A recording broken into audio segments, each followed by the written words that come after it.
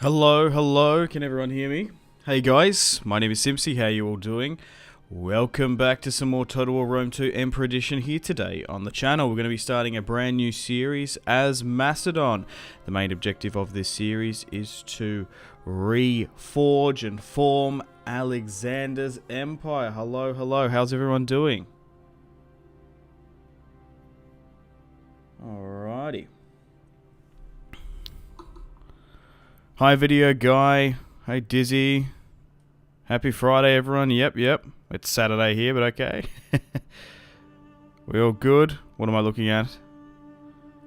I tab on YouTube and see an Australian man with a crocodile and kangaroo. That intro is quite funny actually. Alright guys, so to kick things off, all I ask you guys to do is leave the video a like if you can. I would really much appreciate it. Sends out the stream and the YouTube video to the algorithm gods, and then they do what they do with it. So as you join in, just hit the video a like. I'd really much appreciate it. If you really do enjoy other people's content, not just me as well, leaving the like really does help out and ensures more streams. Feels good, man. Alright, so I did a poll yesterday and the results came back. It was 50% for Macedon. So there was 2,000 people that voted on it. So thank you. I really do appreciate it. Okay, so let's get stuck into the grand campaign. So Macedon won with Carthage in second. And then I think it was like the Lusitani were third. Alright, so let's kick things off. So for this campaign, we're going to be playing on hard campaign but very hard battle, just due to the fact that first time playing as the Romans, hopefully this can mitigate stopping those tier 4-5 rebellion spawning. That's the main problem we have to deal with in this Emperor Edition campaign. Like the rebel rate is crazy to deal with. So let's have a look at what we're working with. So we have major diplomatic penalty with Hellenic factions. Okay, Alexander's legacy. Minus 50% resistance to foreign occupation. We've got Thessalian Pride, which gives us a 20% charge bonus for all cavalry units. And we get a plus 20 melee attack during battles against barbarian factions. Really, that's quite a nice buff. Oh, Dizzy with the super chat. Love your channel. Keep it up, bud. Thank you. I really do appreciate that. You didn't have to do that. But thank you. That was very generous of you. Cheers, mate. Alright, so I think we start the campaign as we load on in. But I'm going to be playing for a fair few hours here today. But then I have to go vote because today's the day. We're potentially getting a new Prime Minister here in Australia. So I have to go down and vote. Going to go get my democracy sausage. And maybe a can of Coke as well. But yeah, that's all I've got to do today, really. But we're going to be live streaming this campaign over the next couple of days, and hopefully we can smash out a bunch of it. So backseat gamers in the comments, feel free to give me feedback and suggestions. It's been a while since I've played as Macedon. I think it will be a little bit harder playing as a Hellenic faction. The barbarians are coming. Tylis in particular is a problem and must be kept in check. The Athenians continue to resent your rule. They may turn against you, or convince your Spartan allies to betray their treaty. No matter, faced with hostility from Epirus, Sparta should remain true, and may distract Epirus long enough for you to consolidate your rule at home. Conflict with the remaining successor kingdoms is inevitable, and you must be ready. Do not be afraid to seek military support from others if necessary. Rest assured, Macedon is the true heir to Alexander's legacy. It will rise once more. Let's get stuck into the campaign. So first things first, we just want to go gameplay and bump this up to very hard battle difficulty. And we'll chuck a save and a hard save as well. So we've wrapped up the Roman campaign, and now we're kicking off the Macedonian one. Hey Simpzy, hey Emmanuel, how you doing? Hope you get a good leader. Yeah, hope we get some good RNG. Really glad you're doing a Macedon playthrough. Have been recently reading a lot about Alexander and Philip. Yeah, there's a lot of interesting literature about his father, actually, who He's a little bit lost to history in some respects. He's a really interesting pretty character. Put the mages last long. As long as you go vote, I don't give a shit who you vote for. Go vote. But, I don't know. Half the people here donkey vote and don't do it properly anyway. Some of you may or may not know that you legally have to go vote in Australia. You have to go down and get your name ticked off. And I think if you don't, it's like a $20 fine. I thought it was a bit more. Hey Harmon, hey, how you doing? Let's go. I hope your empire goes successful. Yeah, well, we'll see how we go, because Macedon is an interesting campaign, because you can get a little bit RNG'd off the start. So let's see what we're working with. So let's get stuck into the campaign. So we've got Pella under our control. We have a city, a military wharf, a barracks, and a traveller's lodge. So the military wharf will be good for naval, because we're going to have a... Looking at where we are situated in the map, we are going to have a lot of naval engagements, potentially. So what's this barracks chain that we're looking at? Because the thing is, until we get thorax swordsmen, we're going to have a pretty hard time offensively taking large cities. So we're going to need to try and force land battles, because where our strengths as Macedon are our phenomenal pike and hoplite units, and of course our cavalry as well, which we get a really nice buff to. So nearly, this is a style of faction that we need to force land battles more than sieges. Compared to Rome, where the army is basically like perfect. Like the army builds for it. So the skirmishers. We can also get archers as well. But I felt like doing Macedon as well. I'm happy you guys voted for it, because the last Macedon campaign I did play on DEI, but I believe it was the beta version of it. I had so many problems with it. So hopefully now that we're playing on my sub-modded version, like we're doing with the Roman campaign, we should have very limited crashes or any disruptions, and we should have a good series. So I think we keep this building. Okay, I think we upgrade potentially Pella, but we'll see how we go, depending on what military conflicts we have. So where should we go? We're at the start of a campaign. The world is our oyster. We can go left, right. We can go everywhere we want. So we also have Polpadava. I think I might call this Philippopolis, because that's what it was called back in the day. So we've got a consecrated grounds here, and just a city. So we've got a nice little army here. So let's have a look at where we want to expand and conquer. So we obviously want Greece. We also want Anatolia. We also want basically here to Egypt. I don't believe... Did Alexander have Libya? I don't think so. I think it's... We'll probably stop at Egypt, and then we'll basically conquer the east.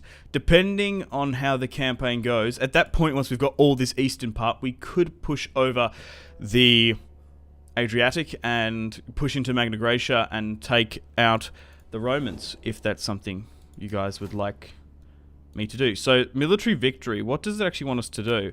Okay, so it wants us to reform Alexander's Eastern Empire, but they also want me to take Italy as well, which is super interesting. Diplomacy-wise, we currently have a defensive alliance with Sparta. Seriously? That's quite surprising.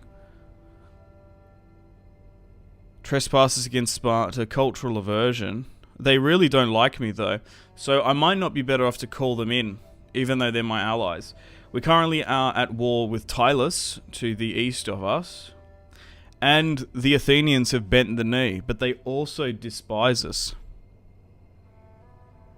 You're playing as the best faction. I think Rome is the best faction, but Macedon is up there. So just for the cultural significance of the faction. Okay, so where do we go? So we've got a couple of options here. I think we eventually have to bring in Sparta and Athens under our control. Epirus is actually not the easiest faction to play off the rip, as they do have elephants in this army, I do believe, or potentially this one. It's been a while since I've played a Macedonian campaign. Going against barbarians will be easier, but I also don't want to go too far north. I think it would be weird pushing up into the Danube. Like over it, and maybe up into Illyria and the Balkans. I think I want to go east. We've got a couple of options. What's the garrison here in Pella? Pike, levy, citizen. I think we go and take Tylus, and I'm instead going to move my spy north rather than south. If we can secure Thrace, I think that will give us a nice amount of wealth, resources, and territory to then justify wars against Epirus. And you never know, we might get called in, or we might be able to break our alliance with them. We'll see how we go. I'm curious to know what you guys think. What mods are you using? What mods are you using for those unit cards? It's in the Discord, and I guess once this video, I should have pinned it before. But it's on the Discord.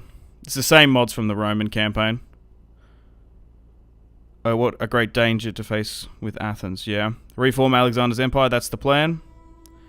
Why does my DEI take ever to load? My DEI still takes really long to load, even on the fastest SSD. It's got to do with Rome 2, and depending on how many mods you load into it, it can take ages.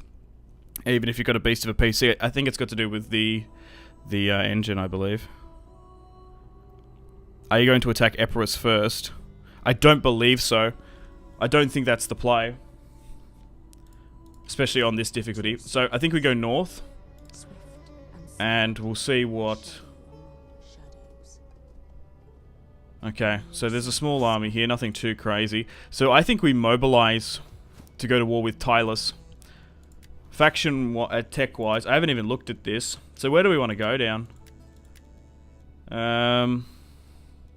Getting better quality hoplites, but also getting money is really good. I believe it's this. Legal institutions. It gets minus corruption and public order. I think I like going down this. That's what I prefer. Okay, so let's have a look at the family tree. So who have we got here? We have Antigonos II, who has a son, Demetrius. His father before him was Demetrius. He looks awfully like Alexander. Had an uncle, Philip. And then there was Antigonos the First. We control 68% of the dynasty. We're actually a kingdom, which is interesting. We might eventually go to an empire. We could go to the Macedonian Republic. That'd be funny, because technically we're a kingdom at the moment. And we've also just got the other Greek families. So let's have a look here. We've got Demetrius Kalos. Can I adopt you into this family tree? Because that would be ideal if we could. So we've got the Macedonian king here. So let's move to the border, because these are two separate regions. We'll start recruiting. Let's get...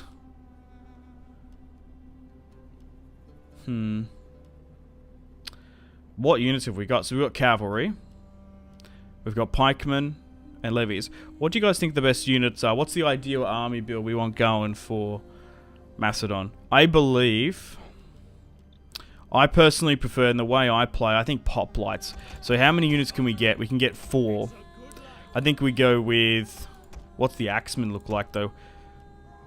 Melee attack.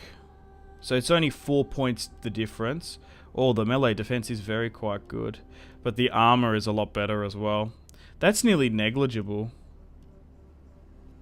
The melee attack on that. So maybe we are better off just going with more hoplites. We can get slingers. We also can get faction-specific mercenaries. We can get Tarentine cavalry. We also can get hoplites.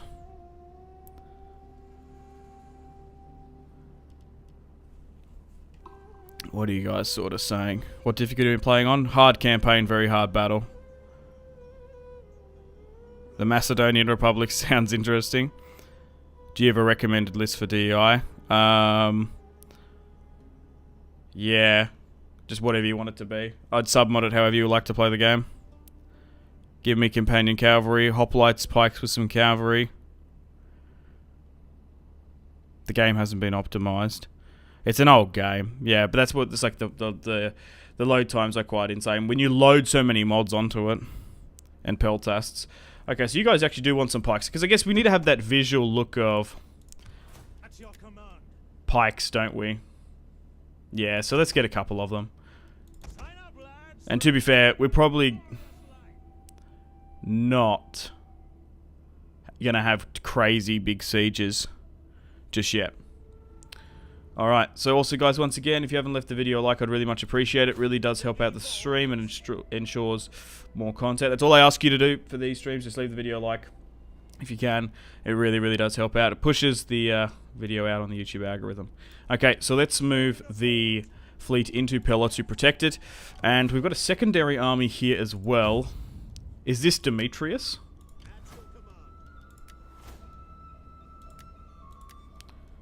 Is he Cosmas, or is this... No, this is someone else. So I want to bring in Demetrius if I can. So let's move to the border here, just in case we do get attacked by Tylus. And we'll just try and get some slingers in here. I think going with 2 lots of... essentially military recruitment. I think that's where we spend most of our money. I think that would be ideal. We might even swing this spy back around here as well, now that we've got some line of sight. I don't even think I'll go into construction this turn. Just want to go on a bit of a recruitment blitz. So I think securing Thrace is the play. Okay, I think I'm quite happy with that. Let's sort by happiness and maybe try and negotiate with some foreign tribes. The RDI, we could make trade potentially.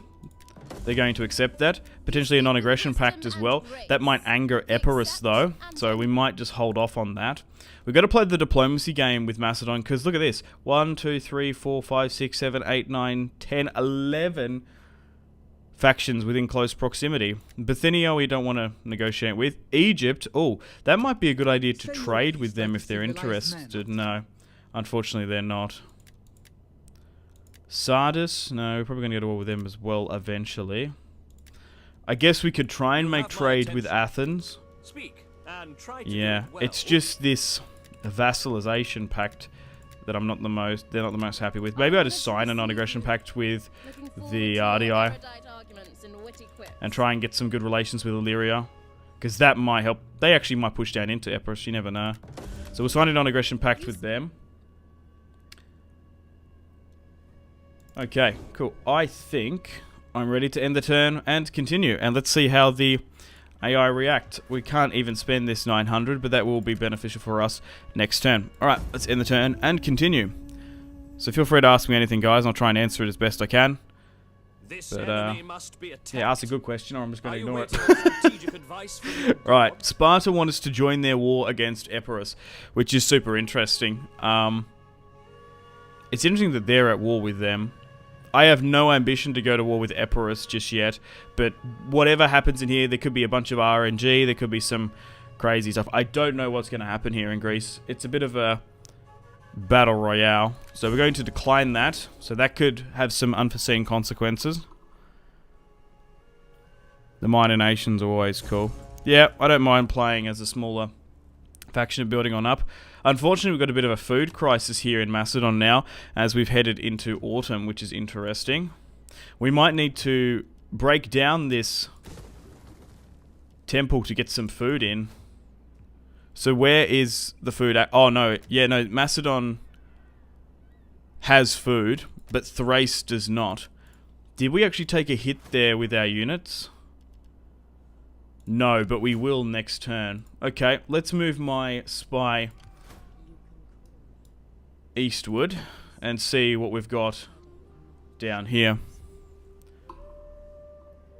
I seek diversion. Okay, well, let's look to move over the border. So let's try and get some line of sight if we can. That would be ideal. Okay, so we're not going to be able to attack straight in, so maybe we just form up. So let's get as close as we can to be attacking the settlement, and let's move you in here as well. So let's form up a full stack. We could maybe scout ahead. Okay, so here we go. 11 units with the Tylus King, and he also has 7 units. Alright, let's double time this army back, because I'm still not entirely sure that this piece of territory is secure. We'll dive quickly back into diplomacy as well, and try and see if we can get any negotiations. We could potentially offer some money to Athens. No, that's not going to happen. Okay, so let's sit here, and we could get some... Oh! They do cost quite a bit. That's the problem. Yeah, let's end the turn and continue. I recently found... Hang on, no, what's this? Athens want me to join this war against Epirus. Are you waiting on strategic advice from your gods? No, I'm going to reject it as well. It's interesting that they want me to kick things off with Epirus, which is the strongest faction probably in Greece at the moment. Particularly when they have Larissa, the Triballi here, a Celtic tribe in Thrace, want a non-aggressional pact. I'm going to reject that because we're probably going to go to war with them soon. The scholarship has been complete. Now, we have lost 200 men because of this food crisis. Damn, I didn't know you got hit so hard with that. Like, early on. That's quite significant. I think it was this army that actually took it. Wow, we definitely need to secure food really quite quickly. I've recently found your channel and been watching a lot of your videos. What strikes me is your knowledge about history. It makes it great when I remember. I do the thing is I do the occasional sort of history campaign where I sort of study it a bit more. I do have a history degree in history generally, and then I also have a degree in I have a major in history and a minor in ancient civilizations. So, but half the time I can't remember some of the stuff at the top. I remember like half the stuff, but it's been 2 years now since I've been out of university. But yeah, I think like my Rome to Scipii campaign, like that was probably one of the best sort of historical series that I did, because I literally went through just all my papers that I had. It was nearly a bit of a podcast along with a bit of a campaign. It's like a history podcast. So that was really a lot of fun. Okay. So thank you. I appreciate it. That's a nice comment. Alright. So we can't really bring anyone in here. Did we bring in Demetrius in the end? No. I think we should. We want to have people that are loyal to the Antigonid family fighting. Oh, so we can actually choose here. We can get Royal Peltasts, Foot Companions, Shield Bearers, or Companion Cavalry. I think Companion Cavalry is what we go with. We do have a little bit of money, but we might be better off. We might actually change this to a fishing port, you know? Because that's going to be annoying if that keeps compounding this food shortage situation. Because we can't even get a food building here for quite some time anyway. But if we take this, we might be able to circumnavigate that. So we might as well just leave that. Okay, let's get our first battle of the series, I think. So let's get ready to march on in to Tylos. Oh, okay. So we're actually not favoured to win this one. This is going to be a little bit difficult. 2,340. Now, this is super interesting because this is the flashpoint in the campaign. This is make or break. If we can win this, we're going to set ourselves up real well. If we lose, we're going to be hamstrung for the next 10 or so turns. So I will have to concentrate for this one. So let's see what we're coming up against. They have the king, of course. They have some Thracian warriors. They've also got some light horse. They've got some freemen as well. And we've got some slingers. And then we've got the assault units coming on in as well. Alright, let's fight this one. We do have skirmisher supremacy, I would say. A bunch of hoplites. A bunch of pikes as well. Let's go. This is always risky. Let's assault the settlement. The Battle of Athena. Yeah, I guess, yeah, because it's on the coast here. I didn't realize it was such a similar name to Athens. 270 BC. Let's go, as we load on in. A dry day as well. Let's start the deployment. But before we get to this battle, we'll have to concentrate on sort of have a quick read on through. Thanks, doing a Rhodes campaign. Yeah, that was a lot of fun.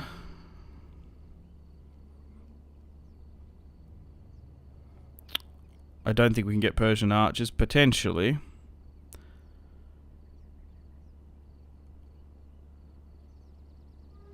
Thracian Peltasts, they're so overpowered. Yes, I agree, we'll try and get some of them. Are you able to get relations with Rome? No, not yet. Alright, see you in a bit, Connor. Take it easy.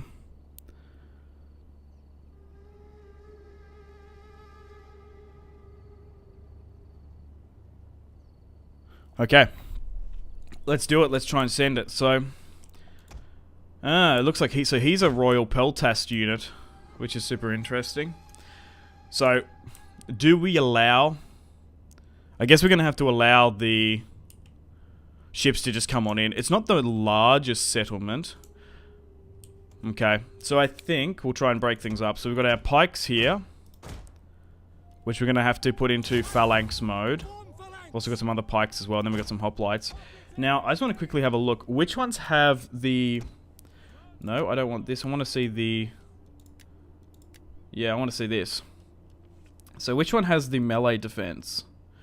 Okay, so pikes have terrible melee defense. Holy shit.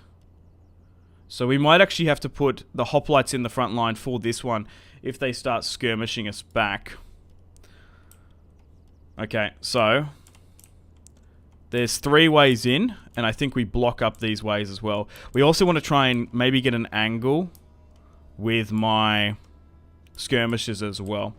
So let's break things up into a couple of army groups. We await your command, Commander. So I'm just trying to stop where the angle is. So I think pikes would be... The pikes will be more protected here. We'll keep them out of pike mode until they get there. We'll chuck at least 3 on this side. And then we'll chuck another 3 here as well. With the skirmishers, we'll break things up into groups as well. So like this, if we can angle and advance it here, I think that's the play. And we've also got some javelin men. Actually, no, the skirmishers need to be here because they need to be able to arc a bit more. While these guys probably need to be moved further up. So it needs to be more like this, roughly. We've also got some companion cavalry, which we'll try and flank around, but we'll see how we go.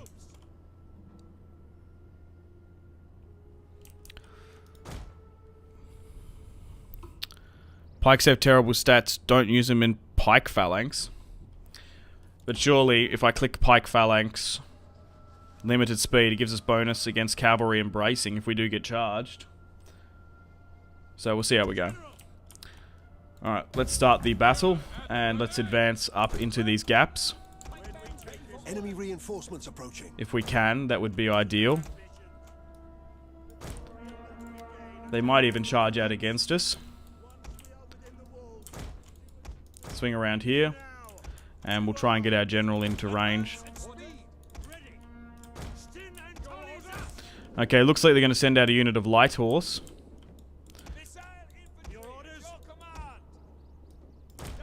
So we're going to have to charge that.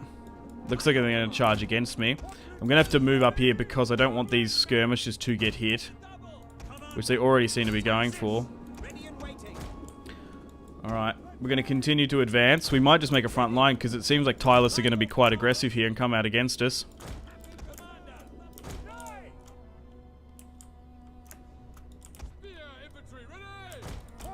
Let's drop some formations. We've got our Peltast trying to hit them. But try and brace yourselves and form up. Let's get my cavalry around here as well.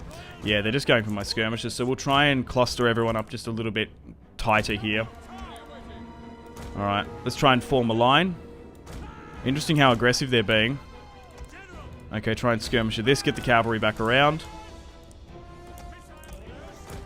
We might be able to get rid of this light horse unit.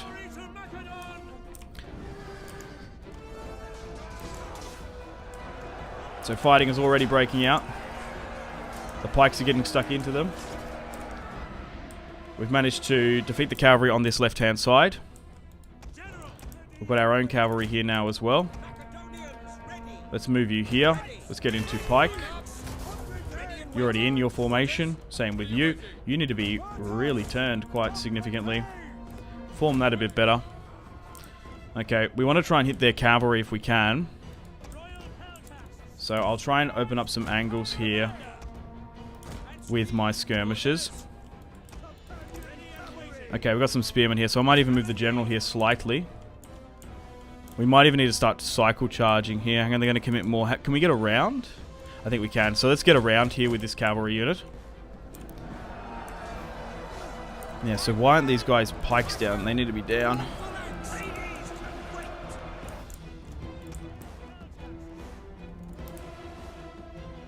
Let's drop an Inspire. Probably in the center. Okay, let's get the cavalry to start working their slingers. We want to try and beat this army before the reinforcements get on in. To be fair, if we're quick enough here, we might actually be able to just fully wrap our slingers around here. Alright, you charge into this, maybe even that. So they're engaging fine. I think we move out of this position already and start flanking, because we've got some units just sitting idly by here. We'll move the general in a bit better as well. The cavalry's wrapping perfectly. But the brave men of Tyrus, the barbarians, are clashing upon Macedonian pikes. They're doing better against the hoplites, as a matter of fact. Alright, you need to move the cavalry back over here. But against everyone else, they're not doing too flash.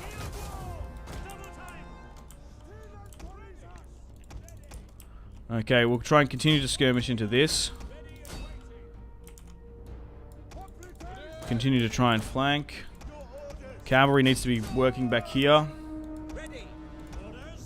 Swing around here. Yeah, it's the hoplites here in the center that are buckling. Alright, continue to get some focusing fire here. Alright, you need to be wrapping around here. If we can go to here, we might be able to start peppering them. Okay, good. Those peltasts are hitting them from the side, which is brilliant. That's capitulated them. We might even need to charge in the general behind here, because we actually focus their general unit here. Okay, so it looks like the garrison is going to be destroyed if we're quick enough. We've got a lot of units on the ropes here. Okay, so continue to start peppering into this. There will be a small amount of friendly fire, but that we're just going to have to take that on the chin. Yeah. Okay, so let's continue to skirmish into this. I'm just going to have to be super careful with my general unit here. Okay, so we're still continuing them, that's fine. Maybe swing around here. They've got their own skirmishes coming in. Continue to pepper into this. Okay, I'm going to move my general unit out, actually. Cavalry will try and... What can you hit? Because they're starting to intertwine spearmen here. Okay, there's a unit coming behind us, so we might just turn slightly. And try and move around a little bit here. Okay, this is okay. Yeah, keep going for that Oathsworn unit, because that's what's going to cause us issues. My cavalry unit's been caught here big time.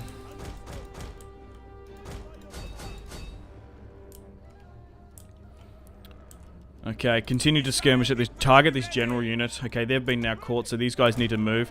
I might chuck these guys on skirmisher mode now, because it's becoming a little bit harder to micro. So what even units do we have as a frontline unit? So let's try and make a front line here, because at this point it's going a little bit crazy. It's still a little bit... It's still winnable, this. But we just need to reform slightly. Okay, that Oathsworn is at 50% here now. But our skirmish is getting a little bit exhausted. The Oathsworn's at 40% now. Okay, we're just moving away from them. Okay, we're going to get enveloped here if we're not careful.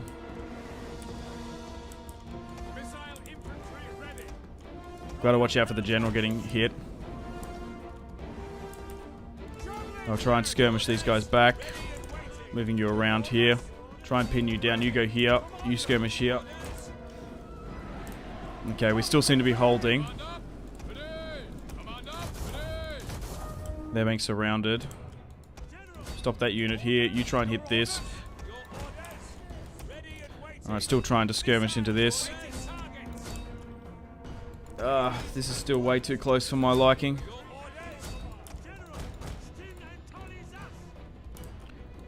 Okay, that's okay. Now you do the same here. Just try and surround and skirmish them. There we go. If we can make a bit of a kill zone here. Keep moving the general back. You try and form up here so you stop getting hit. I guess we sacrifice you in here. That's fine. You need to move here. Alright. Don't worry about that unit. Hit this one here. Fuck me. This is way too intense for me. Ah! But we're live, baby. Hopefully we can pull this out of the bag. Okay, these guys need to be moving up, actually. The skirmishers are going to win us the day if we can do it. Is that general still alive? 21, so still try and target him. We're actually out of skirmisher fire here.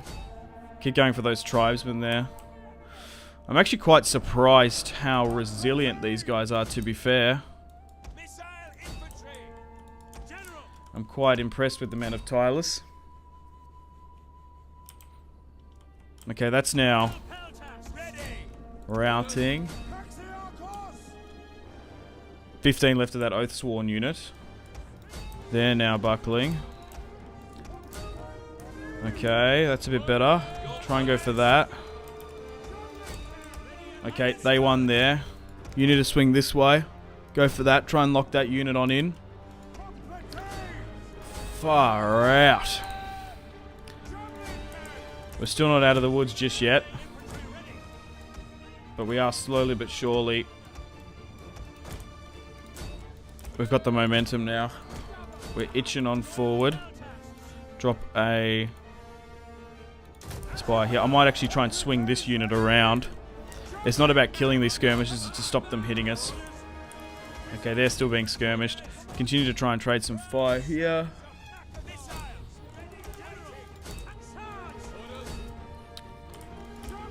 Okay, try and phase them out.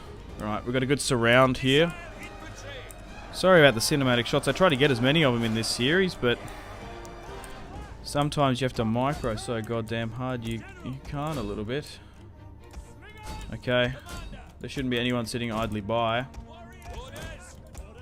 Okay. We're winning here. Okay, we're going to have to go around there and help, actually, matter of fact. If unit's going to hit them from behind.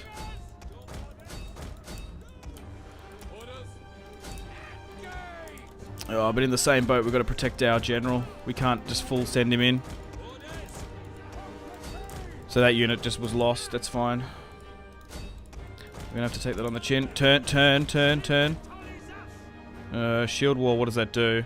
Yeah, armor embracing. Let's just do that. Because you're just getting peppered. Oh, no. No! Like, just send them in to stop them doing this. Ah, fuck. Because if we... Oh, get out of the formation, but run. Because if we lose the general... Oh, which we might have, actually. We lose, I reckon.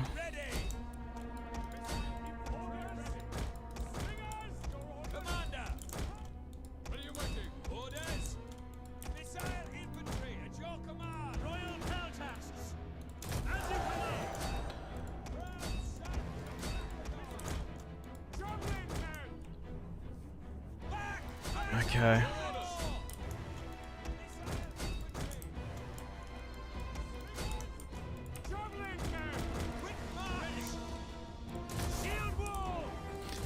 Reduces his speed. That's what caught him. Oh, dude, they caught me in a really good triangulation there. To be fair. Maybe capping the town square actually might be the play. Because we will be able to get that additional leadership bonus.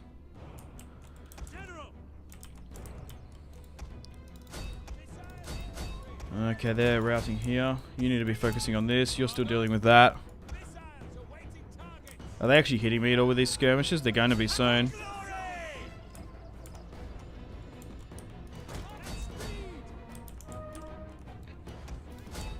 Dude.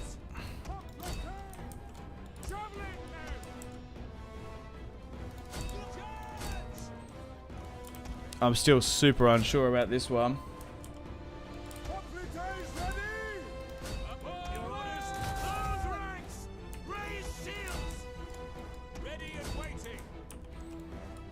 Holy fuck.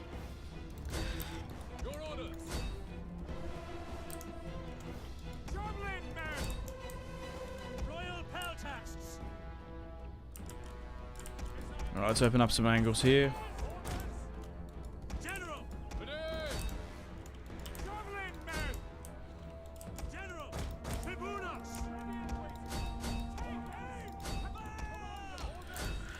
They're wavering.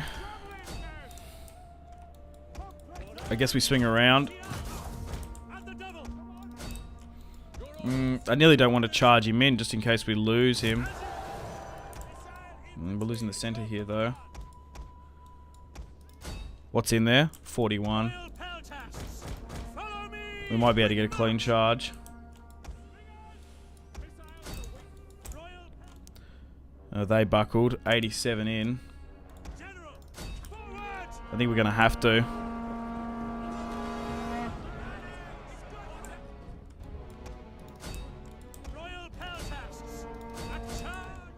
And then we've still got one slinger unit left inside. Allow the pikes to do most of the work for it. Alright, you're formed actually back, so we're going to have to keep you. Holy cow. Nothing like a goddamn Pyrrhic victory to wake up first thing in the morning to. Oh, you need to charge then. There's only 12 in here. Well, we might actually just need to give everyone a bit of a breather just to hold it here for a sec. If they start skirmishing, we go on in. Oh, shit.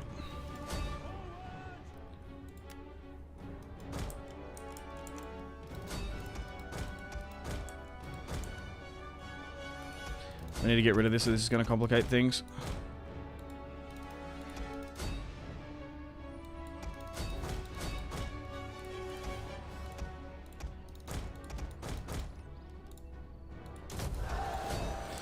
We're just going to get everyone in.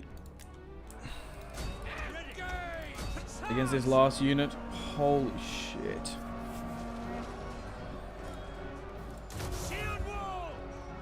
Oops, didn't mean to hit that. Come on. Holy shit. Oh my fucking god. How the hell did we do that? Bro. Let's end the battle there. A costly victory. Yeah, no shit. We deployed 2,360. We lost 2,000. Oh my god. The hoplites just massively carried us there. The skirmishers. Dude, I was not expecting Tylus to be that hard.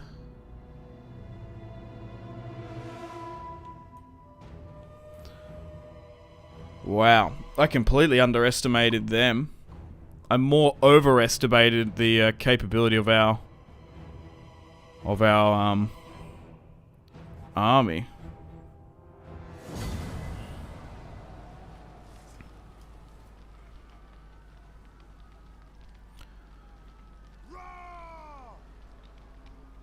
I feel like his men will tire out sooner than expected.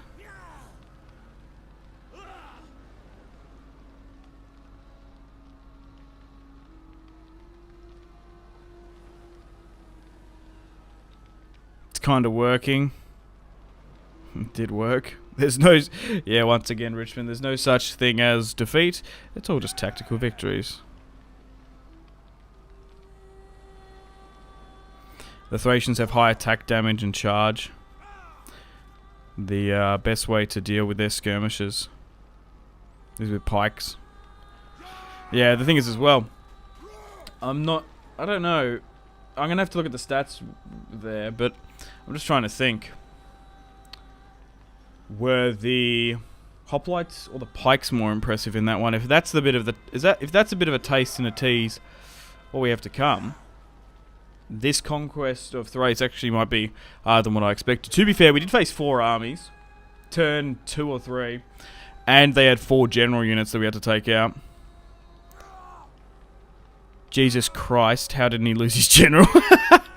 Consider that as a warm-up round. Well, the thing is with Rome 2, you do have automatic replenishment. So, we didn't actually lose too many units from that. Nice W. Here's a few drachma for the men. Oh, thanks, Chance. I appreciate you dropping the super chat. You didn't have to do that. Thank you. I really appreciate it. But fuck me, maybe I deserved it after that one. Holy shit. So, we lost the companion cavalry, that's alright. And one of these brave hoplite units got 285. Wow. I turned off the notification for the generals. I don't even know if we actually lost him in the end. The thing is, that was the Oathsworn. That's what I was trying to target. What got us? Big. Oathsworn, Celtic warriors, the Thracian warriors, 110. Bro. And I want to loot for the money, but we're not going to be able to hold this province unless we just straight up occupy it. So we'll do so. But bro, that's what I love about Total War, man. If we lost that, we would have been... Look, it wouldn't have been end of the campaign, but we would have been probably damaged for 5-10 turns. Like the AI would have tried to get up on us. How the hell are you alive, Antigonus? And I'm need to do a save after that one. My god. My god. Right, let's repair. And let's get some food back up in here as well. I'm so scared of a potential attack. We might actually just need to get some mercenaries here to quell my nerves. That was a clincher. Yeah, no shit. But what's happened now is our balance of power has probably swung like massively away. So we're probably quite a vulnerable and susceptible kingdom. I might even stop... Oh, and I need this to be here, but I might even stop the upgrade in Pella to get some mercenaries in, because you never know. Like a Nidrisian kingdom fleet could come down here, or someone else might use this problem. Like look, the problem is, if in hindsight, if we don't get attacked, we've lost a turn here on that, but we're going to be able to get 3k. So I'm going to cancel the construction here to get 3k, and I'm going to get some mercenaries in just in case. Because look at this. This is not even an army, and they're starving. So we might actually need to just bite the bullet on this and maybe just get a mercenary hoplite unit and a companion unit and then like a Thracian for the rest. That will just give us a bit of breathing room. And that'll be fine. We've also got this navy here, bro. I don't even know if we need it, but we kind of need someone here. Impeller. Hellfire Chad, some Roman coins for the slaughter. Alright, slaughtering barbarians. Thanks, Hellfire. I appreciate it. Thank you for the super chat. Thank you guys. You've been super kind today. Thank you. And generous. Okay, so now that we've on the coast here. Oh wow, we've opened up potential trade nodes and lanes to the Crimea. Not aggression potentially. Cameria. I will listen carefully to yeah, I don't think they like me because cultural aversion there. Athens. My problem is now that with the army's been quite depleted. I will listen carefully to your words. And oh, Epirus might actually sign a non-aggressional pact with us. And now, that actually might be quite astute if we can get that done. Oh, they've accepted. I think we do that. I accept. And we focus on Thrace. Trade? No, but that could piss off Athens and Sparta and maybe bring them on in. I'm nearly... yeah. Pontus, oh hang on. Would you like trade or non-aggression? Maybe we make non-aggression with Pontus. No, they're not interested. No temple can stand upon just the only factions want trade is Bithynia. I want to really try and avoid getting trade with factions I'm probably going to attack. Egypt is a long way away though. Okay, well, unless we can do anything in the family tree here, I believe we end the turn and continue. We probably can get... yeah, we probably can get some units here. Just, they're not the best, but they're better than bloody nothing. Okay, let's have a look at anything else we can do. We're going to have to really take some time to replenish and repair. So, we'll get a battle eventually. But we'll just have to see how we go. Okay, let's end the turn and continue. Oh, Dallas, welcome back. Are you looking for any particular borders or just expansion? Also some more drachma for the boys. Thanks. Dallas, welcome back to the stream. We're going to be reforming Alexander's empire. That's the main objective. And then, if you guys are still enjoying the series, I guess we go for the military victory, which is only to take Rome as well. But we're going to try and build the Macedonian empire. How does that sound, fellas? Okay, so we're in a bit of a food crisis here. Man, you guys weren't kidding. Someone yesterday said that Macedonia is quite a hard campaign to start off with. You just got to be really quite careful. I knew it was... I had a rough feeling, especially if you go to war with Epirus quite early. Things can be quite complicated. Greetings. Okay, so now with that turn's gone, and we just don't really have the friendship to come. Greetings. Now, let us the seek trade wisdom capacity, really. We don't have the resources to actually get more trade with people. Okay, so... Dude, how long is it going to take? Far out.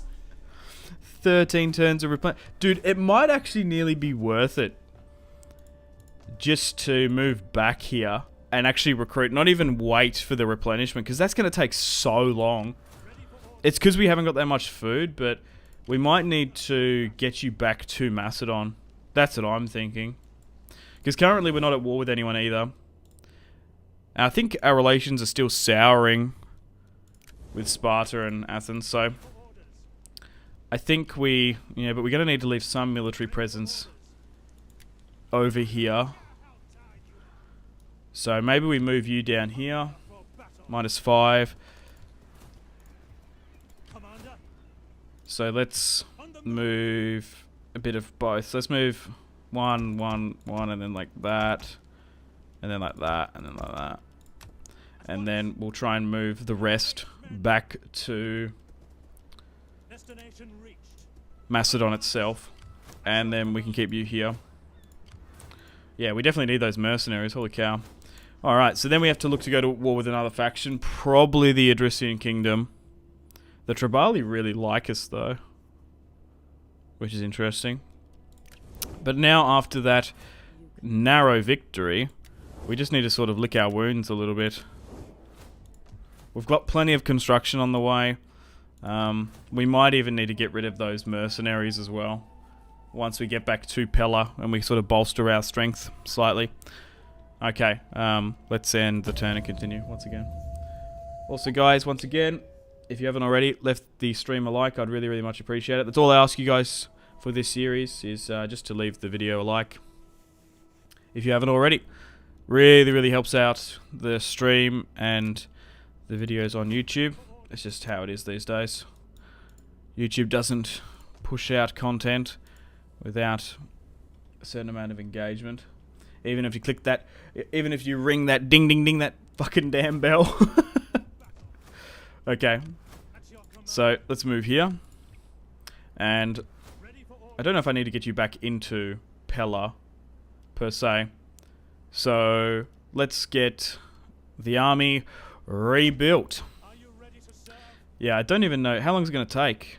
5 turns? We might just need to control a merge, to be honest. That might be the play. So let's get some more pikes in. We can't afford... we'll just go 1-on-1. And what about over here? Let's just get some militia hoplites. So -7, there could be a potential rebellion. Once again, let's dive into diplomacy. Yeah, we just don't have any resources at our disposal because no one's really that interested in trading with us. So let's chuck a save again. We should be able to power through the turns a little bit more here now because we're just building back up again.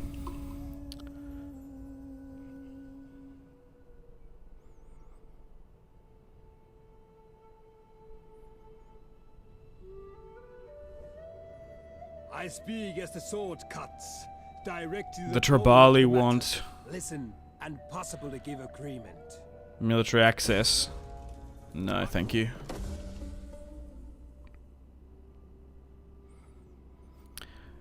What happens if you get dragged into war with those barbarians up in the north? I hope not yet.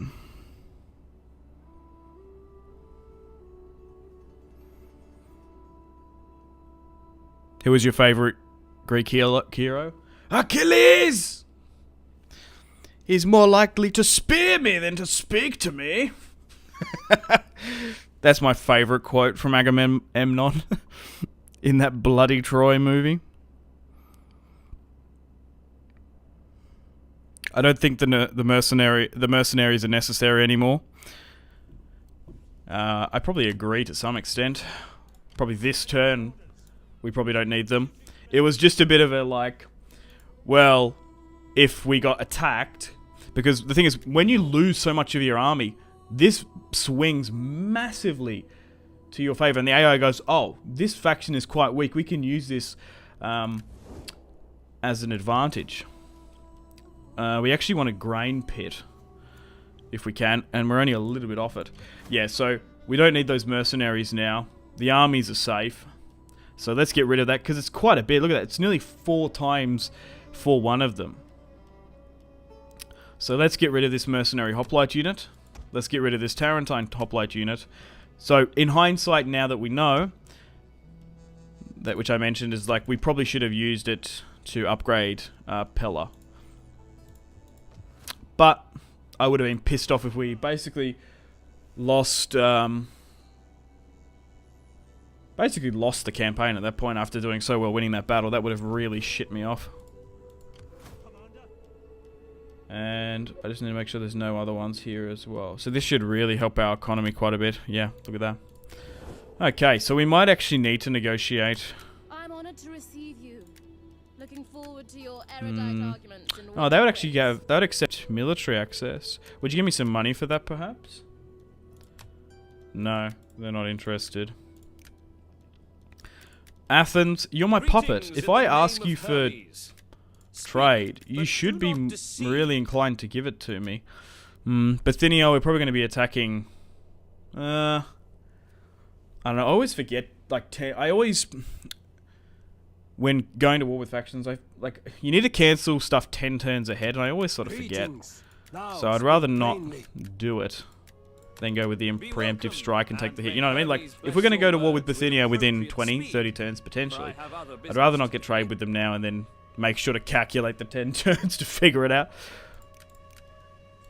I feel like it's a little bit annoying. Maybe non-aggression, no. Yeah, although we're Hellenic, I think a lot of the other Hellenic factions just really don't like me. Be welcome here and speak. Pontus is a little bit different though here. Okay. I think we're good. We can get some more units here now. Those slingers are really quite good, to be fair.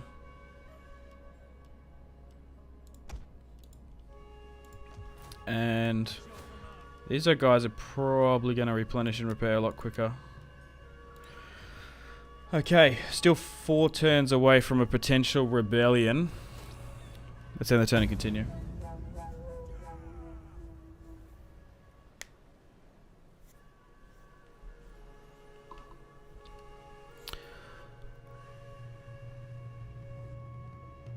You are honorable, worthy, and strong, and only fools would not wish to be friends with you.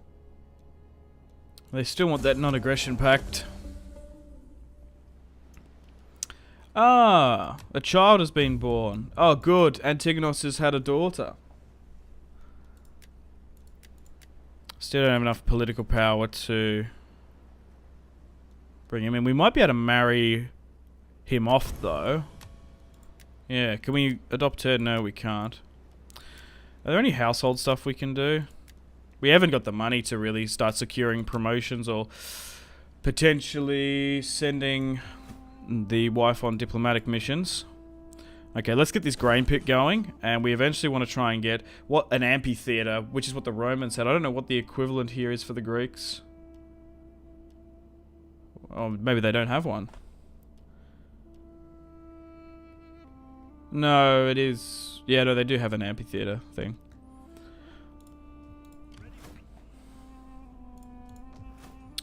We can expand Pella as well, though.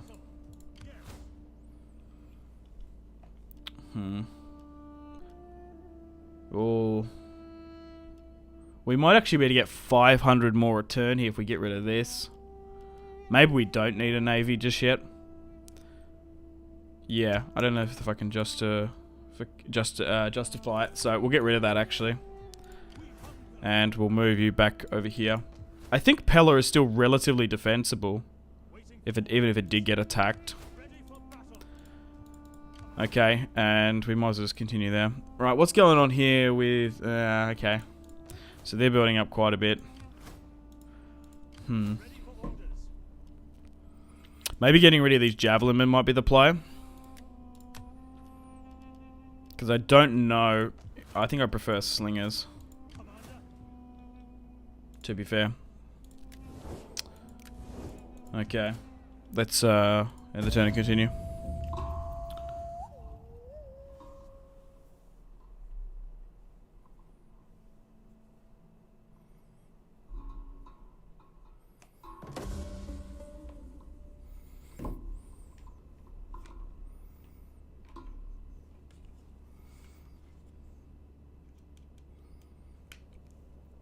We've got a bloody plague, do we? Hi from Spain. Hi, John.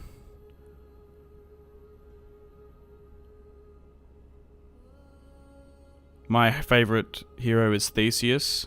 Yep. That's a good shout. I do quite like Jason and the Argonauts as well. Guessing what the outcome is if he plays legendary mode? Yeah, death and destruction. I don't know if I'm built for legendary mode. The main thing that annoys me with legendary difficulty is just like the matter you can't... Like the saves. Especially if you play with mods. It's so annoying. Would you consider working with Metronon on YouTube? I don't know who that guy is. Oh, actually... Is that the... Is he Italian? I can't remember. I might have seen his videos once or twice. But I'm not overly too familiar with who he is.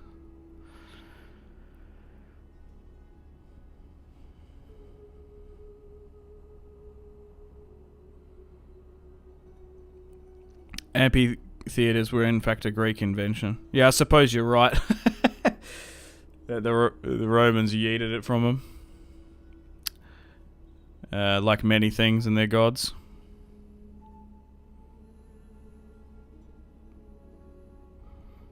I'm not even that skilled to play on hard. Look, it's... You gotta have fun. That's the main thing. Whatever difficulty you play on. But it's also just like practice and hours. That's all it is, seriously. It's like... Even with like when a new Total War comes out, I play on normal, on easy, just to... Like my first initial campaign, just to see how the AI reacts and moves. And then once you add the difficulty up to it, you can see where the modifiers are.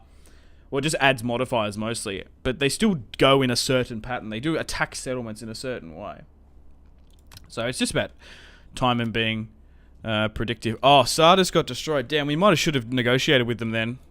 Because we could have squeezed some money if they were going to get destroyed anyway.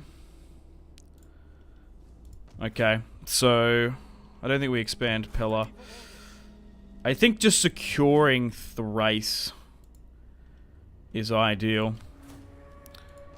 Okay, so this might be slightly easier, but we might be in the same sort of situation with a bunch of really close victories if we're not careful.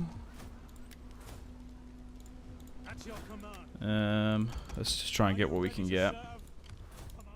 Okay, so we'll try and get a full stack here, and then we'll look to advance. We're gonna have to deal with a rebellion here actually.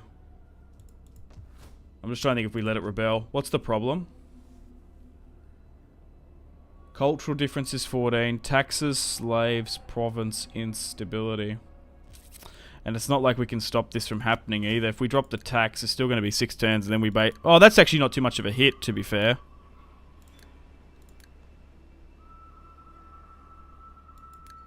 Because it's going to be quite significant, the rebellion. It's going to be a full stack of chevrons, so maybe we do drop that. Because it's not crazy, the hit. Yeah, I'm quite surprised that this region doesn't have much resources. From what I can see. Yeah, it's basically the lead up here. Maybe we should have gone to war with the Triballi then to get that lead resource. Because it actually takes quite a bit of movement to actually get over here. Anyway, let's end the turn and continue. But although we won that battle, we did it at a high cost, and we're still slowly but surely repairing Rip Sardis. Yeah, Sardis. What am I saying? Asada. Sardis. That's the word I'm getting confused with.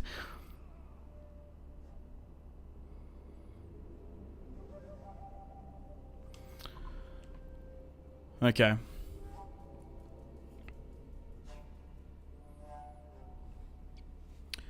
Another child is born as well. The dynasty is growing. We can get a dignitary, and we actually have a mission to do so. I haven't had a look at this, actually. The chapter victories can be quite good to look and go for. Control 2 provinces, either by direct ownership. They want ships of war, which will give us 1,000. Make a client state of the following faction, Epirus 2000. After the defeat of Rome, Epirus was returned to Hellas, and Antigonus liberated his lands, triggering the wars with Epirus. Huh. Well, the thing is, you forget that as well. Maybe we should. Yeah. Well, now I've just thought. Oh, Athens is pushed into Larissa though. That's huge. I just thought maybe I should puppet Epirus, because you do forget that Alexander, his mother, Angelina Jolie, from the movie, is from Epirus. So he's half Macedonian, half from Apollonia, from Epirus.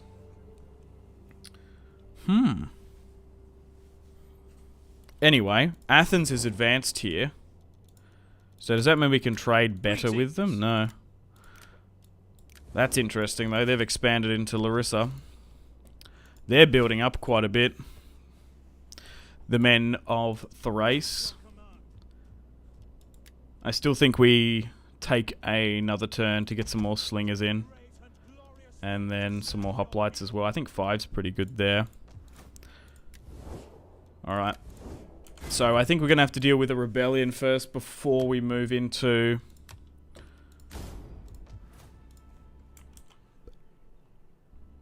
a fight with the Adrusian Kingdom, potentially. Okay, let's end the turn and continue once again. We're powering through the turns now here, fellas.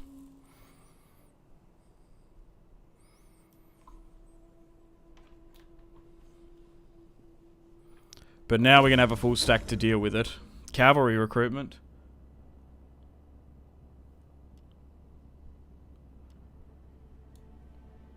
Epirotti. Yeah, I was looking for... I think it's the right word. I was looking for it. I couldn't remember what it was. Epirusians? No, I think it is like Epirotti. Oh, we're actually +9. Why? Oh, I think it's because... Oh, the grain pits got built. That's what did it. Oh, look at this. Hang on. We might be able to use this to our advantage. Look at this. The Triballi with Levi Freeman, who are currently at war with the Adrusian Kingdom, are going to march on in. Oh, wow. We might need to get to that border quick fast. Let's go with an amphitheater here, by the way. Oh, so we've managed to stop that. We might actually force march to the border. And we'll try to get in range, I guess. Well, if I move you out here, will there still be a rebellion? Damn, there will be. So we're just going to have to keep you here still, technically. Or we could move you up and then don't get the tax, which is what? 500. We'll do that then. Yes, that's going to stop it. Because we need you here to be within striking range. Okay, so there was 14, and then the garrison, which is at full strength. If they go in, we can pick apart whoever wins. Awesome. Now, we are leaving Macedon a little bit vulnerable. But we might just have to deal with it. Okay. Let's the end of the turn and continue, and maybe try and use this situation to our advantage. What's going to happen, guys? What's your money on here? Spartan wants to join a war with Epirus. No, thank you. Yeah, will it be the Triballi win? I think ideally an Adrician Kingdom win would be good. We still have a rebellion imminent. And the Swabi have currently been destroyed. Oh no. That's not good. Oh, they're actually raiding. So they never actually launched an attack. Damn, I really could have used that to our advantage. Well, there will be a rebellion down here. Damn. Well, okay. I think what we still can do is maybe join their war and get them to help us in an attack potentially.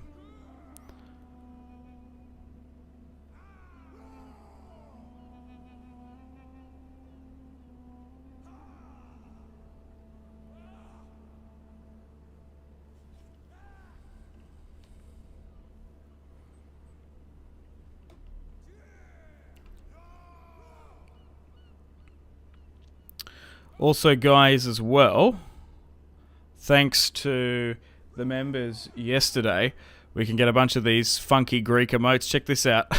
If you become a member as well. That's quite funny. So, if we do have any members in the chat, you can use them. Whatever you want. So, we got the thumbnail in the comments, which is quite cool. I forgot to mention that before. That we've got that enabled. Alright, so let's deal with this situation. It is winter though as well. So the rebellion can be at Poldava and over here as well in Thrace. I think... Yeah, so Triballi, are they in range? No. They might not actually be able to come in. Very epic, yeah.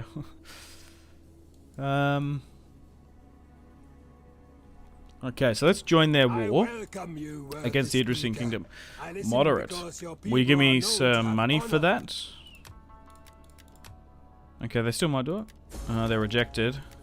Okay, they're just going to accept. Okay, so I think what we do is we move in. Now, I don't believe they're coming in to help us, no. Dude, look at that. Thracian skirmishes, peltasts. Holy shit, they're the garrison and that. It's going to be like a same sort of thing. Now, if I move... Where is it? So if I can move it... I think if I can move it here, we might be able to bring everyone in. I think that does it. Is that going to make a chain? Yeah, but they're not going to come in. By the look of it. Is that because we don't have an alliance or something with them? How? Yeah, I guess they're refusing at that point. Because what's wrong with this? Winter is coming? It sure is. It's actually freezing here in Australia at the moment. It's probably only a couple of degrees. Yeah, why aren't they coming on in? That's annoying. I just assume they're refusing. Alright, do we just try and rally up then if they're not going to come in? For glory and honor! Yeah, I think we just make things a bit easier for us. So let's chuck these guys in. Get it to a full stack, like skirmishes maybe. I still think we move them here because they might change their mind. Anyway, this is a bit more in my favour. So we've got 3,000, 4,000 here. Against their, what, 3,500? They have a lot of Thracian skirmishes, so I'm a little bit worried about that, but hopefully my new reforged army, the hoplites should be okay. We might have to push them first and then allow the pikemen to flank. But anyway, let's get stuck into Thrace, the Adrician Kingdom, and have our second battle of today's stream. And hopefully another victory. Yeah, so we couldn't use this situation to our advantage. Which is a little bit annoying. We're probably going to have to pivot and fight that army on anyway. Okay, so this is quite an interesting settlement. It's not the most built up barbarian settlement. There's a fair few ways into attack, actually. This is quite a choke point here, though. Okay, so let's go with... potentially... The thing is, they're going to skirmish everything down here. Like, that's just going to be a funnel of missile fire, and I don't think the pikes are probably... like, better at pushing here. So I think we go... the hoplites, because they've got the melee defense, and it's probably going to devolve into... just missile fire hitting us. So I think we chuck another 2 on this side, and then we chuck another 2 here, and I might even chuck some of the pikes here as well to eventually get around. I think that would be ideal. And skirmishers, we'll chuck 3 here, and we'll try and get some over here to flank. And I might wait for those we can also wait for the reinforcements to come in. I think we advance though, but let's have a look at the army and see what we're working with. So, as you can see, these units are not vanilla units. They do have new HD textures. Most of these units are from the Roman Extravaganza mod. Also got a Macedonian captain here. It is clipping a little bit there. The skirmishers aren't as good looking as some of the royal peltasts here. Look at this. Very, very nice. And we are, of course, using reshade as well. Alright. Let's advance and move on up. Go to about here. Enemy reinforcements approaching. The enemy reinforcements are approaching. That's fine. I might get rid of this now, though. We don't need that there. I was only needing it for that first fight.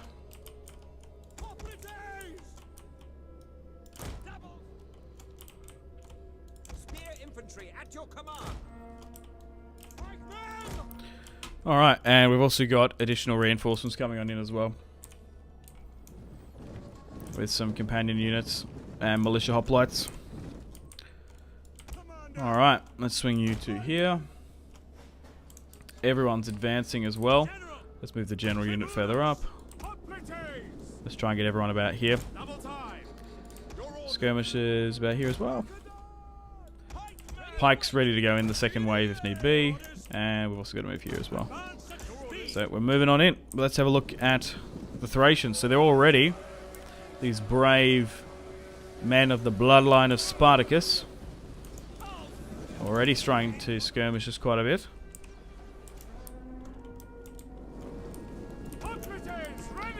Try and move into a hoplite wall. Okay. I might actually chuck skirmisher mode on for these guys. Continue to move around here. You're moving here well. The reinforcements are coming on here. Where are the ships disembarking? Looks like they're going to try and make their way into the settlement. General, your orders? Let's advance with our peltasts slightly. We'll keep the pikes here. We can move them in if need be. So already, the first initial Thracian melee unit that's attacking us is very quite depleted. Now these are like essentially phallac Thracian warriors are quite good. We might even be able to get some of them. Oh, as the Macedonian hoplites are getting stuck into the Thracians here. Oh my god. Carnage. Chaos! Shields getting shattered and spears getting splintered. Okay, let's advance here. And we might as well move you guys around here as well. Let's just give out some attack orders. Still skirmishing well, fine. Well, we might as well just advance here as well. Continue to push on out. We're flanking them well. Let's move these guys into pike, and we'll move you up here as well. Oh, we've got... Did these go... Oh, we had another lot of guys that didn't go there. Okay. They need to be way further up. Nothing I hate more when we've got units sitting idly by. Now, although they're skirmishers per se, we do have to be a little bit careful because they do have some nice melee defense, these Thracians. They're a little bit more sturdier and harder in melee attack, the skirmishers, than what you would normally find in other skirmish units. So this hoplite unit is getting a little bit trashed here, just because there's 4 peltast units going for the cavalry here. So we have to be a little bit careful. Okay, you need to continue to advance here then. The reinforcements are coming on in. This unit will have to be careful here. Yeah. So we all just need to group up together and move as one cohesive unit if we can. Let's try and get this cavalry around and try and help things out. Might try and make this a little bit nicer as well, just so it's easier for me to micro. I still want you moving here, and these guys are coming on in here as well. Okay, I want these skirmishers to move up quite a lot, because we want to try and hit these guys that are further back here. We're crushing here as well. We'll continue to advance. We'll give out some attack orders here. They've capitulated. And we'll flank one unit around, but we still want multiple guys to advance. Okay. So, there's a little bit of a gridlock here. But we are still winning. No, I want you guys going here. That's where I want you to be going, ideally. They do have reinforcements trying to come in. Alright, continue to move up. Let's give out a couple attack orders so that they're still pinning them down, but advance up. You need to advance here as well, and these skirmishers can come further up. And as you guys move the general up with them as well.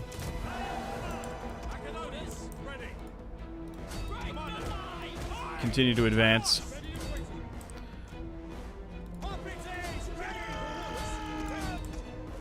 We've got skirmishers here, so let's send a cavalry unit around. We are slowly but surely chipping away at them. Oh, we're really pushing them away there. We'll try and get a charge on here. We might even... Oh no, I don't want to press insert on you. I want this unit. There we go. To go on in. So here comes the Macedonian companion cavalry. Nice. As they charge on in. Would have liked it to be a little bit more high octane, because it would have crushed more of them. But we'll take that. Okay, we're actually pushing through the Thracians a lot better than what I thought, to be honest. Man, I guess it's tireless. Those barbarians are brutal in battle. Okay, so now that those hoplites are here. Alright, let's move on here. Yeah, it's not quite winter in Australia, but I live in Tasmania, so it might as well fucking be. It was literally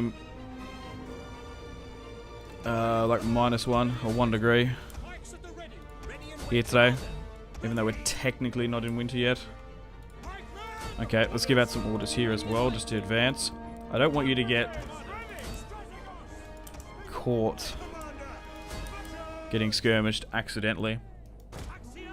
Yeah, if they had more of those phalanx swordsmen, it would have complicated things.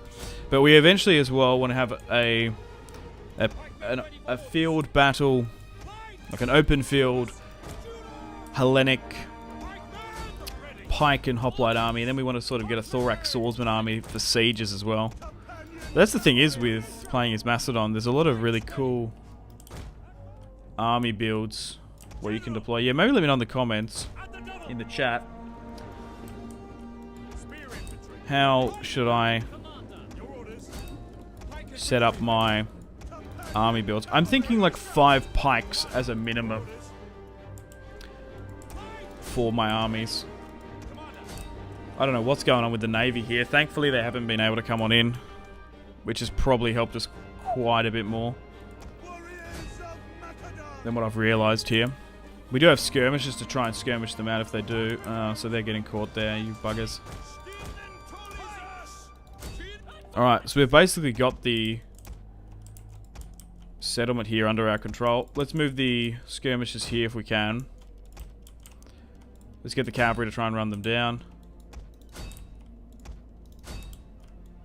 We've just got a lot of infantry. Oh no, now they're starting to deploy. I wonder what caused that. Yeah, I think pikes at a minimum, like 5, and then whatever I sort of feel like with the rest. If we could go with something like this to stop the incursion coming in, that would be good. And we'll try and get the cavalry to run down some of these. Just need to finish off the last of these naval units going on. Oh, no, these are Thracian warriors. Okay, so it's a little bit more of a competent unit than what I was sort of saying. But Alexander's empire wasn't forged in a day. Once we secure Greece, we're going to be able to have multiple wars, multiple theatres. Well, once we secure Thrace, we're going to be able to get Greece, let's say. But it's interesting to see that our vassal, Athens, has already started expanding and conquering.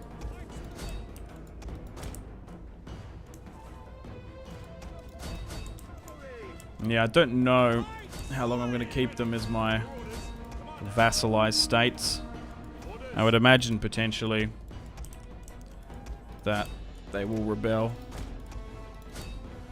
But you never know. We'll see how we go. Only a couple more units here now before Thrace has been subdued, and then we've got to deal with that Tylus army. I'll have a little bit of an analysis on how many units we've lost, but we might be able to attack them quite quickly.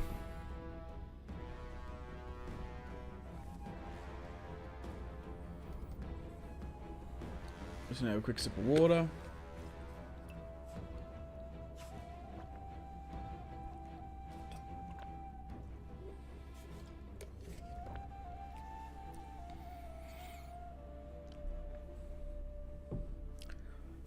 Oh, bumped my bloody monitor.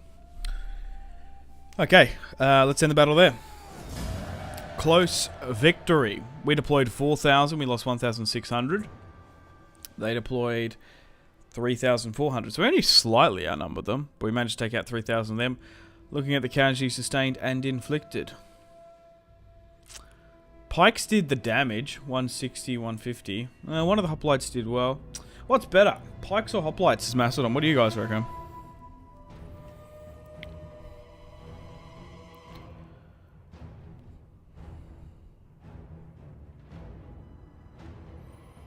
That's a decent looking army. It's not too bad. 20 archers. Cavalry. We also want to get a lot of cavalry as well, because Alexander did have that in his builds. I remember those phalanx. They are nasty, especially when they cycle charge. Yeah, no, that's what's been going on about them. They're quite good. Well, that's pretty cold for autumn. Yeah. That's Tansy for you.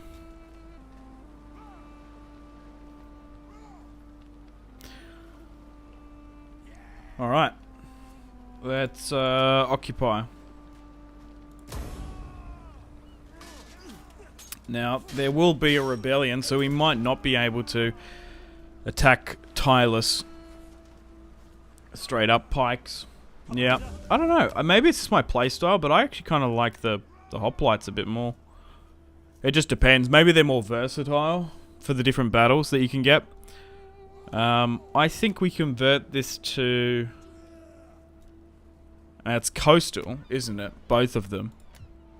So I suppose a market settlement. And I guess we go with a harbour here. And we probably break that down. Okay, so...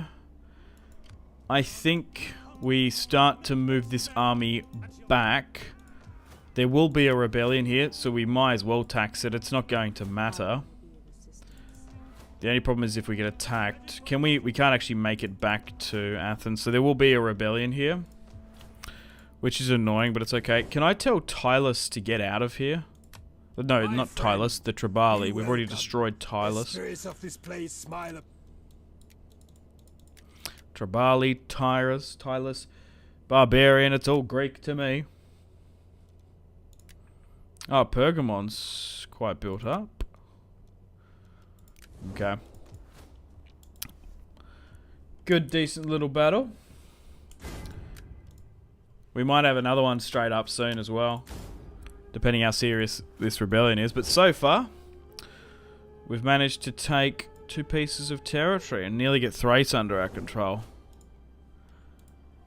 Alright, so we've leveled up here as well. I think I go with movement. +5 weapon damage inflicted by all spears. Enables construction of medium siege engines. +3 missile damage inflicted by...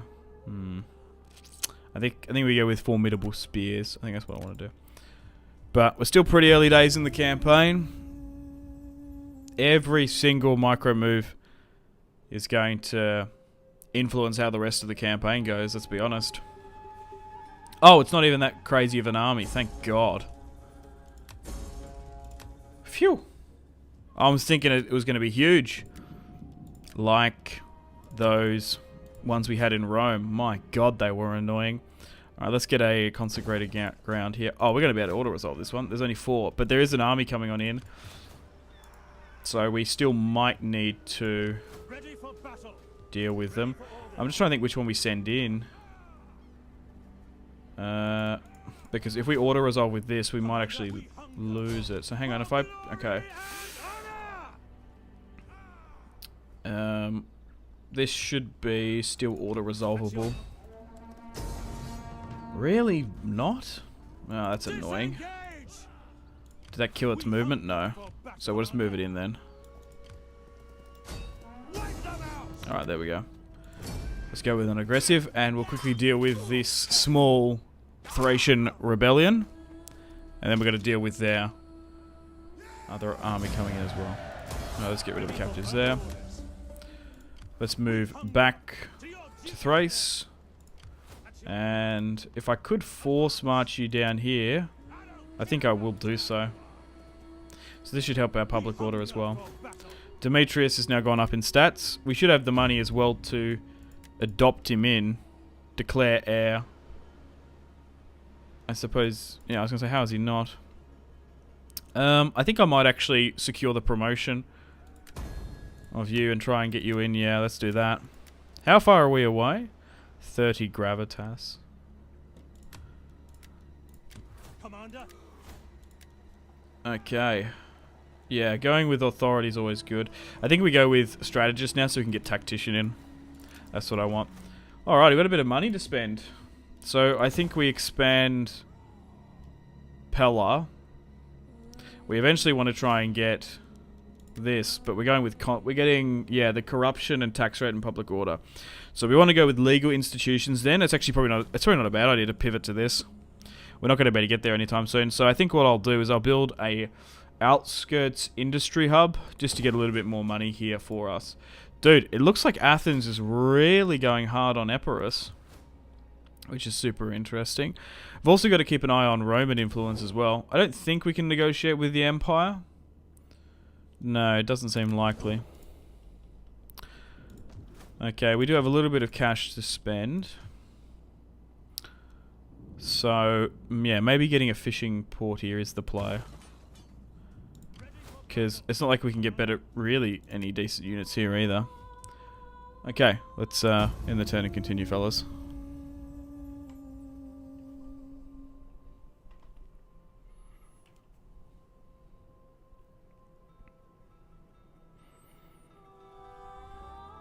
You have to support the pikes with a lot of flanking units and range support. Depends on your tactics. Hoplites are quite good to cover flanks, true. Yeah. Some top tier swordsmen and some oath-sworn archers are pretty good. Depends on your playstyle. I think that's the thing as well. I think it really does depend on your playstyle. Maybe that's the main thing. It's not just, oh, pikes are the best. You know what I mean? Or hoplites are the best. I think it just depends how you play. It's pretty situational. I usually like to have a ratio of 4 pikes in the middle with 2 hoplites and some thorax swordsmen as the flanks. Like, that's not a bad shot. I was thinking about 5. I was probably thinking similar to that, roughly. 5 archers, 2 melee, skirmish. The classic ones. Javelins and archers for skirmishes. Alright, cool.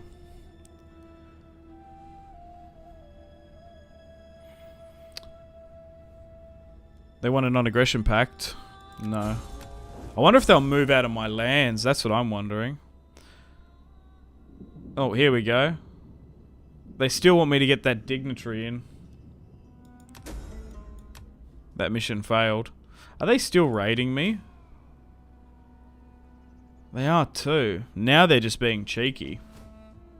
Still -10. And is that because of the raid? Yeah, -20 because of the raid. That's super annoying. That, them raiding is actually screwing us a bit. Let's have a look. A once lame man cured in Epirus is walking the streets and rejoicing. The people are abandoning their homes and work to follow him on a pilgrim to honor the gods. Bad omen, -4. So, what do we do with this man? The young pilgrims are following him. Do we silence him? Do we say it's a miracle? Or do we make him disappear? Fields, I don't know. The fields not tend to themselves. What is the dilemma for this one? Can you guys remember? I can't remember. It's been a while since I've played as Macedon.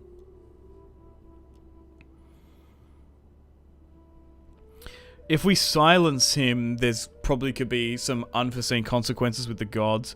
We could proclaim it's a miracle. Or we could do... we could put him in the barrel. Like that philosopher that lived in the bloody barrel. We could shove him in there. So he's not like walking about. Make him disappear. I think that might invoke the round. I think we go with miracle. Because going with like sacrificing 100 bulls is like usually the play on that sort of stuff. I think we go with proclaiming it's a miracle. Okay. So we still have a threat of a Thracian attack here. We don't have a navy to go out and deal with it. Okay. I guess we upgrade this to farming, this settlement. We're still a little bit depleted here. If we sail out, what's going to happen? They're going to drag us into further waters. Whoa. That is annoying. We're getting pushed into an attack this turn. Still minus. Why did it go to -20? I thought we're about to have a rebellion. I kind of wish there was the thing that there's in Warhammer 2. You can tell them to bloody bugger off. Warhammer 3, you can. There's like a button that you can press to say, "Hey, leave my lands, or otherwise we're going to attack you," and you don't get a diplomatic penalty in doing so. Maybe poisoning them actually might be the play. Yeah, let's sabotage the supplies. Oh, it was successful. How much did we do? Nothing crazy that we can see. Anyway, let's end... Oh, no, we're going to unassigned skill with my spy, actually. I like to... What's the best way to go with spies? Does anyone actually in the comments embed their spies in their armies? Like, does anyone actually do that? I think the champion is better. And I use my spies for reconnaissance missions and getting line of sight.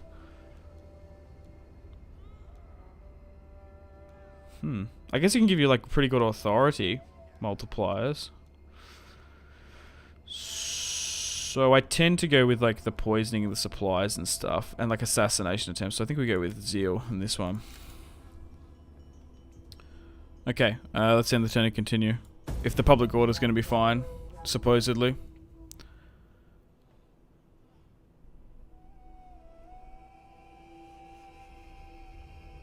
I always play as Athens, try and get Sparta to join.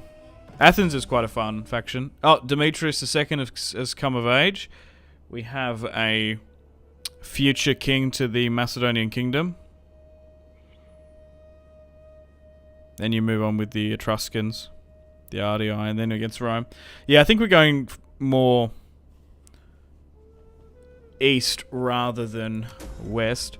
Ah, the young pilgrims. The people rejoice and marvel at the gifts of the gods that are bestowed upon them. Yeah, it was a lucky omen. So I think we don't want to anger the gods, because you forget that they're a part of everyday life in this ancient society. I think we might as well even get a jeweler as well. Faction destroyed. Don't even know who they are. And Demetrius can now lead our military forces, which is cool. Still yet to...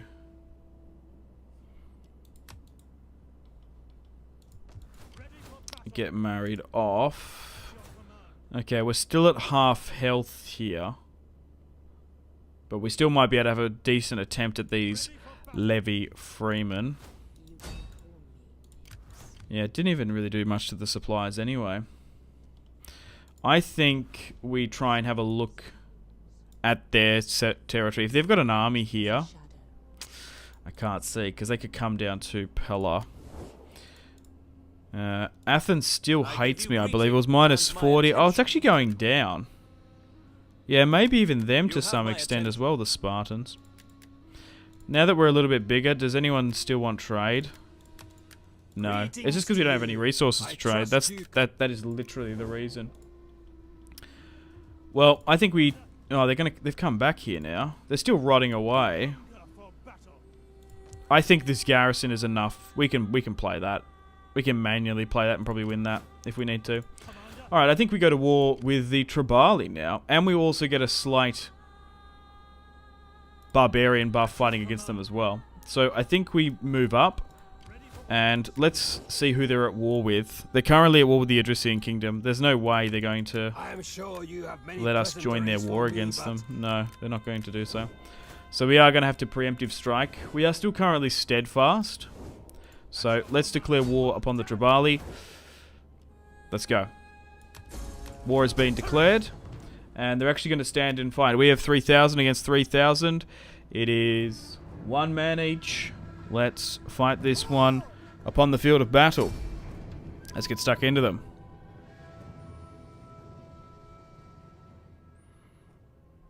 Hey Noir, I'm new here. Welcome to the stream. Build a massive fleet and claim dominance over the Black Sea and Mediterranean. Unidentified I can't even say that properly. Leviathan. That's a cool name. The champion is better, and the spy can be useful to boost replenishment and movement. Hello everyone. Yeah, welcome to the stream. Yeah, I think it's actually not a bit of an interesting strat. Chucking in your spy in your army. I don't think I've ever done it. I was just like sort of looking at like I was reading those traits where there's like all these in like embedded bonuses. I was like, oh, I suppose you can do that, eh? So I think with this battle, now we're on the open field, we're actually not fighting in a settlement. This is where Macedon is going to thrive and really push on through into its strides when it gets going. So pikes at the front, hoplites on the flanks, cheeky phalanx noob box as we wait for our reinforcements to come on in. Alright, let's start the battle. And everyone's in their positions as well. I might even chuck on skirmish mode actually here. But here is Antigonus, the Macedonian king. He's a tough cookie to crack. After winning a fantastic battle, a Pyrrhic victory ironically, against Tylus. We're thrown out of the Odrysian Kingdom. And now hopefully, once we defeat this Triballi force, Macedon will be the dominant force in Thrace. As we're just coming up against nothing too crazy barbarian faction. The officers are probably the strongest unit here, but most of these guys are bloody bare-chested. Okay, so we've got our reinforcements coming on in. Let's unite, and we might even speed things up slightly. So we can move as one cohesive unit. What are the options here? Oh, look at this. We've actually got some interesting formations. Because that looks like Alexander there, I guess. Heavy cavalry on the right, tight positioned. That's cool. Like, what are some of these army formations, actually? I'll make this look a little bit nicer. Because I haven't actually used the army formations for Macedon in a very, very long time. So if I was, so what do we got here? So what's this one look like? Okay, so that's more like that. What about this one? Alright. It's mostly just front line stuff, nothing too crazy. Obviously I like the triple axis formation for Rome. Double line sorted. A column. Double lined. Okay. Well, we can probably just sort of halt them. I think we'll just make our own. Will be the best. So let's try and go with pikes in the center. Let's go with hoplites and the militia on the flanks. And we'll go with something like this. And then we'll keep a secondary line. Probably something like this. To quickly reinforce any positions or holes we get in. And then we'll go like something like that. And we'll get everyone to move into position. Do they have much cavalry of their own? They have one unit, which is a light horse. So our companion cavalry should be okay. But we are fighting with one of our commanders in our family tree. It's not just a companion cavalry unit. So the Macedonians are going to try and sweep the field. And we'll move on up. We'll try and save some of our energy as we move.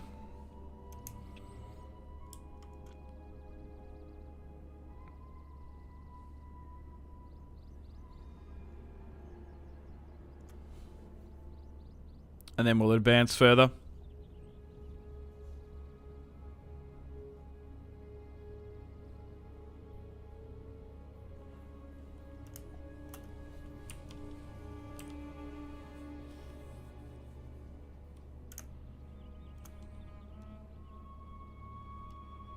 Okay, not too bad. Bit of a rough blueprint. And let's advance.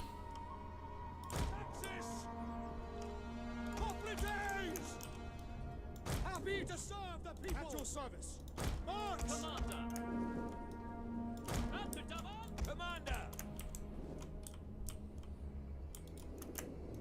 Something like this.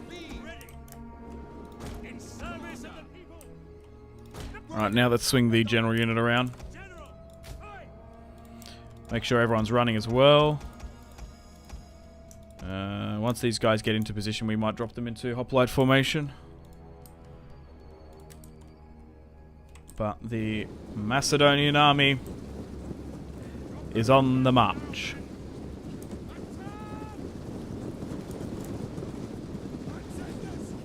I'm curious to see how well we perform against Persian and Eastern units, to be fair. But so far, it was the men of Tyrus that really gave us the most difficult fight of our lives.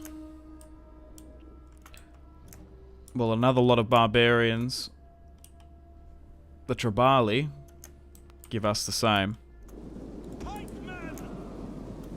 So we are going to be able to get into our position. Oh! Just need a brace. Some of them got their pikes down, but not all of them did.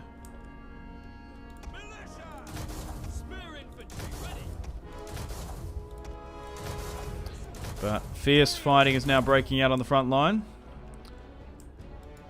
Alright. The cavalry has wrapped around the enemy lines. Perfect. And we want to try and move up our units as well. Oh, that could have been a bit better. Okay, let's give out an attack order here. And we'll try and get these guys to move out of their hoplite wall and actually try and flank. Same with you as well. Break out a hoplite wall and charge, swing, and we'll move here as well. Okay, the general unit's getting caught here, so especially against these Oath Swarm. They did quite well to hit. Oh, they're really targeting you here, which is interesting. Okay. Stop and inspire. Yeah, try and flank quickly. Get further down here. Yeah, start flanking, please. Big time.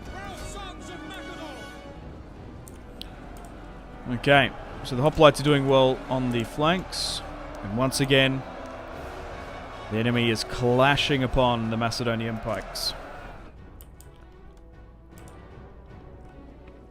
Pikes. I've heard it's quite a delicious fish. Americans, let me know.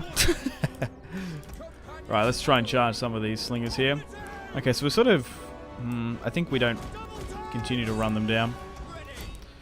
Alright, let's go with the cavalry charge here. Here comes the companion cavalry. So, what I'm sort of hoping is that if we can destroy this army, I just hope we can get to their capital quick enough. Or otherwise they don't, like, build another one. Okay, I'm going to get my cavalry to flank here. Oh, no, I didn't mean to do that.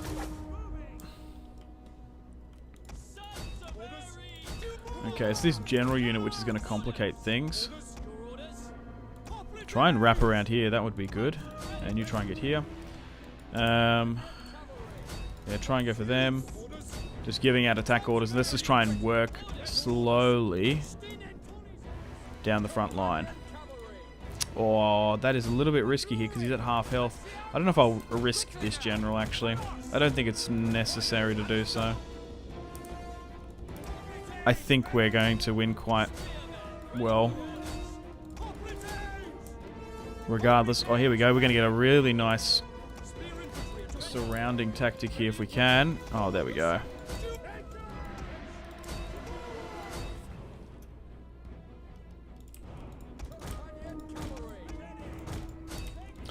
And it looks like most of them are in a full retreat in the center. It's only the flanks that are holding. Nice. Bring him down. Oh my god! That guy disappeared! Motherfucker just got suplexed. Okay. Now they're just trying to skirmish me. We might need the cavalry unit over here.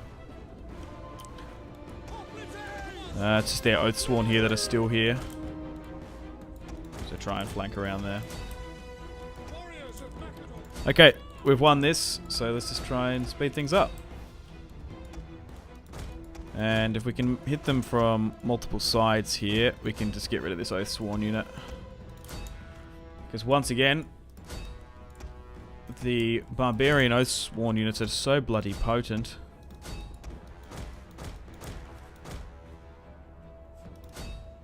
Maybe even just try and get all my skirmishers to target it.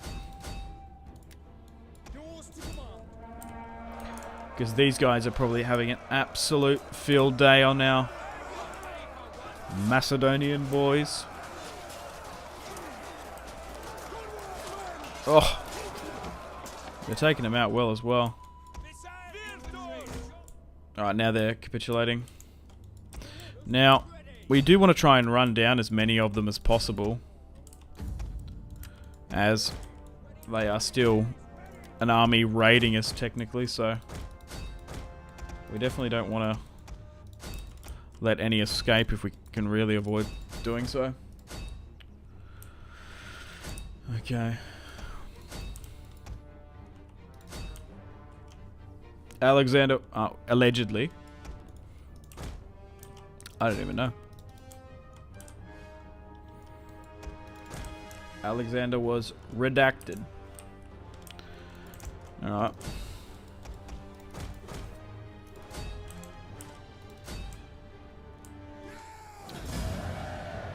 The enemy is broken.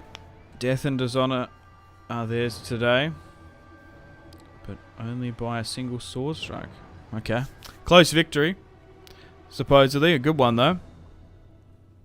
We haven't lost a battle yet. Alright, let's end the battle there. So we deployed 3,000. We lost 900. That's not too bad. Seeing we basically matched them 1 for 1. Pikes did well, but they lost a bit once again. Slingers did alright. But so far, still having an absolute blast with this Macedonian series. We're doing very well. Dude, things look so hairy with that war against Tylus. That could have stuffed our campaign.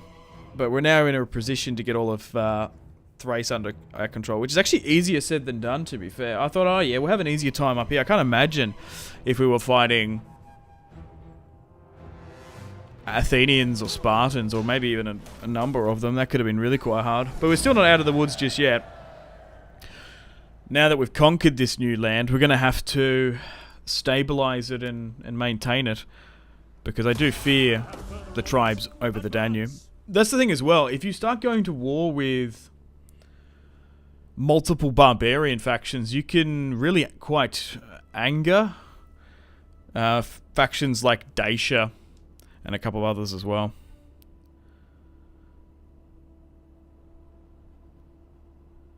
Is this the beginning of Alexander's campaign? I see. Technically, it's a beginning of a Macedonian campaign on Rome too, so it's the descendants of Alexander the Great. But thank you, Ethan Morris, for the super chat. I really appreciate it. We are playing Rome 2 Emperor Edition with essentially my sub mod pack. Hail Nike. War of the Gods mod, no. This is my custom one.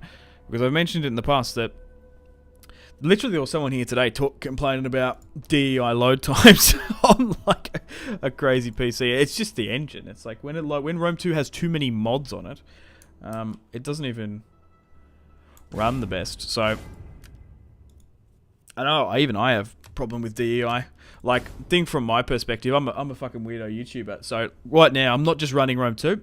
I've got a web browser up, which is chunking GPU. I'm also got OBS, and I've also got like a recording software in the background. So I'm running like 3 things, and then if you add like DEI onto it, which is already the loading times are insane. And from what I've noticed, like definitely in my Spartan campaign and my Rhodes campaign, towards the end it becomes nearly unplayable. Like the load times and the crashes and stuff. Yeah. I just feel like as well, I've got a really nice sweet spot where we've got some really nice graphic mods, the gameplay's nice, and the unit cards and everything looks good. I think this is, and it's very light on mods. It's not too. I say light. There's fucking like probably more than 5-7 mods running, but compared to DI, I guess the gigabytes of it is a lot lower. Okay. Yeah. So maybe we get an on-aggression pack with the ghetto. No, but anyway, thanks Ethan. I really do appreciate the super chat. And also, once again, guys, if you haven't already, left the video a like, leave the stream a like. I'd really much appreciate it. That's all I ask you guys to do. Just leave a like. It really helps out the video and the stream.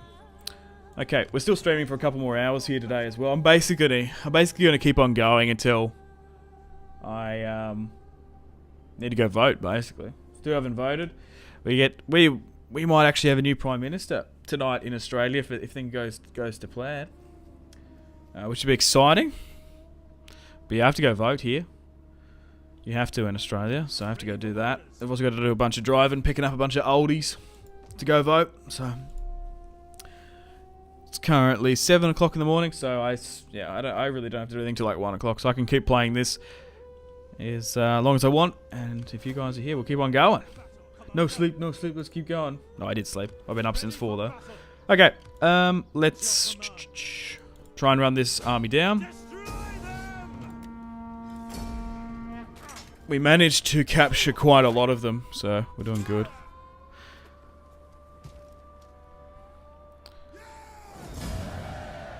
Let's kill the captives. And I guess we just march here. We're not going to be able to see if there's a full stack here, but as the balance of power massively swung out, they might actually still have an army there. They'd accept peace for a vassal kingdom. They would, really. That's interesting. Let's move some reinforcements in, just to get us a full stack. And I might just force march. Even if we do get intercepted, I think we're fine. Let's move you here. We don't even have that much money now. Alright. Did I do a save? Or am I missing? No, I think I did do a save. I'm so... Even with this, like, I am so triggered about the game crashing. So... I always do constant saves. Right, let's... oh, we got some unassigned skills to do it. Matter of fact. I clicked the wrong one there. Missile's not too bad, but I bloody wanted to go with spears. I misclicked, god damn it. Strategist there. I do actually want to bring in Demetrius the Second in to this other army. He could get attacked, so maybe not just yet. I don't want to lose him.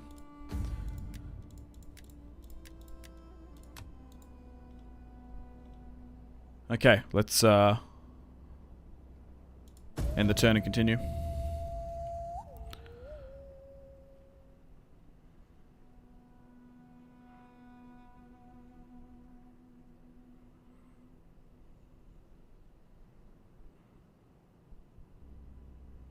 When am I going to play the New World mod from Rome 2? It's pretty cool. Is that the one with Atlantis?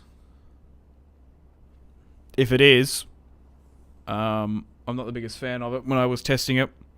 Like there's, if it, is it, I think it's the New World mod. I could be wrong though. It's when Atlantis is like here in North Africa. Yeah, I don't know. I just didn't really like the balance of it, to be fair. And it was a beta version I was playing, so I don't know if it's still good now. But once again, man, bloody mods crashing and not being good. But no, I really do appreciate what modders do. Holy shit, they work for little or no pay, and they really support the community. So big shout out to all the modders out there, particularly someone like me who constantly mods their games. Like, go from Witcher to Skyrim to Total War. Most of these games, like these older games, my enjoyment is just more increased with their fantastic mods. So, big fucking shout out. And if it's a legacy mod, or a reliable modder that you know of, yeah, donate to them, man, because they definitely need it. You got to be careful because of these. There are like scammers that are modders that like steal shit and then try and make money off it. So you do have to be a little bit careful in that respect. Like literally someone creates a mod and then they like yoink it. So you have to be a little bit careful like that. But hey, support modders, eh? Like content creators, holy shit.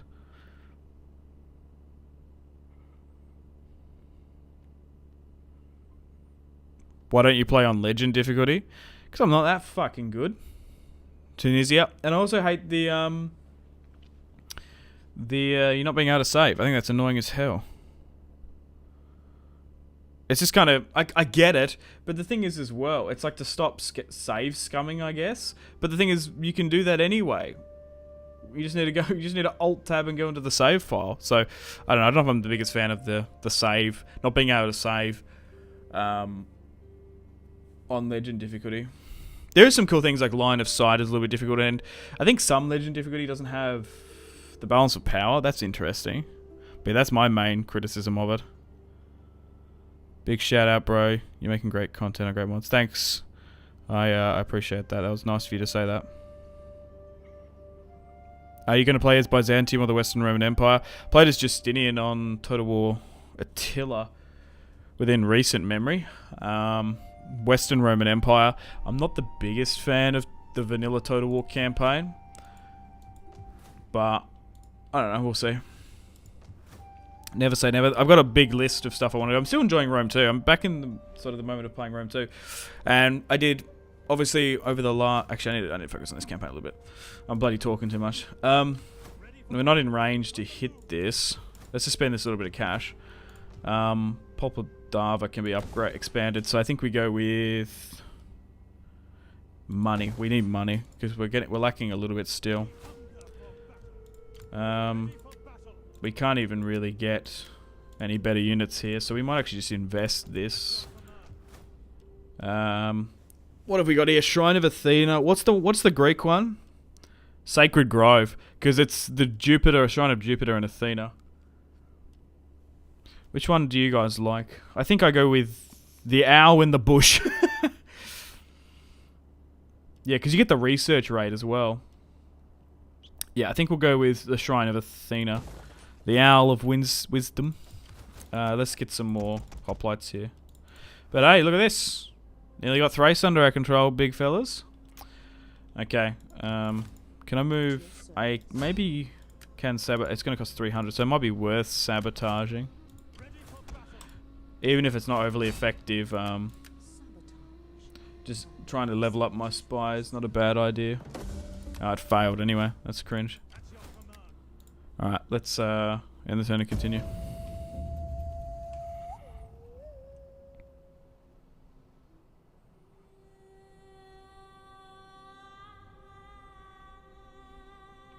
I'd love to do some creative projects with you. I just need a better PC first.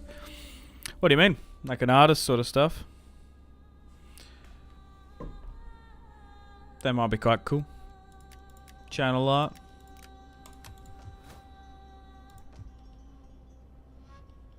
I probably need to look to sort of do that. I usually just make my own shit, to be honest. Because I'm very particular on what I like. Okay, so tech-wise, yeah, we've completed legal institutions. So that's what we sort of rushed with. That's huge to go for that. +3 tax rate, boom. We've got that drachma coming in. +2 public order and -5 corruption as well. So we don't even need to fucking worry about the Macedonian aristocrats creaming off the top. Yeah, I think I want to go with... Where is it? Yeah. Subterranean aqueduct. So we can get +1 growth, and then we can get that as well. Are we going to be able to get rid of the Idrisin Kingdom, or are they going to keep on bloody making us go into the sea? That's so annoying that they're just out of range there. That's so infuriating. Let's upgrade Pella now for the first time. And has our relations changed? Not overly. Okay, so what's happening here? 5 and then an army inside. We should have enough with Antigonus. What level commander is he? 3. It was like bugging up and not saying there.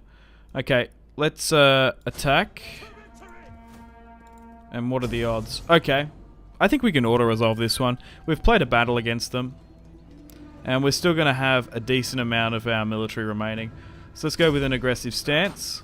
And put the final nail in the Triballi coffin. And take all of Thrace officially.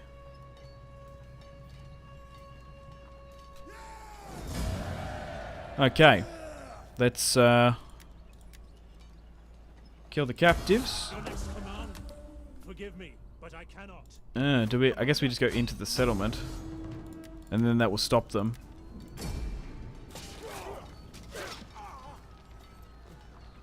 Perfect.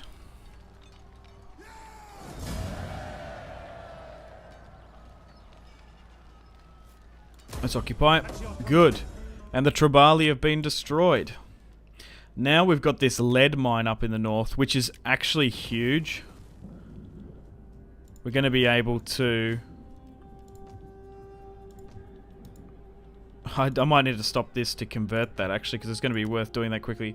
So now we're going to get 80 lots of lead, our first tradable resource. So I think we instantly have lead now at our disposal.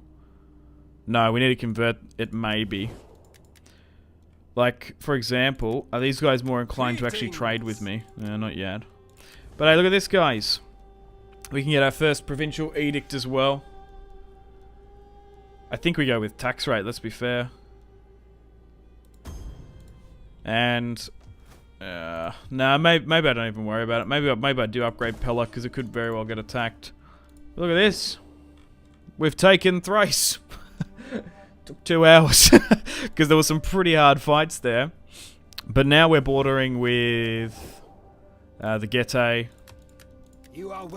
and a couple of these barbarian factions as well, which I wouldn't actually mind making some non-aggression pacts with, actually. And then we can look to what's going on in Greece. So, Epirus has Apollonia, and we still Maybe I don't know. Do we conquer? We're going to have to at some point, but I'm just trying to think, when do we do it? Because our relations are getting better by the day with both of those factions. But we're in a really good position here now. Maybe move this spy to Epirus and we'll sort of see how we go. We can't get any more forces here, so let's try and get some...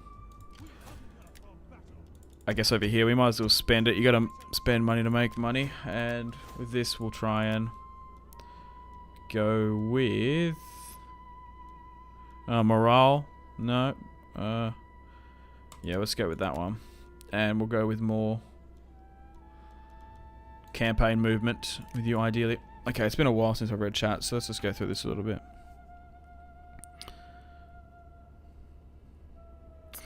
No more videos, just live streams. No, I plan to do both, but at the moment I'm thoroughly enjoying. I've got a really good routine. Waking up 4 o'clock in the morning every day and then streaming for a couple of hours. I think that's the best for me. And then the videos are done for the day. And you guys seem to be turning up and really enjoying it. And I'm having a lot of fun. But I haven't had time to do... Like, if I'm streaming 5 hours a day, 5 hours a day, I don't have time to do any other Total War videos. But maybe. But you guys, yeah, really showing your support. And I'm enjoying what I'm doing. I'm still an amateur at Duolingo. Dude, I do the occasional Duolingo. It's quite fun. I do the German one. I would like to learn German, but I'm too much of a boomer. I can say milk, like milk. Vater. Mutter. I can't think of... My German's probably terrible. Guten Tag, mein Freund. Tschüss. I can say that. It's like goodbye. Tschüss. Oh, fuck me.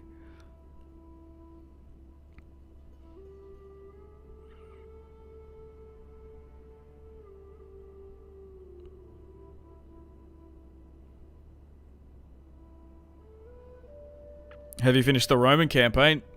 That was quick. Yeah. We have done 40 hours on that campaign. We managed to wrap up the last of it in, I guess it was like, what, 13-hour stream over 3 days. So that campaign is done. But the brilliant thing about streaming as well,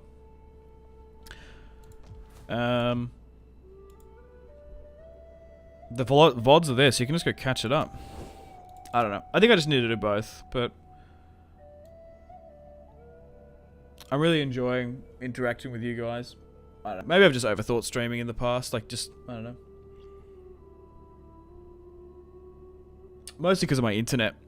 I have streamed years and years ago now. I would have like a blitz of streaming, but this is the most I've streamed in years. Now that I've got better quality internet, it does make a huge difference. But it's also it's really hard trying to like find a time. Like the perfect time to stream is from like 10 o'clock at night to about 8 o'clock in the morning. Like that's the perfect window of time. And that's when I'm sleeping. I've tried to do it and I feel fucking dreadful. So streaming from about 5 to about 10 o'clock my time. Look, we're not going to get everyone in, but you guys are just going to have to catch the VODs up later. But I think that's the perfect time for me. And I know it's hard when everyone can't join in as well. You're going to try and do more Shogun 2? It's been a while since Shogun 2, but I don't know. I enjoy Fall of the Samurai. But it's been years since I played the base campaign. I played an Oda campaign years and years ago. I don't know if that's my game. I just find more enjoyment out of medieval and historical stuff, I think. I hate when you go to learn a new language and your brain just kind of dies. Am I going to stream all the Macedon videos? That's the plan. I don't know how long this is going to take. Alright. Let's continue on. We might even need to start making plans on where we go next. Like, what are we sort of looking at a plan of attack? Where do we sort of go, fellas? I don't want to push over the Danube. I really don't. I think this looks weird if Macedon has Dacia. But if these barbarian fuckers come up against us. That would be annoying. Epirus is, I think... What do we do with Epirus? Because like I said, Alexander himself was half Epirotti. Do we vassalize them? Athens is in a war with them. Or do we should try and take the territory? Because I guess it is rightfully his. He should be holding it. Greetings from Germany. Hello, hello, welcome, welcome. Take over Asia Minor. Yeah, that's the plan. We want to try and form Alexander the Great's empire. Dacia is awesome for holding and farming. But doesn't it look weird if Macedon holds it? You know what I mean? We're forming the empire. Yeah, Macedon, Dacia and like Spain as a province is fucking awesome. But he wasn't Alexander the Great of Spain. You know what I mean? Like, I just think it looks weird. We're eventually going to have to go to war with the Romans anyway, if we are going to complete the military victory conditions. So I'm just sort of looking. I'll maybe move my spy here to see what's going on. We might actually get better relations and with Sparta and Athens. I don't know why. Why does the game start off with them as my puppets, and then the Spartans as my defensive allies? That's so strange. And they also hate me because of it. Anyway, we are going to have to keep an army up here. Thrace is still doing its thing. Fuck knows why. But we are making 3,000 per turn, which is very good. I say Illyria then moved to the Hellespont. The RDI, the Illyrians... No, these guys are Balkans. Well, technically they're in Illyria. They want military access. Sure. If that placates them, whatever.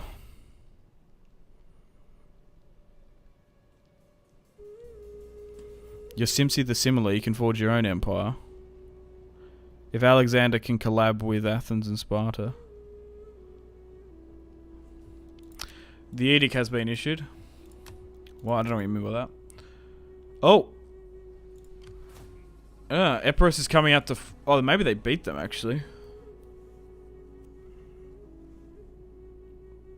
That's interesting. Alright. Maybe we go with food here. Because we're about to... Oh no, maybe we go with the consecrated grounds because we're about to swing. Dude, can these bloody... We actually might need to manually play this battle. I never really thought about it. We've done 20 turns so far here today, which is quite a bit. Like, how long did we... The Roman campaign took 126. This campaign might take longer though, because Rome is just such a goated faction. No, they keep running out of range.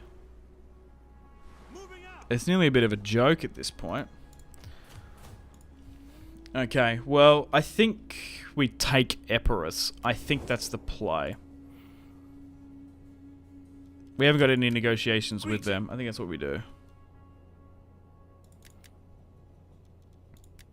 Now that we've got lead, do they want trade at all? No.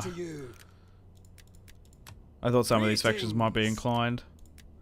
You'd think Egypt would want lead, wouldn't you? No, maybe not. Okay, let's move you south. If we are to get... Oh, we actually got... No, we can move here. Because we signed a military pact with them, didn't we? Well, we want to try and intercept the army, though, don't we? So maybe not. So maybe we swing to Pella, then. Okay, so we have a little bit of cash. We get a jeweler here as well.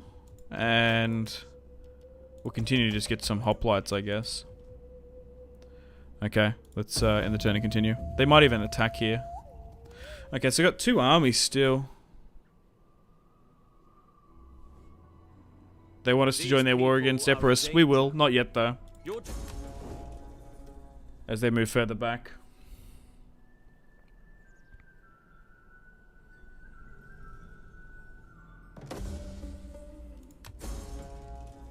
Oh, our protection is expiring as well, so we've got to keep an eye on that. Common interests. Capture any settlement. Friends, the time has come to take up arms and help our brothers across the way.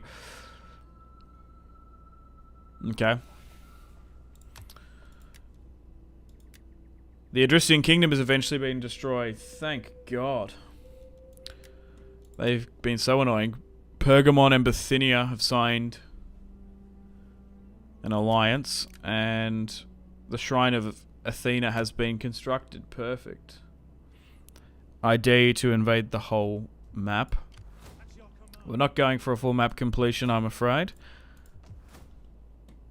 We're going to forge Alexander the Great's empire.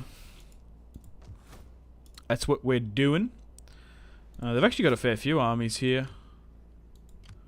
Epirus, so it's not going to be as an easy of a conquest as what the Athenians would like. I might actually just get rid of these militia hoplites and let's try and get some better ones in.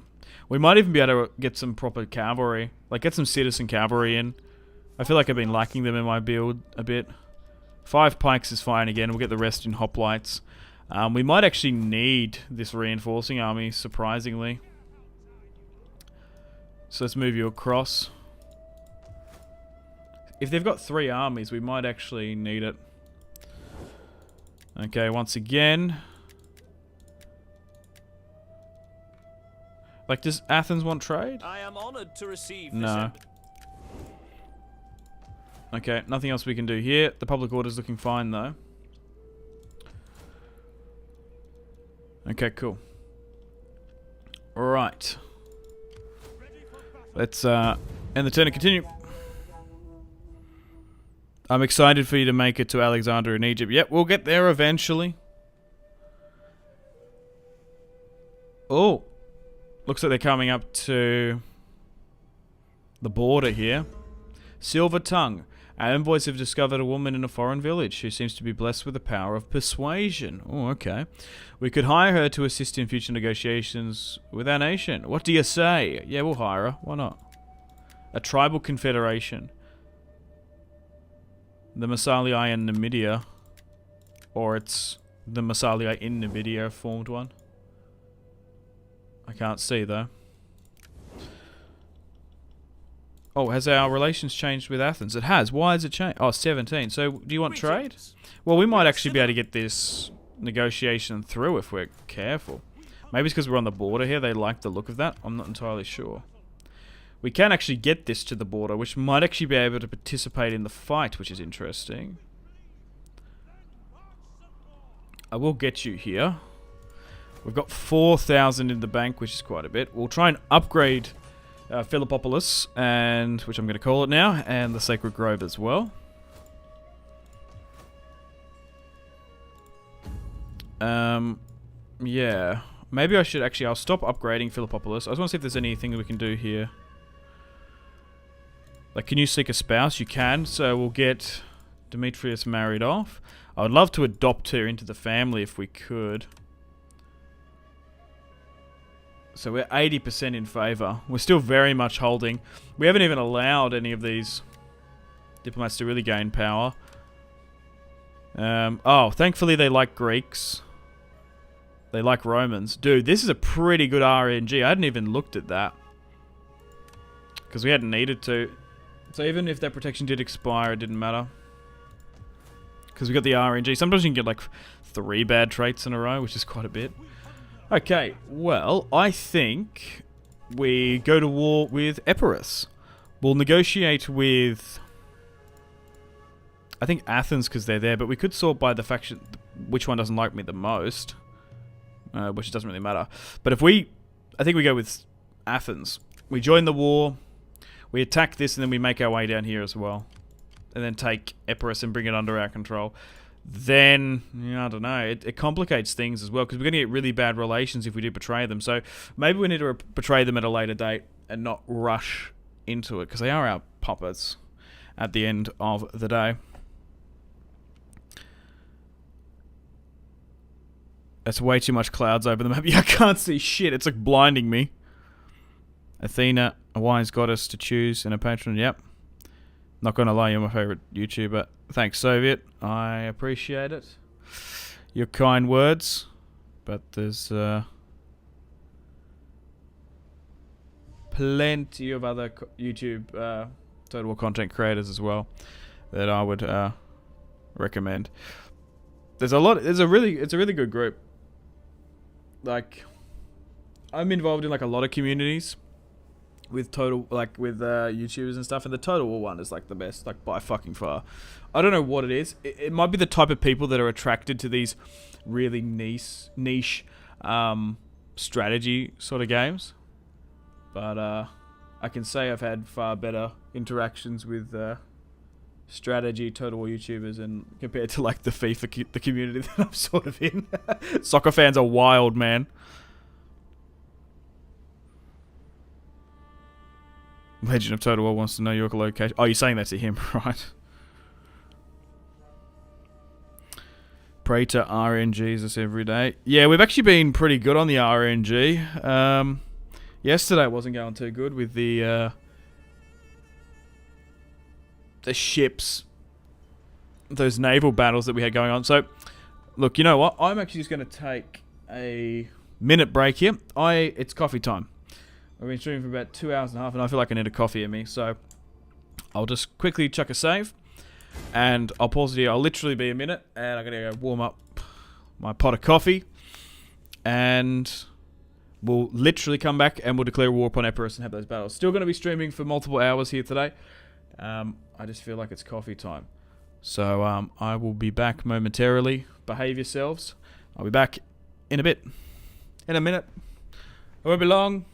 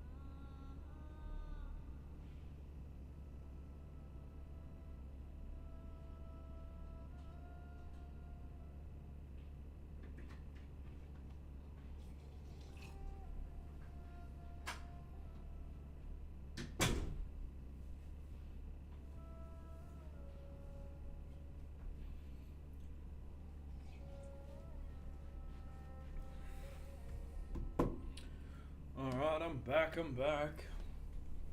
Got my coffee. I'm going to be slurping it for a little bit.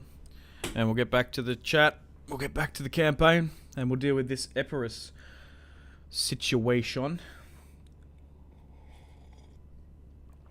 But also, if you haven't already, make sure to leave the stream a like. I would really, really much appreciate it. Helps the stream / future VOD to get launched on out on the YouTube algorithm, and the YouTube algorithm gods look favorably upon it.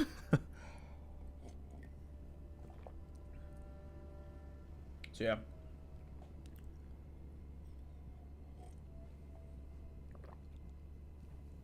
That's all I ask for you to do on these streams. Just to hit the like button.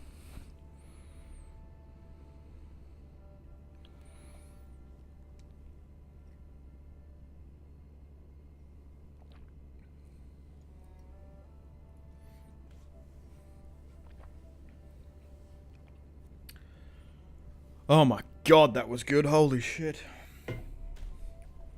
No, I just need to put that somewhere.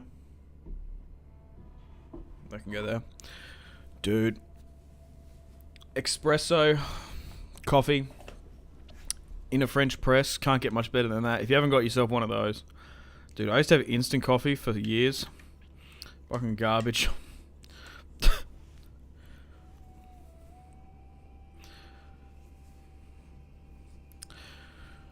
Alright. What have you guys been saying?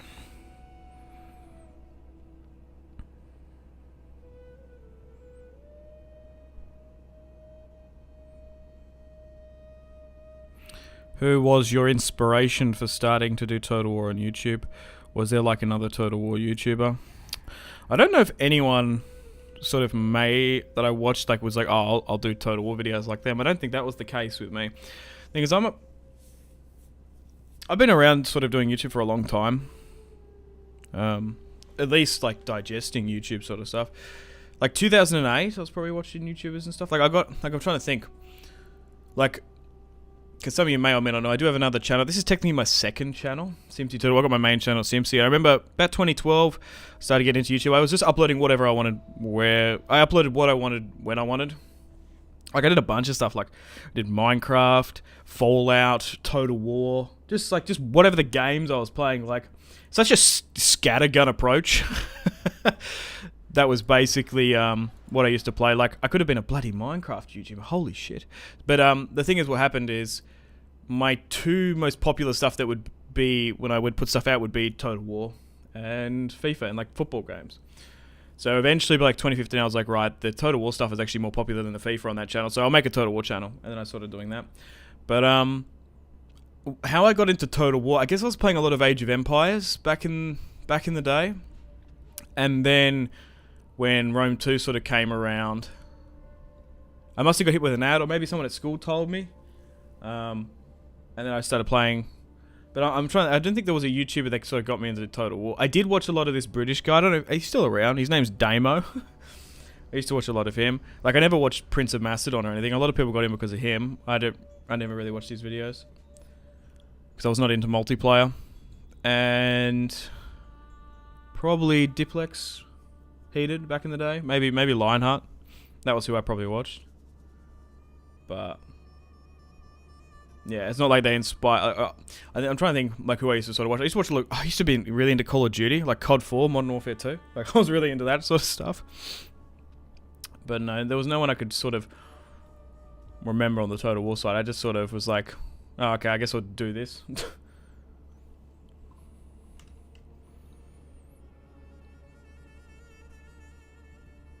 I suggest you betray Athens because they've got a lot of territory. Sparta might help you with that defensive war as well. If I attack them, they're not going to join in, but you're right.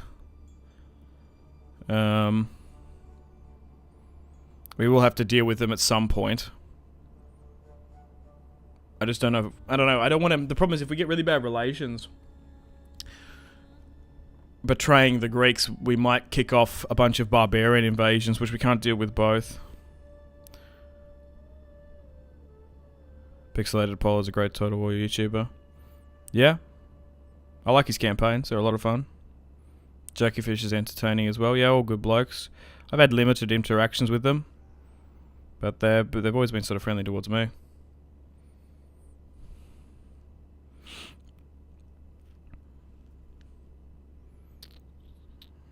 Jackiefish posts Bannerlord videos now. Does he? I don't know. I don't really watch other people. I sort of know what people are roughly sort of doing, but I don't have time to watch people. It's kind of, I think most YouTubers do that. And if anything, I'm listening to podcasts if I have to do something, like editing or like doing thumbnails and stuff, to be honest. I like audiobooks as well, but I do chuck the occasional stream on.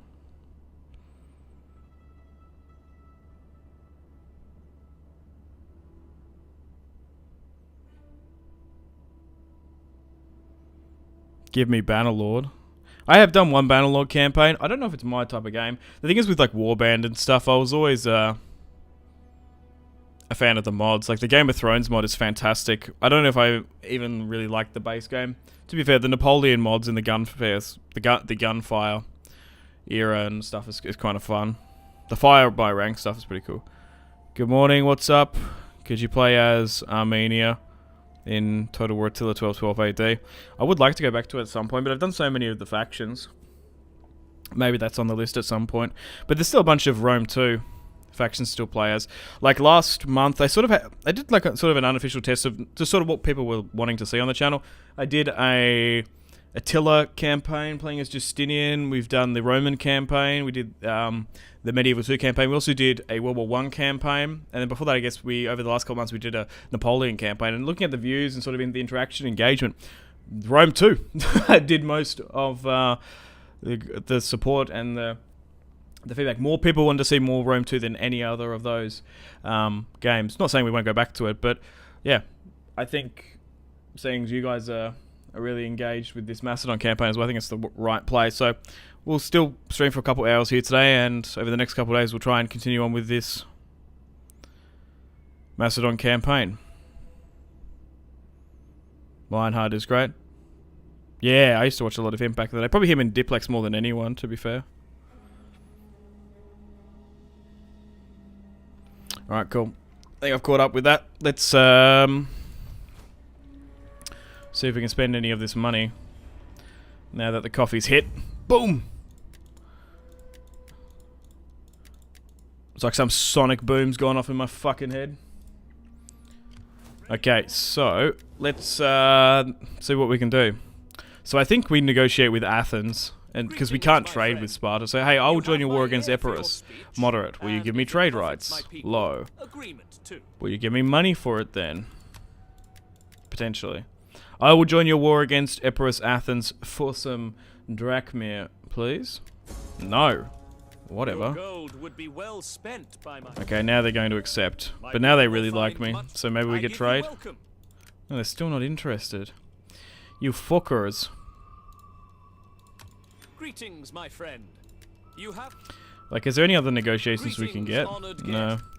Okay, well, let's deal with this first initial army. 11 units and elephants. We might have to play this one, because this would be maybe our only encounter with elephants in this campaign. So we will attack. They're going to retreat, so we're going to have to give chase.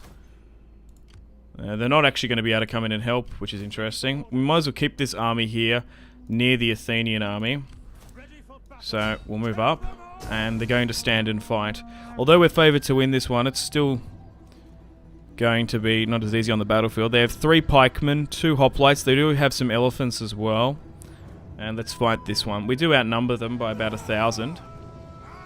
But let's get stuck into Epirus. Should be a good fight. Those elephants are going to be quite hard to take out. Can I have your opinion on CK3? Is it worth it or not? I'm planning to get it, but there's others' opinions. I'm not the biggest fan of it. It's not a bad game. I think a lot of people like it. I'm a bit of a weirdo, though. I enjoyed my England, Kingdom of Jerusalem campaign. Like it's a pretty reputable game from what I'm aware. It's just if you enjoy that style of paradox game. Like, I don't know if I can play that game for hours and hours on end. I don't know. And besides, my enjoyment from Crusader Kings, once again, comes from the mods. The Game of Thrones mod, the Lord of the Rings mods. Like, I don't even know if I'm the biggest fan of Heresy. I know. The vanilla Crusader Kings 2 experience. Like, I like the whole titles and like the Game of Thrones stuff to it. I think that works brilliantly with it. Oh, hey, Joe on it. Hey there, I'm a huge fan of your Total War campaigns. You're somewhat of inspiration for me. Continue doing campaigns as well. Thanks, Joe. I really appreciate you saying that. It was very kind of you to say. Yep, I do recognize you. I'm familiar with your work. You do online Total War battles from time to time. I think you've messaged me before. We had a short little DM, but yeah, thanks for stopping by. I appreciate you dropping on in and saying hi, saying g'day. So thanks for that. All right. Let's start off this battle, eh? Oh my god. These bloody bots.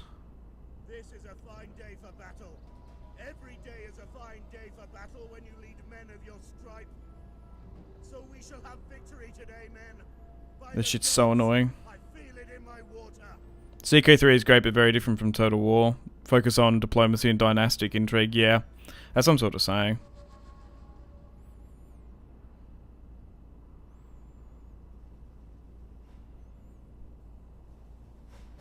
Alright, I hope that's okay, Joe. I'll just chuck you on in there. You don't have to do anything, but feel free. Okay. We can't even bloody see them. So that's a great start. Right, we might just have to advance. I might even chuck everyone on skirmish mode, perhaps. Move into your pike formation. Oh, the king is actually a little bit exhausted. Hasn't got his unit at full strength. Maybe we move our cavalry up to try and scout ahead. The main problem in this battle is going to be the elephants. And just scouting them ahead. So let's move up the Macedonian cavalry.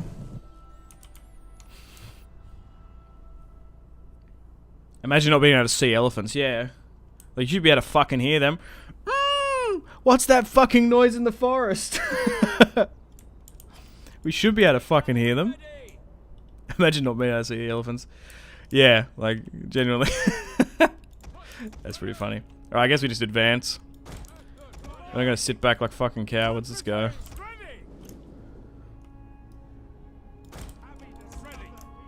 Let's try and meet them on the field. Alright. Let's just try and get some line of sight. Yeah, I just don't know where they are. They could be like hiding up here, like a bunch of freaks.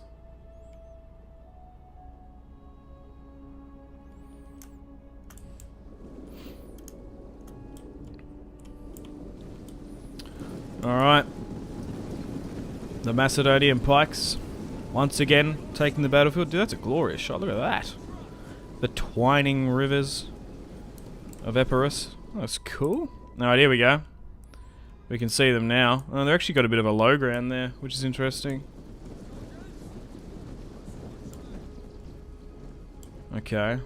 We might be able to use that to our advantage if we can swing quick enough. Alright, let's move my cavalry further to the right-hand side. Anubis, good day, new campaign. Oh, thanks Anubis once again. Dude, man, you're pretty generous. I really do appreciate that.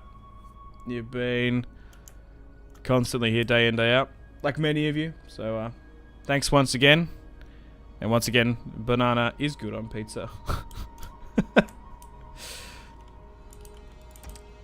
Alright, let's move up. Okay, so they're starting to move. That's become a bit of a meme at the moment, hasn't it?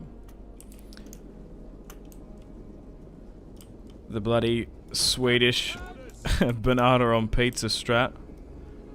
You think pineapple's gross? I think it's great, but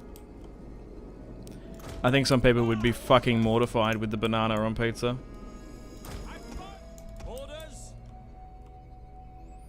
It's actually not too bad. I actually didn't mind it. Okay. I don't know what these guys are doing. Here are the elephants, though.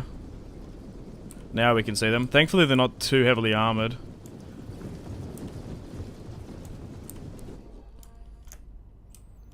It's just about sending our cavalry in and not getting them spooked. What type of elephants are they? Our hidden units have been discovered. Mercenary African elephants. I imagine they're North African. If I'm not mistaken, didn't Hannibal or Carthage give a bunch of them to Epirus? I could be wrong. But that would be my thinking behind it, I don't know. Okay, so already in range. We're going to start skirmishing them here. So we'll just try and do that. If you guys... Oh, you guys are firing. Alright. So they're now moving up their hoplites and pikes. Yeah, if we had some peltasts... No, maybe we can still get them to target the elephants, perhaps. Alright. So we're in a pike formation, and if they're going to charge on up, which they seem to be, we're going to be laughing. Okay, we're going to lose the front line a little bit. But here they go on in. The pikes just need a hold. Skirmishing them well. There we go. Okay, watch out for these elephants coming on in. Get every single slinger to fire at them. I'm just trying to think if our citizen cavalry are up to the task of maybe hitting the elephants there. Get the general in. He's got the peltast unit, actually. There we go. Start peppering them. Hit them with everything we got. There we go. Bring it down. Bring it down. There we go. Perfect. And to be fair, even if they charge into the pikes, they're probably going to get absolutely minced. Look at that. That poor fucker. They're not even going to be able to come on in. Oh, thanks, Joe. Thank you for the years of enjoyable content. Favourite to date was your Scots campaign for 1212 AD. Hell of a good show, that one. Oh, thanks. You really didn't have to do that. I appreciate it. Thanks. That was very generous of you. I really, really do appreciate that. Thank you. Yeah, thanks. And, yeah, go check out Joe's channel. If you're not subbed, go do that.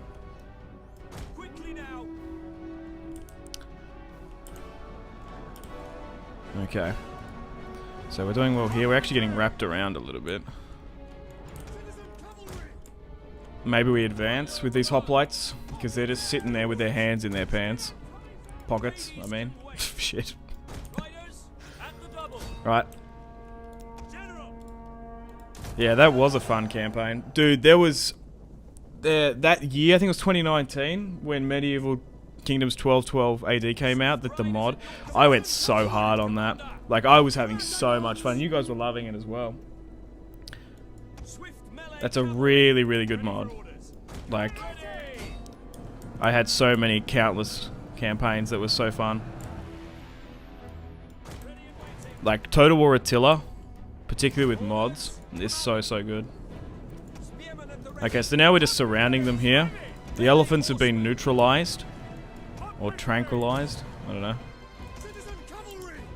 We're gonna get some roasty elephants on the barbie tonight, boys. I wonder what elephant tastes like. I'm trying to think. I've had crocodile here. I've had kangaroo. Just all taste like chicken. Well, crocodile. But kangaroo's nice. You can actually buy it in the supermarket here. It's pretty wild. I think there's some fact that we're one of the only... what's this? Oh, cavalry's rapping. We're one of the only nations, or one of the only few nations to eat our national animal. Something whack. It's just these royal cavalry here. But yeah, because the Romans were a big fan of flamingos, weren't they? Apparently that's delicious. There was some Roman emperor that bloody loved flamingos.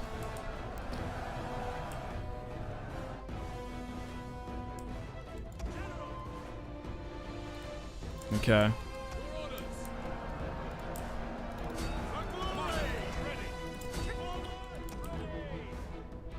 I guess we give chase. Oh, this is actually Epirus. Oh, I didn't even fucking realize. This is actually Epirus himself. We'll run him down. 1,000 drachmae for whoever gives me his head. And unlimited speeches at the amphitheater. And a barrel of wine. How about that? Dude, if we can kill Epirus of Epirus, I'm sure the fucking Romans will love that. Oh, that's why his Hellenic Royal Cavalry is actually running me in rings here. Because that's what's going on. And they're still holding as well. Alright, let's still continue this battle, because we want to try and run down as many of them as possible.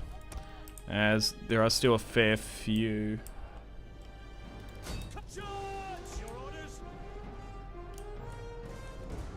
Armies that we have to deal with back in Epirus itself. I'll go back to the chat. I started my Scots campaign not too long after I watched yours back, but they really had a big update and my campaign was lost. Oh no! Yeah, there has been heaps of updates to 1212 AD. People have been asking me to go back to it, but yeah, I have done a lot of factions.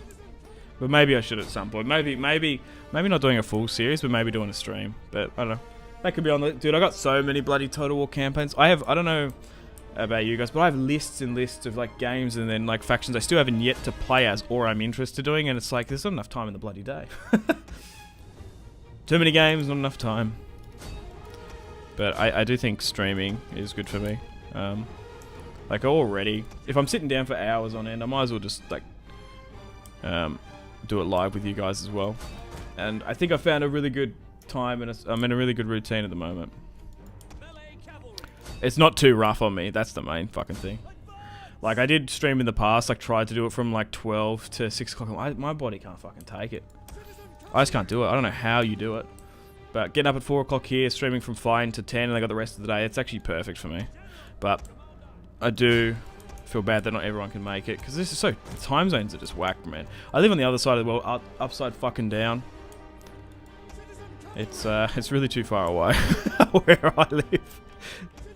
And it's only really now that I've actually got better quality internet to actually be able to do it.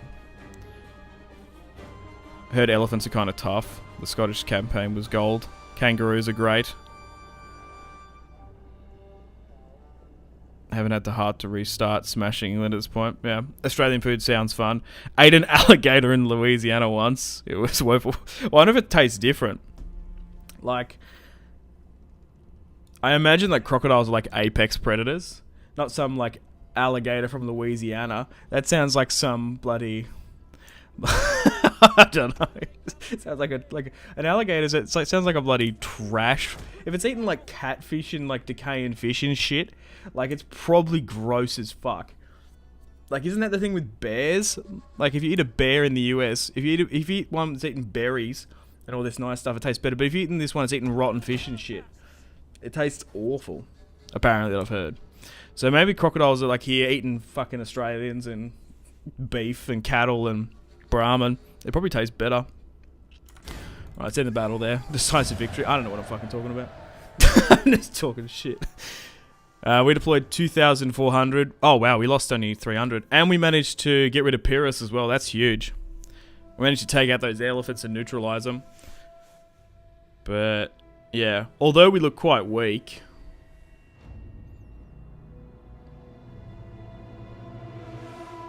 We only lost 300. Yeah, we're still licking our wounds from those previous wars.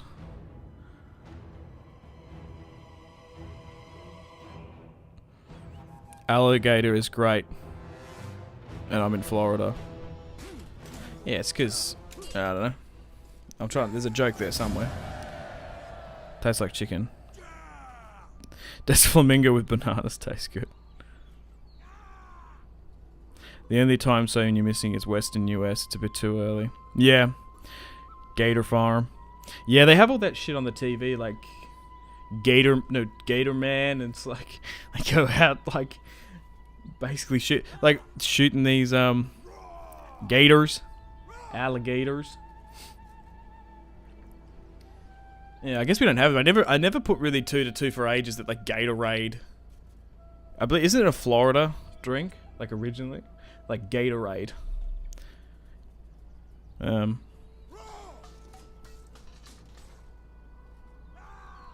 Alright, cool. But if you haven't already, guys, left the stream a like, I'd really much appreciate it. That's all I ask you guys to do. That's all I ask. Just leave the stream a like. It really, really does help out. And not just me, it also helps out other YouTube as well. So if you inherently like someone's content and you want to see more of it, just hit the like button. It really, really does help. Especially if you like the shit. Like, even I'd do it. Like, it's annoying because you forget. You're like, oh, I probably should do that. Like, you just forget. You just get sucked into people's stuff. But I watch a lot of documentaries, especially like history documentaries. If there's like a specific time period, dude, I'm all in that. I'm commenting and fucking liking. It just helps. And it's weird because it's like, it recommends you more stuff as well. Okay, so with that war, Athens still don't want trade. We got better quality relations with Sparta now. Yeah, I don't know if I want to chalk this up. Like, if we betray them, like, we're doing well because of it. Okay. We can continue to run down. So, did the image change? I think it did, actually. So let's chuck a save, actually. Maybe because they're a little bit divided. Maybe because of those wars with Athens, maybe? Which one do we go for? That's going to bring in what? Oh, that's going to bring in everyone if we hit that. What about this one? That only brings in that. We can't move you in. So what are we facing? That army? 1, that's a general. 2, because you got to factor in as well. Oh, the armies might be trash, but the generals, and we got the navy there as well. Ready for battle. Yeah, I don't know. If I move here, I don't know if I'm going to be able to win. No, what is it? Hang on, let me have a look at this properly. The health of our units ain't the best. That's the problem. Okay, we can deal with that. We can probably also deal with that. The ship might not come in. What about the garrison? Pikemen, levy. Ooh, so it is going to be a little bit harder. I think we go for this army, though. We can't bring... Oh, dude, if I had a little bit more movement, I probably could have done it. Actually, I got an idea. If I actually sabotage that and it's successful, that will stop that coming in. It'll kill its movement, won't it? So let's do that then. If I'm not mistaken, if we're successful, it might work. Yep, so that's done. So that's cooked his movement, potentially. Does that come in still? Does it still say that? Yeah, it still does. It was worth the try anyway. Still might have worked, but I'm unsure now. Yeah, so we gave him a -5% campaign movement, right? So it's not crazy. We could maybe get some mercenaries. That could be a play as well. We've got the money for it. We could just control A, merge a couple of these guys, and then just get some fresh boys. We've got the money to do so. I think I might do it. So hang on. If we merge and merge, so that gives us 2 available slots. We could disband that, which gives us a 3rd, and then we could get another infantry in. That might do it. So we'll do this then. And we'll go with... Oh, mercenary veteran hoplites. Holy shit, 500 a turn. That's fucking insane. And then we've got some mercenary hoplites here, which is slightly cheaper. So let's get the veterans in. Then... There's even like war dogs. That's cool. Get some Greek doggos. Maybe just go with that though. Okay, that's a little bit better. That's more my liking. We do have a bit of a lack of skirmishes now though, but that's okay. Alright, so if we attack this now, we're slightly spending a bit more, but did it work?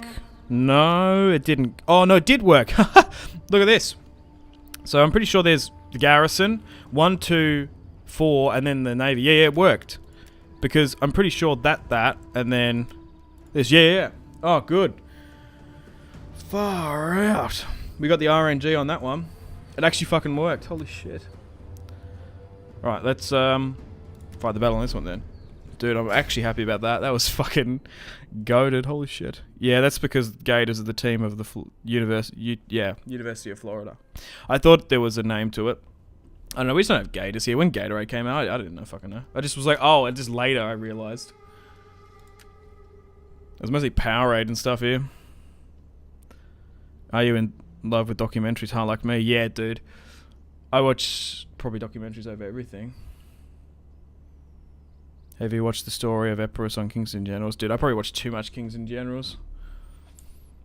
That channel is very, very good. Whoever writes that does the animation, and then obviously Devon, the old Total War YouTuber back in the day. I believe he still does stuff now though, actually. Does the voice acting for it as well, so I do like his voice as well. The way he talks about Epirus of Pyrrhus. Like what? Oh, Pyrrhus of Epirus, sorry. Just, I don't know, his cadence is good. I like it. I like it a lot. I think we go pikes in the center, and maybe chuck the veterans quite close as well.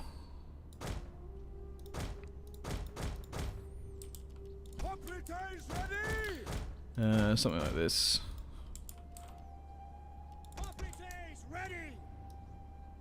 Epic History TV is quite good as well. There's a bunch of fantastic history documentaries. I believe the Epic History guy, the writer for it, actually worked to some capacity on like those history show documentaries, which I used to like watch a lot of anyway. It's interesting that they've like pivoted from that to become online stuff, which is super interesting. Commander, orders, ready and waiting.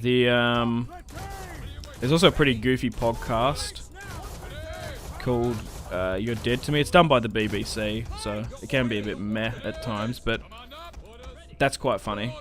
That's a good podcast. They get a historian and a comedian.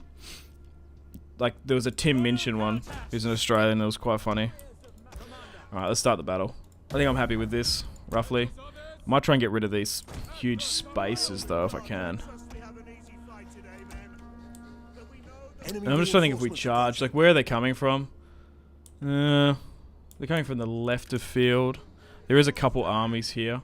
So maybe we slightly advance. Like that. Ready and waiting. Double time. Ready. Commander. That's the double. Commander. Maybe we swing here. We might be able to capture that. I think that's the... we might be able to intercept these units and capture them if we're quick enough.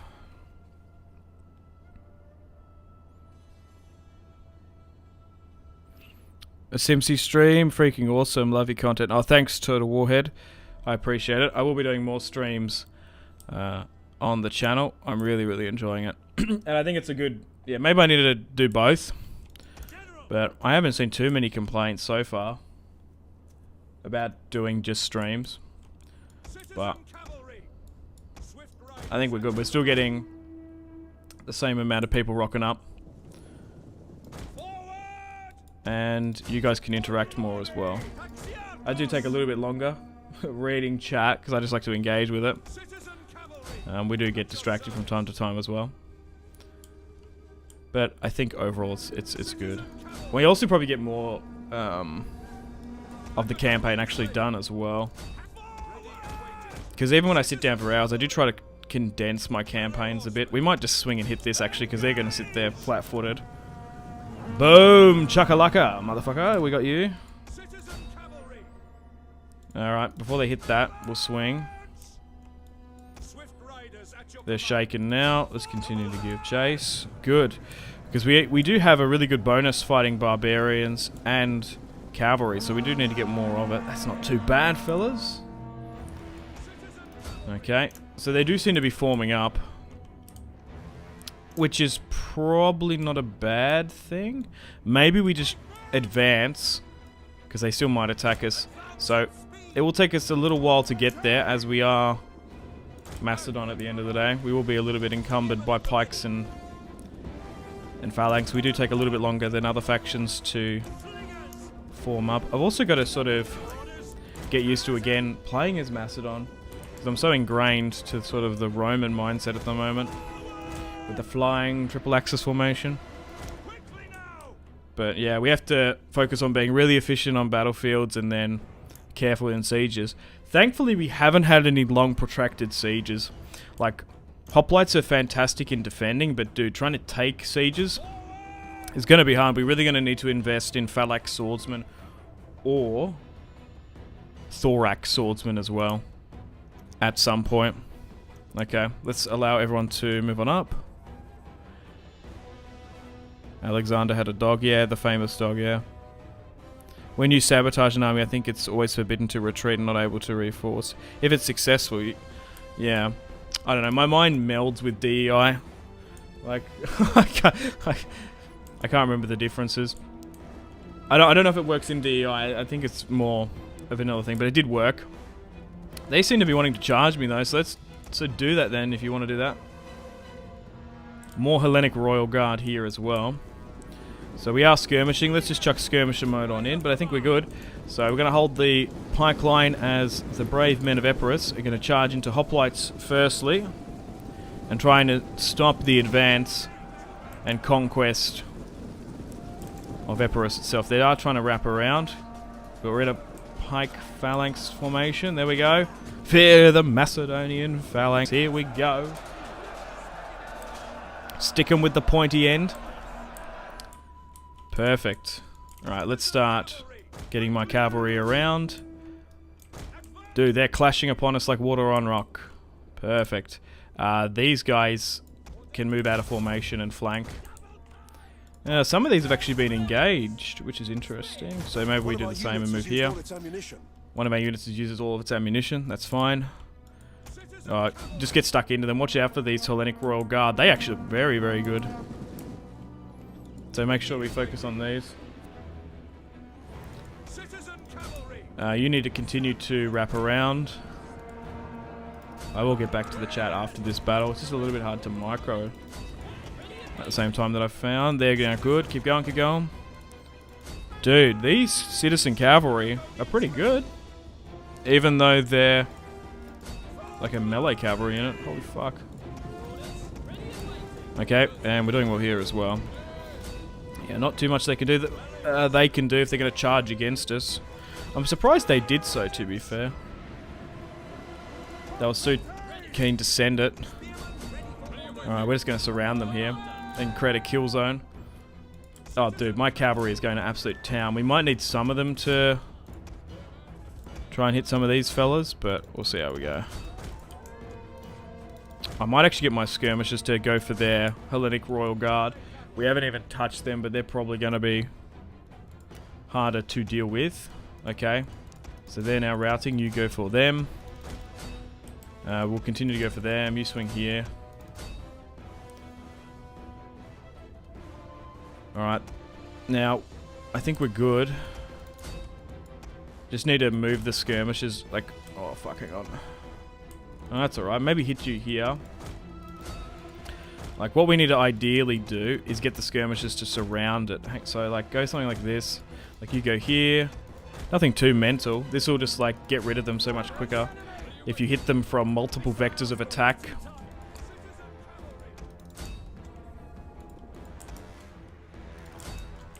Okay, so go something like this. Oh, no, you move back here, actually. There we go. And this should start shredding them. So there's 136 before we do that. I wonder what it is now. So move you around. Yeah, so get everyone to start targeting them. Start giving everything you've got. You brave, beautiful Macedonian boys. There we go. Dude, we're surrounding them brilliantly. And we're giving everything we got. Look at that. It's dropping down massively, actually. These guys are still holding. Look at that. They're wavering. Yeah, just hitting them from multiple sides just does them on here. Look at that. They've melted. Now, we do have to try and, once again, run down as many of them as we can. We're going to have to be ruthless. Oh, cool. Yeah, maybe go for something like this. Alright, well, let's continue to run them down.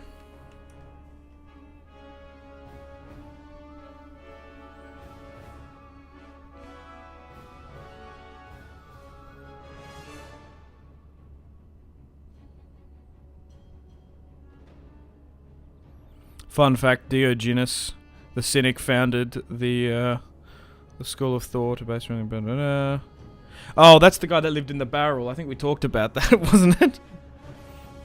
When I'm not wrong, the Cynic? Yeah, the guy that, like, was the philosopher that, like, lived in the fucking barrel. Dude, the Greeks were fucking wild, man. There was this one, I can't remember who it was. I remember reading one of them at uni that was, like this one Greek was, like, talking about suffering, how he had, like, really bad, like, bad movements. He was like, the human condition is suffering, and he was, like, fucking miserable, like, for 5 days out of 7. He only had, like, 2 good days a week. Like, just felt awful. Like, the amount of diseases and just, like, no medical treatment back then. Well, it was just, like, well, to be fair, the Greeks did actually have better than some other nations and stuff. But, like, dude, like, back in the day, man.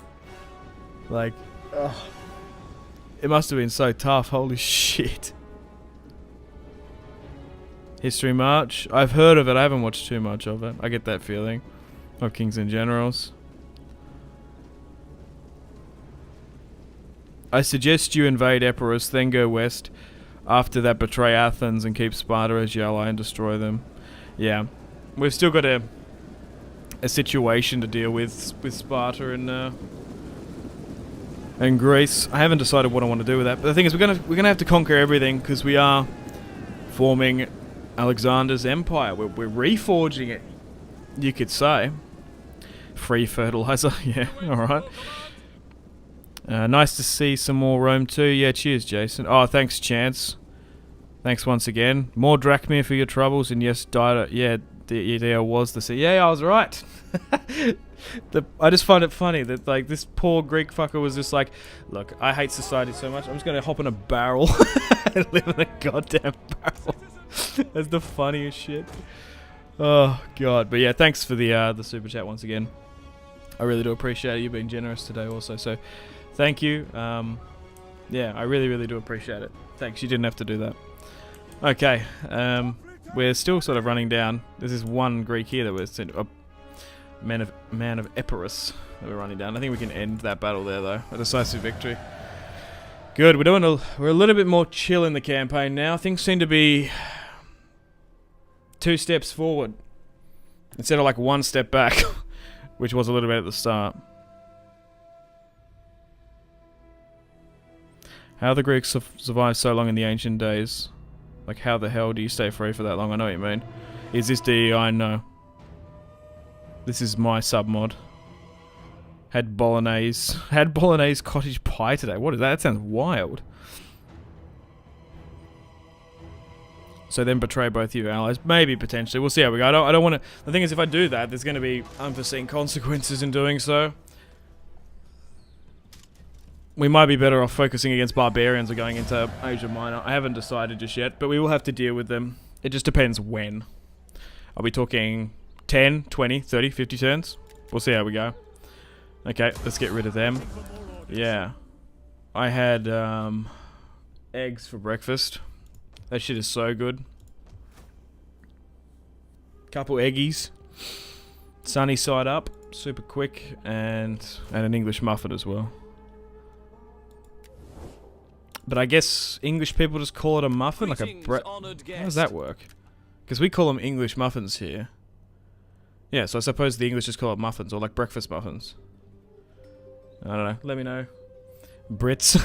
Yeah, because you have like a cafe muffin, eh? That's your command.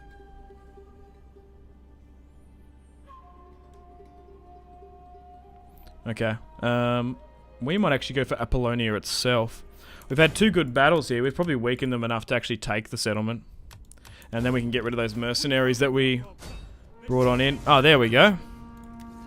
Yeah, perfect. Well, we'll auto-resolve this one. It's mostly the fleet that's going to cause us the problem. Like, we can easily beat that. Even with pikes. Anyway, let's auto-resolve this and take Epirus.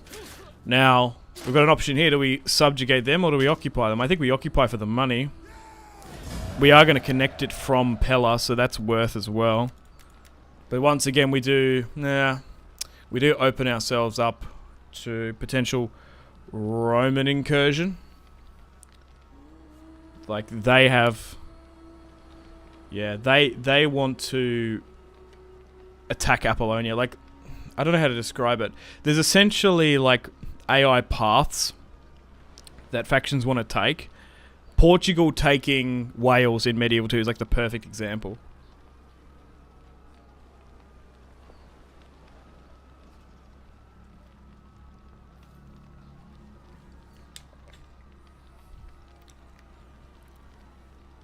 And this could get us in with a war with Rome. Or maybe we just need to make puppetry with them. But the thing is, if we start make an alliance and maybe a non-aggression with them, but if we puppet Epirus, that actually might make things worse. Because then we have to come to their defense. Okay, let's occupy.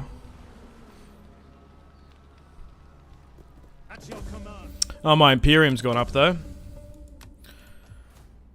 And we've managed to get... Oh, that's actually not too bad. Oh, I might even use that. We've got a grain... I think I want to go with a grain pit. I think that's better for me. We do get more food, but I think a grain pit is better. We've got a ship right here. We probably should switch it to a harbour. And now can we actually negotiate? Oh. Ah, shit. Oh, wait, no, wait, what? Oh, no, I thought, Epirus had Brundisium. Oh, that would have complicated things. Well, Rome, non-aggression? No. Do you want trade? No. Give ear to your words. Past treaties with Epirus. Maybe we need to offer them money. So then we've got Larissa, Athens, and Sparta. Okay. Well, let's get rid of some of these mercenaries so we can stop paying them. They're just going to cost too much. Like, look at that. It was worth getting them, though. Like, that was a good play. That saved us at least a turn from convalescing. So let's get rid of them. In hindsight, maybe I should have been more risky and more aggressive with them if I was going to disband them anyway. Let's go with Tactician to increase my campaign movement. I think that's what I want.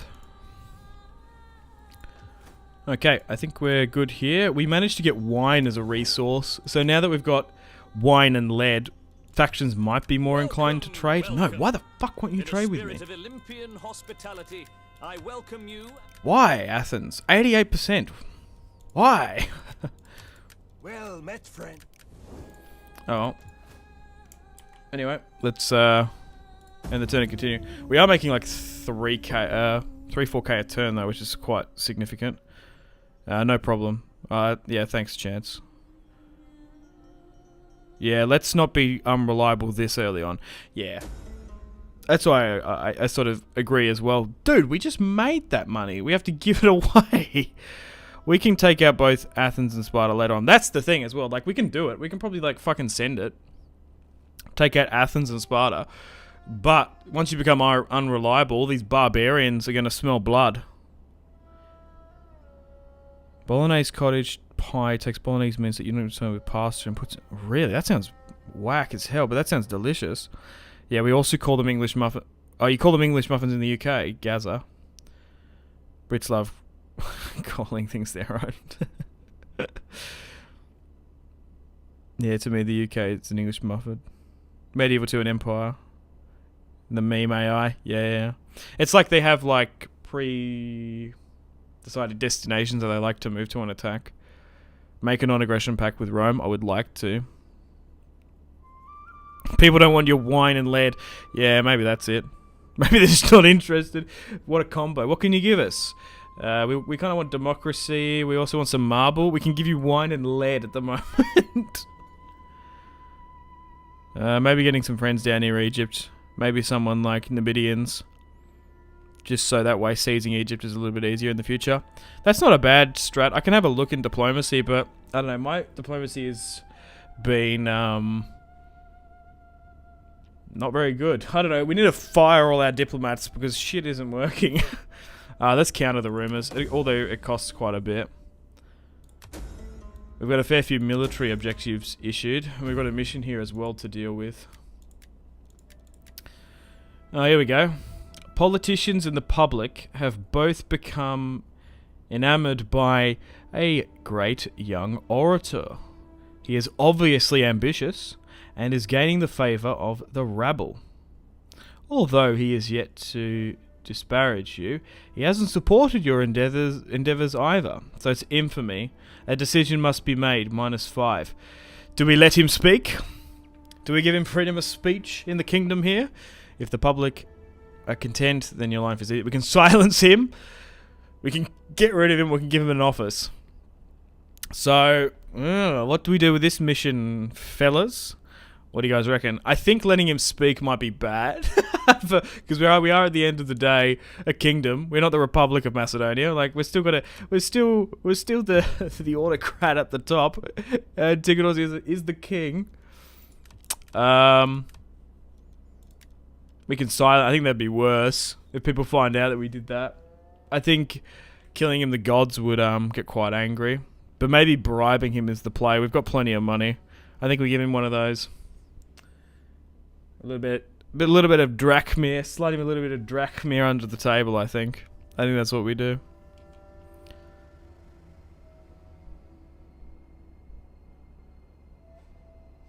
Yeah. The diplomat isn't good.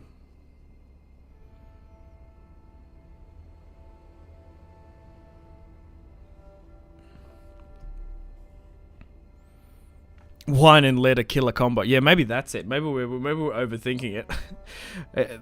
We want to trade wine and lead. What, at the same time, in the same transport? Are you trying to poison me? Right, I think we give him an office, by the way. I think that's the one we go with. I do quite like those dilemmas. They're quite fun. The blessing of the Olympians. Okay, so now we've got money. Maybe they're more inclined if we sweeten the deal. Okay, yeah, so that's it. We just need to get it over the line. Okay, so wine and lead with money. Were they interested now? Rejected. We might have to pay a bit. But once we get this done, we're going to be able to make it back eventually. Oh, far out. And now we're in a bad spot because we're really offering quite a bit for it. Now they've accepted. Shove it down your throat, you dirty Athenian. Have some wine and lead. All jokes though. Good. We've got an arrangement with them. Maybe even Rome now as well. A non-aggression pact. Offers them some money. It might be worth just to send some money over to them. How about trade? Is trade more valuable than the non-aggressional pact? I don't even know. Maybe we just pay them off slightly. Like a gift. We'll give them a gift. How about that? Maybe just getting some better relations with Rome is the player. What's going on with them? They got a defensive alliance with Syracuse. Really? Greetings. Huh. That's interesting. We can't get any more. We can get military access with them, but I don't think they're inclined to do so. It might actually be worth getting trade with Egypt. We're eventually going to go to war with them, but they're so far away that it might be worth it. Same with maybe Cameria as well. Who doesn't like me? Maybe Egypt. So trade. If I give you like a decent amount, that might work. Really? Dude, they still don't want this bloody lead and wine business. Ah, yes. Wine and lead, the famous gift of the Macedonians.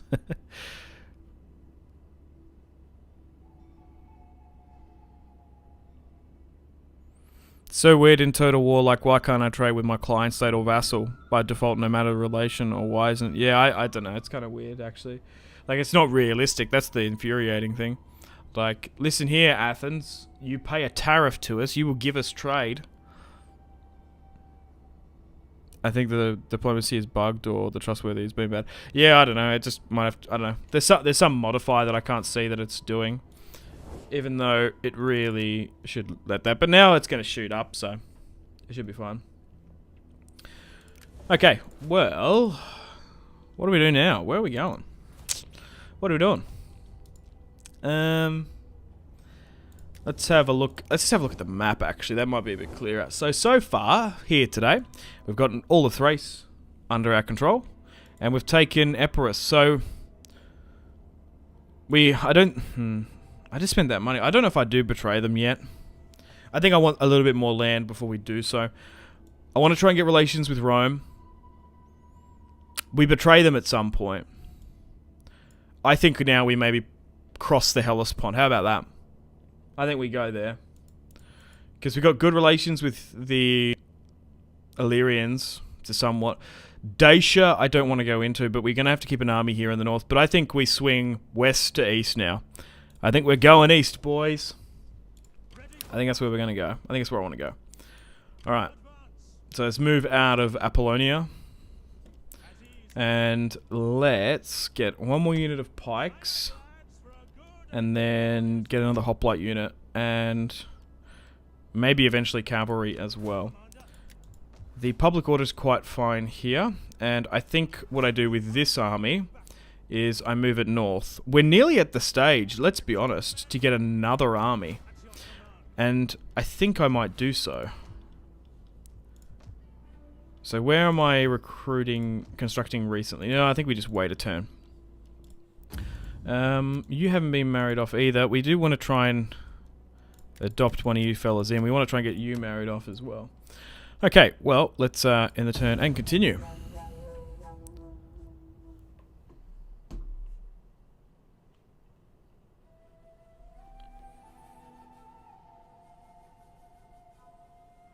Do we take the Greek islands first, or we take Asia Minor?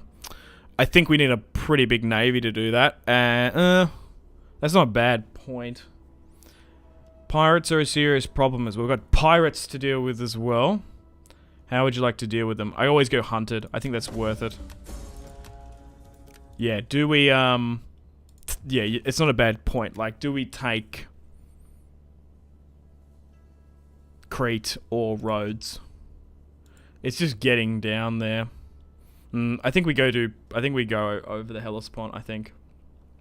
But no, they're definitely on the list to take at some point.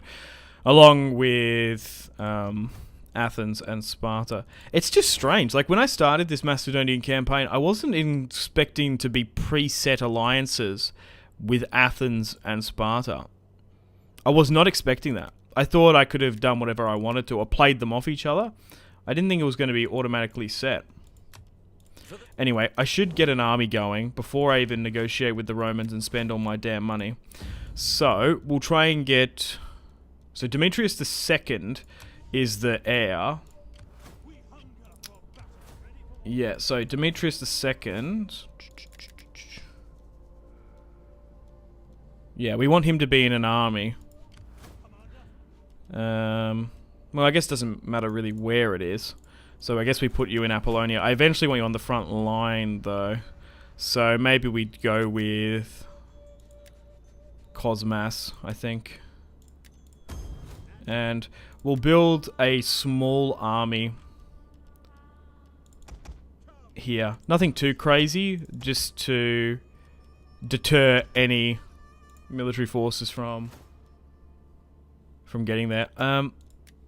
So, oh yes, we finished the legal institution. So we've gone with civic mostly. We probably can afford to go with some military stuff, actually. And maybe get some better quality units. So I think we'll go into logistics. And we'll upgrade a better tier of barracks to get at our disposal. Cool. Let's continue to go eastward now. Maybe get some more cavalry in this build. Yeah, eventually. Oh, we actually can get archers as well. But I think, like, if I'm comparing the pair... Yeah, slingers are better because it's got the range.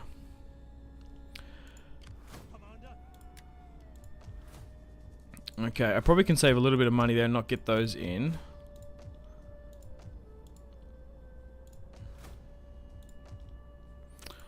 So, is 900 enough to get... Oh god, it's actually swung back a bit. Because we do need to try and get this signed and sealed if we can. No, they're not interested. Alright. We still have the Epirus army here, but we're okay. Alright, let's end the turn and continue, I think. Let's chuck a save, actually. Alright, cool. Let's end that turn there.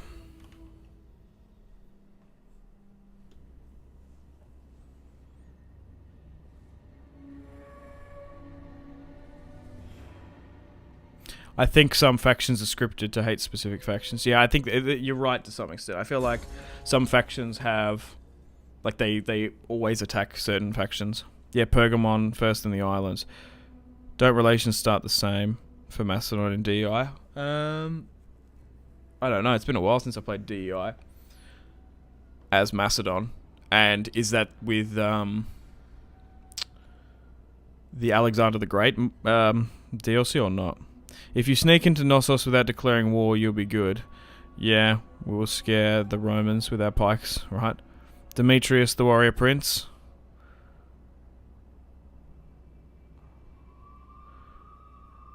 I have now spread the kingdom of Kush in my Imperator game into Greece and North Africa. Yeah, nice. The kingdom of Kush, the Kushites, did a bit of a number on us in the Roman campaign. Their faction, you could say, did go up in flames to some extent. Right, here we go. Moving on. The Oracle of Delphi.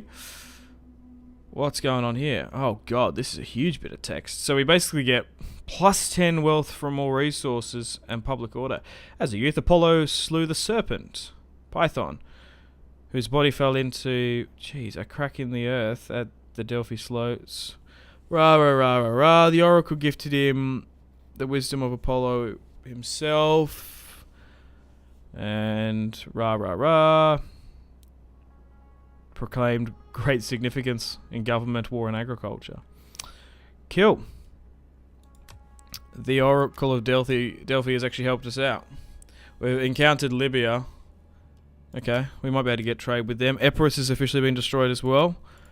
That's good news for us Macedonian boys. Maybe they want trade. Ooh, that's interesting. Why do they want trade more than anyone else? Come, my friend. Okay, so I welcome you on behalf yeah, of I don't know what that is. and give ear to your words. So I'll give you trade, Rome, like for 2k. Okay, what does 3k sound like? Whoa! There's a train going past my house. My apologies. My apologies. I apologize. Dude, I'm getting tongue-tied. Holy shit. Oh, welcome to ancient Greece. Can you guys hear that? It sounds fucking wild. Nothing like breaking your immersion like that. Oh, so they're gonna sign a non-aggression for that at least. It'd nearly be worse. I don't want to go to war with Rome. Rome's really annoying. I think we pay that. Oh, what the fuck? Romans thrive in foreign ventures only when such works are subject Because to we can make that back in a sensible turn. Roman direction. Oh my god, The Rome. Republic's defenses do not need another ditch, and Romans do not hide behind them. Dude. Oh, they're at war with Libya, so yeah, I can't get trade with them or else it's going to piss them off. Greetings, friend. Does I am Cameria want honored to trade? receive this embassy. No. Does Egypt want I will trade? listen carefully to your words. Maybe if we give them 1,000, they might be inclined. So, greetings. And now Cleopatra, business. oh Cleopatra. Maybe we're related, probably. I would imagine so. I think it's a little bit too early for Cleopatra to come around, so maybe that's her grandma. It's not going to work. We're not going to get this deal over the line by the look of it. If we negotiate with Sparta, with a military an alliance, that actually might help them conquer more territory, actually. It might be a good idea to do that. Yeah, let's do that. Your words bring satisfaction to the Can gods we even and swing it to my a military? You I never have really wisdom thought about indeed. that. We might actually be more inclined to make it a military. But defensive's not too bad if we ever get attacked. I don't know if it's worth spending the money though. We might just keep it. I think we just need more Greetings, friend. trade We will speak resources, together. and that will get more trade with us. Libya, Pergamon, Pontus. Greetings. Now speak If we can get some plainly, non-aggression for packs we are an with some of these border kingdoms, it would just be a smart play. Greetings. Speak plainly and without If we idle can do it. purpose, and all Yeah, it might actually be I worth thank you for spending the like offer. 1,000 on We it. are not wet nurses for we. Yep, good. So we've made a non-aggression pack with Dacia. Sometimes it is worth actually spending money to get these non-aggression packs signed and sealed, especially if we're going east. It's a good idea. Come with honorable words that I can hear kindly. Okay, we might need to give them a little bit Our more. ancestors were proud men and stood alone against the world. There we go. What about these guys? Well, Because we've already got a Satan, let non-aggression your with words Illyria. move me to anger or Okay, we're agreement. not going to be able to get much more. Okay. That's now done, that little bit of diplomacy. We hunger for battle. March.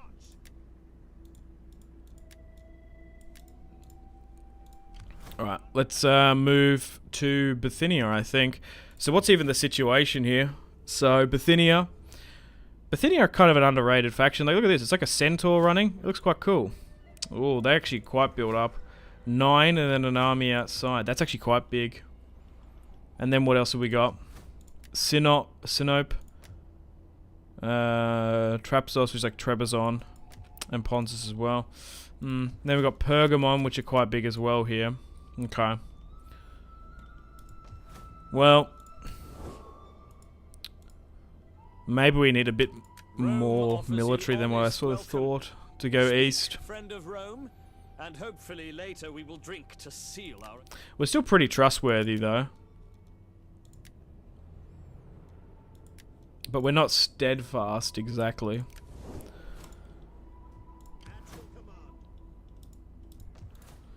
Where are we going to get the threat from? That's the thing.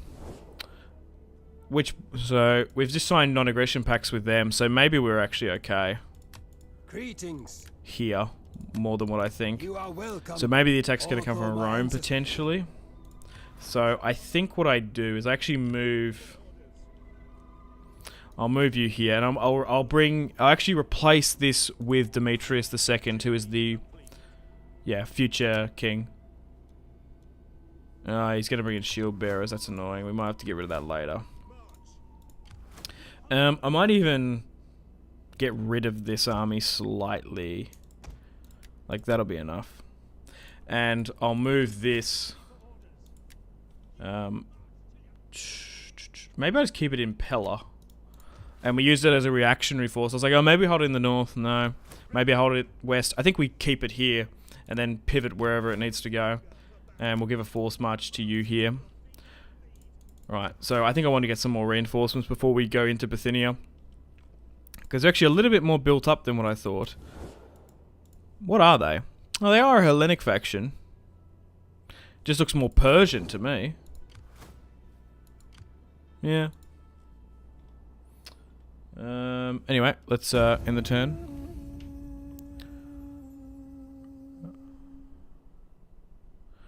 Alexander the Great's sister was called Cleopatra. You have been worthy allies. Oh, Now, great. Did they just... under Oh, my you ancestors, cheeky tell us to buggers. Why have you decide done that? friendship. This we will do. They literally ended their non-aggression pact that I paid for. God damn it. Rhodes is my favourite site for the defense of it. Pretty good. Oh, hello, train. Yeah, you did see. I'm a train conductor in my spare time. Yeah, I'm actually driving trains while I'm streaming. That's actually me. I wonder if you could do that. I wonder if there's people that like stream while they drive trains. That must be a thing. Cleopatra's grandma is just alpha. Yeah, just like another Cleo. Rush East. Simply as a reason you don't play Three Kingdoms. I'm not really overly interested in the time period. I was never really into Dynasty Warriors as overly. Like I played it, but it was okay. It's an okay game, but I think it's just a time period. I feel like Total War, depending on the time period, can really engross you in campaigns. Like Empire Total War, for example, I love the time period. Even though if I had to rate the gameplay, it's not up there with some of the others. Also, Thrones of Britannia, I love the time period. I can get really engrossed in it. I love the time period of the Anglo-Saxons and their kings. Any plans for Pontus campaign? Maybe make a Black Sea Empire? Probably in the future. There's still a bunch of Rome 2 factions I'm still yet to play as. I'll be gone in a few minutes. See you. Goodbye. I'll watch the video after. Yeah, thanks, Soviet. Thanks for stopping by. I appreciate you guys. Come and go. I'm gonna become a huge boar. Okay, right. What was that story about the boar? The giant boar that they killed? I don't know. I killed a giant boar in Assassin's Creed Odyssey. I can't remember what it was. Don't forget to go vote. Simpzy, need to get your democratic sausage. Flak attack. Thank you for that. Yeah, I gotta go vote later today. But I got plenty of time. Doesn't close till 6. And I'm about to get my democratic sausage. You're right. Might even get a can of Coke or something. I don't know. Mission issued. Yeah, some of you may or may not know the voting polls here. They have like a barbecue. Like, the voting polls are like in community centres around Australia. At like schools and like, just like community buildings, sometimes churches and stuff. And there's usually a barbecue. So you go vote. But you have to vote in Australia. You have to go get your name ticked off though. But yeah, I'm going to be driving around doing that later today. But we've been streaming for 4 hours here. I'm still good to go for like another 2, to be honest. I really don't have to do anything till later. So I'm just chilling. I'm good. Penelope has come of age. That's nice. We'll try and get her married off. The 17-year-old. Great. Oh, good. We can finally do an adoption here. Well, let's get Demetrius in then. And does he have a bit of a family tree growing? No. Oh, I can also adopt you as well. Good. We're gonna have a really long family tree. Nice. Nice. Is that what we do? And we can marry off and get another free general here. This is really going to help our dynasty, dude. We're 82%. I don't even know if we're going to pivot to an empire. Oh, probably eventually. But this kingdom is fine. I think we're good on that front. But yeah, our family tree is looking very, very good. I might actually... No, I don't want to spend that stuff just yet. Okay, let's move to the border and see what we can recruit here. I should have left it here in... oh, hang on. Yeah, we might be able to get some of these Thracian warriors. That actually might be a good idea. Add some Tarentine cavalry just for now. Let's just do that. We've gone through logistics, so let's go down with... I want to probably go down this. Let's go get some mercenaries too. I think we do that. We're nearly at the point where we can get dignitaries as well. So let's get one here in Pella.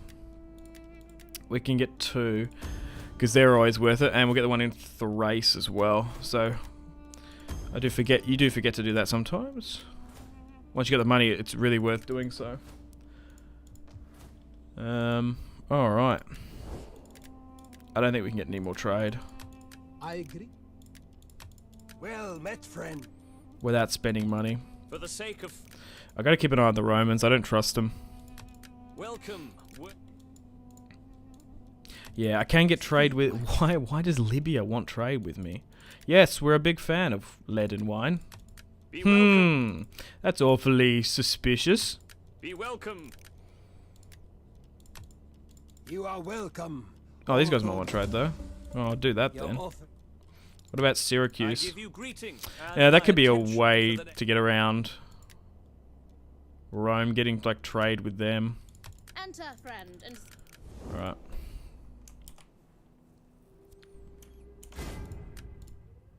How many turns have we done? 23, going on 24. That's not too bad. We're doing alright. I think we're in a really good position. It's just like Total War. Like, when you start, you have to be really meticulous on where you go on approach. Like, that battle for Thrace was not as easy as I thought. I thought we'd be able to steamroll that and then push into Greece a lot easier. We actually had an easier time in Epirus than we did in Thrace. Like, holy shit. We'll move you further up here. We'll keep you here.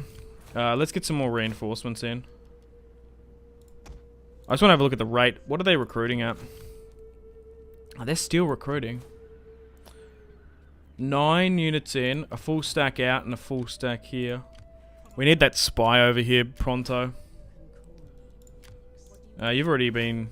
we want to go with tax if we can. You have already gone up in skill. We want to go with... Where is it? Oh, research, right. That's interesting. Philosopher, is that the unique one? Or maybe they don't all of them have tax. I thought the dignitaries all had tax. Am I blind? No, I suppose not, because you can put these guys in armies as well. I guess it's wealth. We go with that one. Research rate, that's super interesting. So you could go with like a crazy research boom if you wanted to. Huh. You can also go with public order. I think I want to go down this to get the wealth though. Alright. I think we wanted another army. I think another the navy, and then they've got their navy. They're quite built in, Bithynia. And it's a settlement. Oh, fuck, I didn't even realise this. Ah, shit. They have a military alliance with Pergamon and Pontus. God damn it. Fuck. That's a lot. That really, really complicates things. Or maybe we can't go over there then. That is like all of Anatolia under our... gonna be at war with us.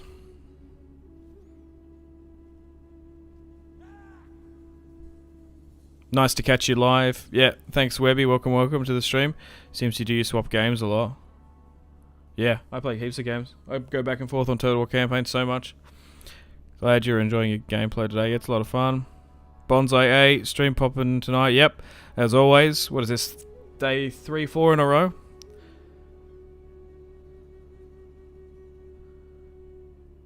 Oh, once I start a campaign, I usually keep on going with it.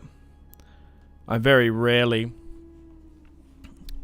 get like 30 turns in and abandon. I usually have a main objective I want to try and hit and achieve. Wow, okay. I don't know if we do this then. Ah, fuck, I should have seen this before. We don't, but the thing is we can't circumnavigate the war by joining in someone else because we can't see any other factions. We can do it to Pontus though, but then we're over here. That's kind of whack, but that might work. Alexander didn't. Well, this is not Alexander the Great. And we're not fighting a really fractured and easy Anatolia. We don't have the men for this. We don't have the men to deal with these three factions at the same time. We're going to have to pick them apart. I'm just trying to think how we do it. We could fully abandon it and go for Rhodes and Greece like someone else, Rhodes and Crete like someone else suggested, which wouldn't be a bad idea.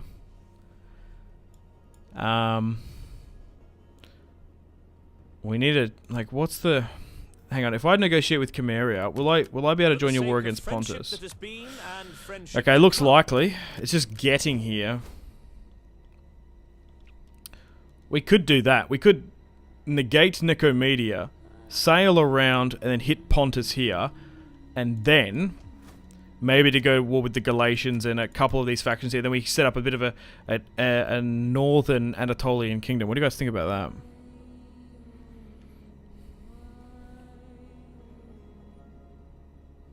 Maybe betray the Athenians first, then go east. Not a bad suggestion. We might actually have an easier time against the Athenians. But we're going to we're going to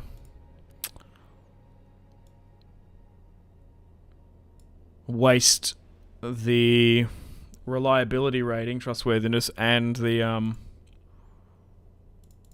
good relations we've got with them. Maybe we just need another army. Maybe I'm overthinking this. Maybe if we get another army, we might be able to get around. But how far is that going to be away? And how easy is this to defend once we're over here? I think we do it though. Actually, I think we do this strat. I reckon we can pay Cameria to go to war with them. I think we could do that. So I think that's what I want to do. I'd say take Athens and Sparta, then maybe go east.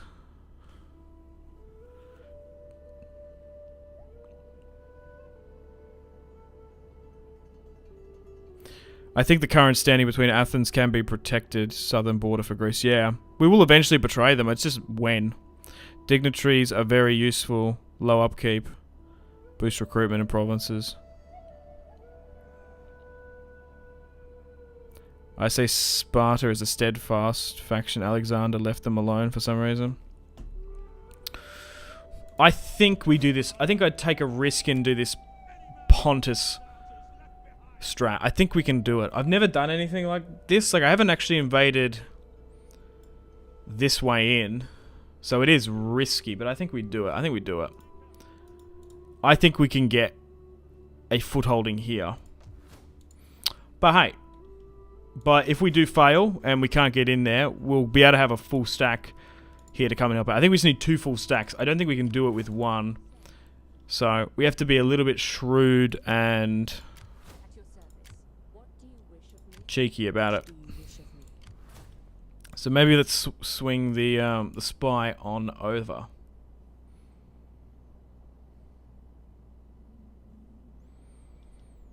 Okay, let's end the turn and continue.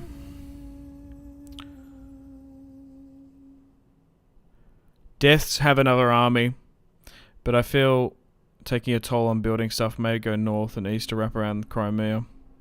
Yeah, I do think we need another army before we go east. Look, if there was not this alliance block, maybe we could do it, but they're quite smart. Oh, even Rhodes has Rhodes just been brought into that as well? Oh, far out. Gotta risk it for the bicky. Yeah, risk it for the biscuit. Oh, brisket. Alright, let's make sure these dignitaries are activated quite a bit as well. Okay, now we can start using this tab, which is a bit easier. Okay, so we've got a full stack here now. Let's get another army on the way. 5 pikes is perfect. Then 5 hoplites. 2 units of citizen cavalry. And then skirmishers, I think. I think we can do this. I think we're... Oh, they fucking... No! Ah! Oh, no, it doesn't matter. Because we still can't get in there without seeing someone here. Yeah, we can still do... Okay. Sorry, I panicked. I should have just kept it going. I was like, they moved out! They're gone! Fuck you, Bithynia! Does assassinating the leader destroy the alliances? Oh, I don't know. I don't think so. If that's fucking true, I've learned something today. I don't think so, though. I believe... If you get rid of the faction leader in Rome, in Medieval 2, you can get unexcommunicated. That's the only thing I sort of think of that. Another family seeks to adopt one of your characters. We're definitely going to stop that adoption. Holy cow. Carpus comes of age. A little bit of an unfortunate name. My name is Carpus, son of a carp. What? My father was a fishmonger. Well, okay. Okay, so we might have been gifted an opportunity here. But in saying that, we still want to circumnavigate... Oh, we found Galatia. How big are Pontus? Nothing crazy. Okay, I think we can still do this. I think we get out of this. We're not going to be able to get into... here though. I think we just go back.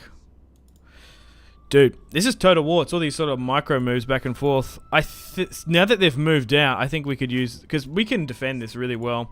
And I imagine Galatia is probably going to... allow us to join on in. So we go back. So maybe we wasted a turn there, so be it. But it's rather to be precautious and not to be too risque. But overall, we're doing okay. Still the concern with Rome. Welcome, and it'd be still worth getting that over the line if we can. You bring words that honor both your people.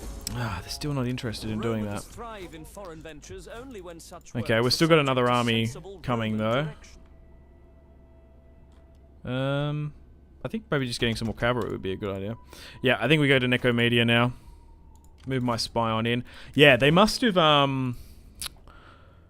maybe moved their armies because they're actually at war with the Seleucids and the Galatians, which is interesting.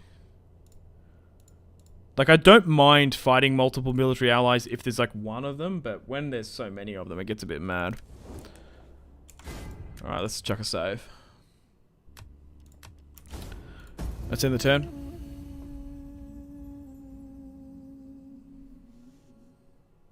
Sail to Egypt, take it back for Rome. We will at some point. We are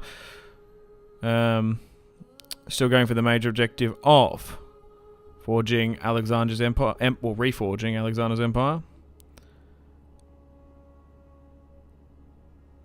Good luck, have fun.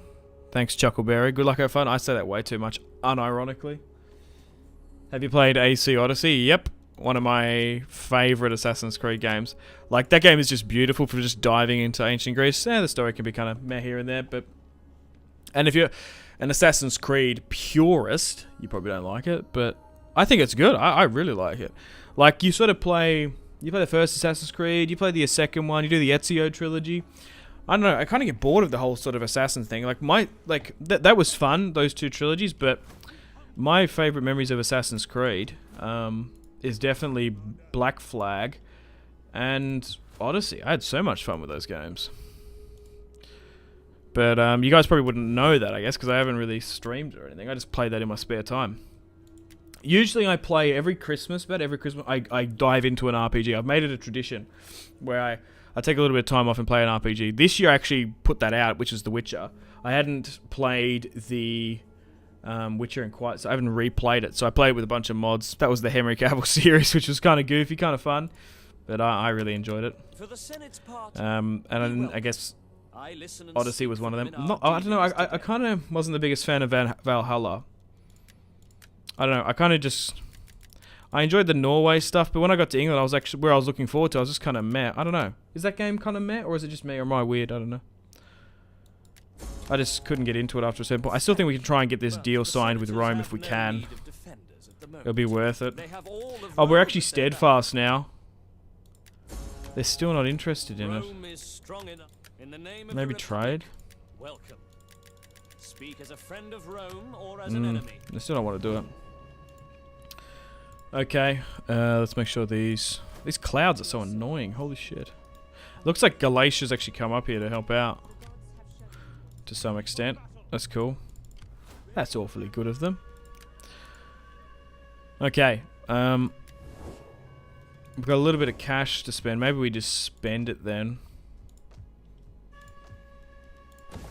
Okay. Well. Such a great game. Maybe not entirely AC. Yeah, it's like not an Assassin's Creed game, which I think it's entirely fine. It's like they basically don't even treat it as an Assassin's Creed game, except for the weird alien lore that they just crowbar in sometimes, and the bloody... Oh, I can't stand the Abstergo stuff. Holy shit. Yeah, Black Flag. Yeah, it's just a pirate game. Did you play with the DLCs in Witcher? Yeah, I played Hearts of Stone modded. That was really fun. That's on the channel. But I'm about halfway through Blood of Wine. But yeah, with that series, I sort of just been recording it in my spare time. I still have... I'm only halfway through Blood and Wine. So I've still got a little bit to go. I hadn't played Hearts of Stone. But yeah, I'm still planning on finishing Blood of Wine. But it's a pretty cool story. It's probably the best one. The DLCs are really, really good. Some people think the DLCs are better than the base game, to be honest.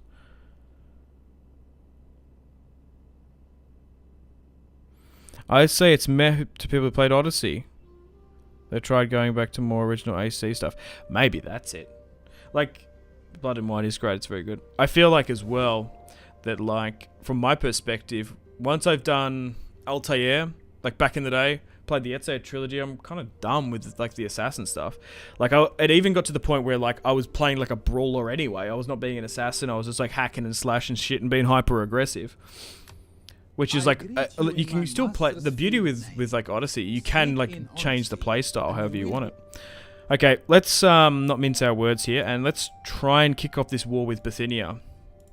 Now, maybe negotiating with the Seleucids might be a good idea. Huh. And try and get on this war. Like, who's stronger? Galatia? Oh, wow, the Seleucids are stronger. So if I join your war against Bithynia, former Alexander's successor kingdom, what do you say? Let us seek wisdom together. The unofficial heirs of Alexander. Will you give me some money? No, maybe we just need to straight up join it then. Because then we can march on in. They're going to accept. We might even be able to get trade with them if we're lucky eventually. No, maybe not. Okay, well, let's push into Nicomedia. I don't know where their armies are. Oh, the Seleucids actually have a settlement in Asia now. That's interesting. We'll swing you back around here. Okay, let's hit this army on the outside. Oh, perfect. So we're only going to have to deal with their small garrison. Oh, well, we can auto-resolve this one easy. And we've crossed the Hellespont. We nearly didn't. We went back and forth in doing so, but we're going to be able to take our first piece of territory for Macedon in Asia Minor. How superb is that? And hopefully that's the last we see of Bithynia potentially as well. Let's occupy. And they've been destroyed. Really? Maybe the Seleucids crushed them. That's very strange. We'll go with food because we're going to need it here. And we might even need a muster field as well, to be honest. Okay.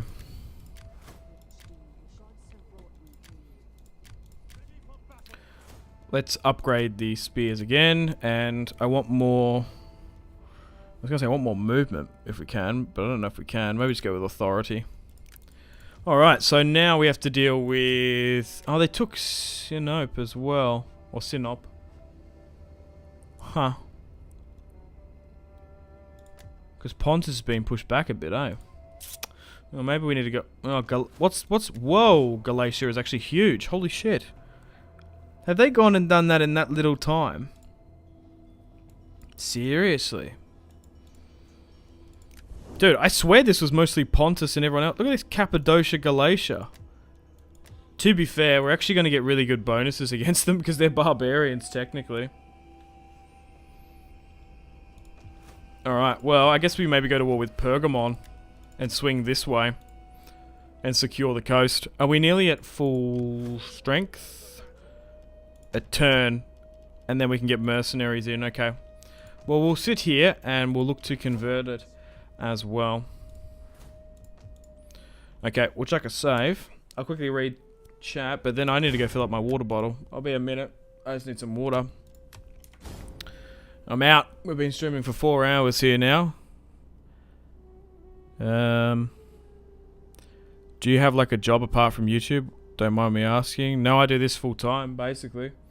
Thankfully, back in the day, I had some shit jobs before YouTube. Holy shit. I used to work at Macca's in Tassie. There's a lot of farm work.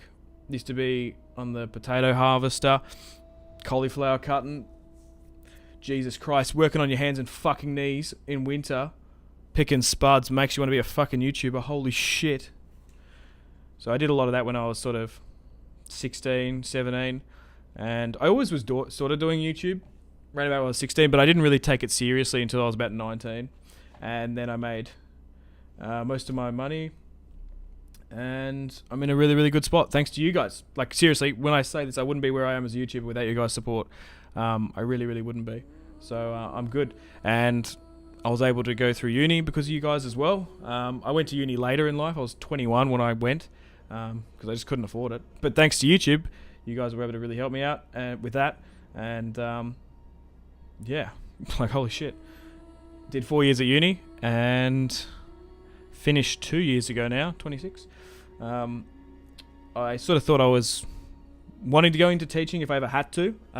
But thankfully I make enough money from YouTube, and you guys, I don't have to do that. So I was able to get the history degree I wanted, which is what I really like. Teaching is like I have to do a little bit. I have to like another year or so if I want to be a teacher, but I don't know. If I have to do it, I will. So if like YouTube like disappeared, YouTube doesn't exist, I'd be sad, especially without you guys.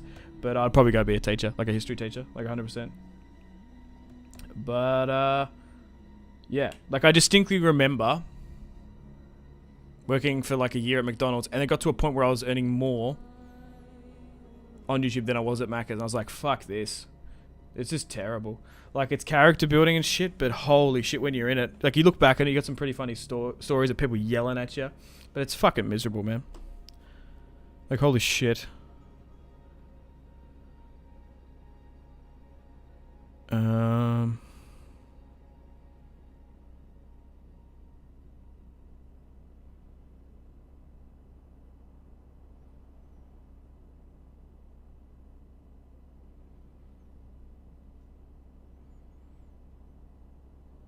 I want to get into humanitarian work.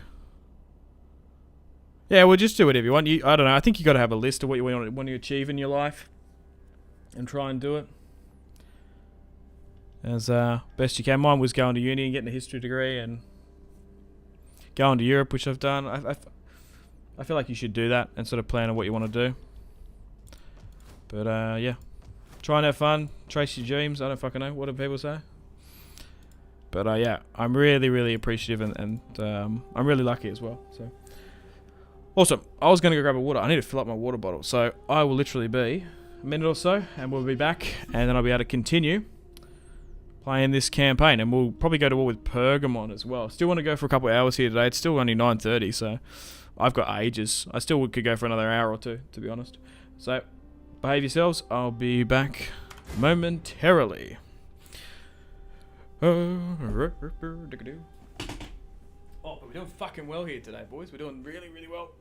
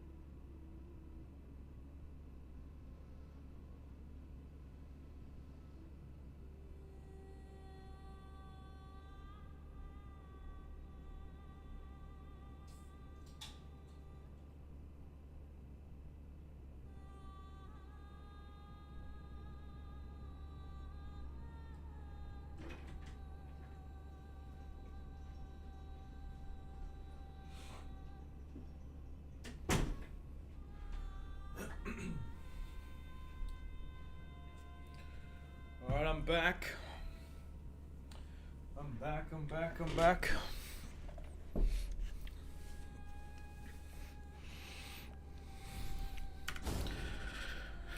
Okay, hope you guys have been behaving yourselves.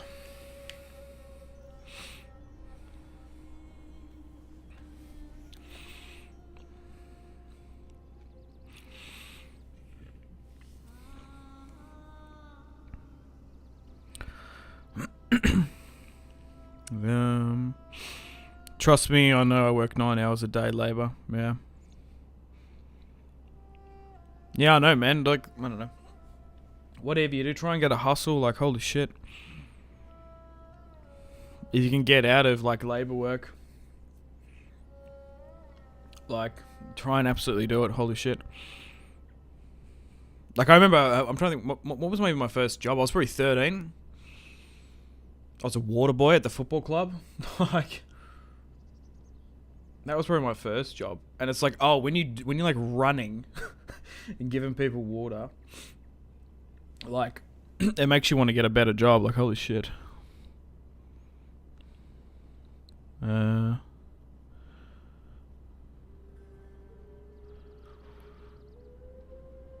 What historical period did you focus on?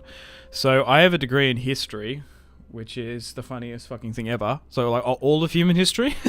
So that's like my major. My major is history, but it's mostly focusing. I wrote most of my work on.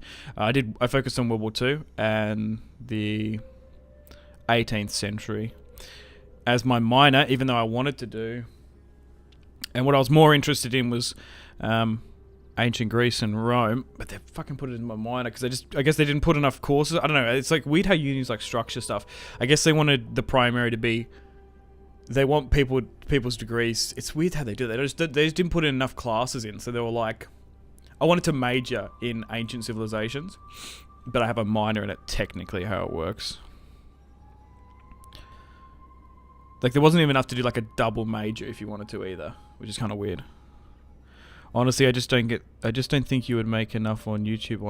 Honestly, I just don't think you would make enough money on YouTube. Honestly, that's a really interesting question. Like I've been doing YouTube for years and years now, but I'm at a point where it's like it's stabilized. Like I'm fine. Like I made most of my money from YouTube. Probably 2018, 2019. That's when I got the most. But it's a really interesting sort of thing. Like I make plenty of money. I make plenty of money through AdSense and all my stuff to pay my bills and put a little bit away. So I'm in a really good spot. I have a house. The mortgage is paid off. I'm really fortunate where I live as well, because I have like a small little unit as well that I rent out.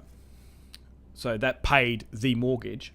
But in Tasmania, the property is so cheap. Like I live in the middle of nowhere. Like the rent and houses is crazy here.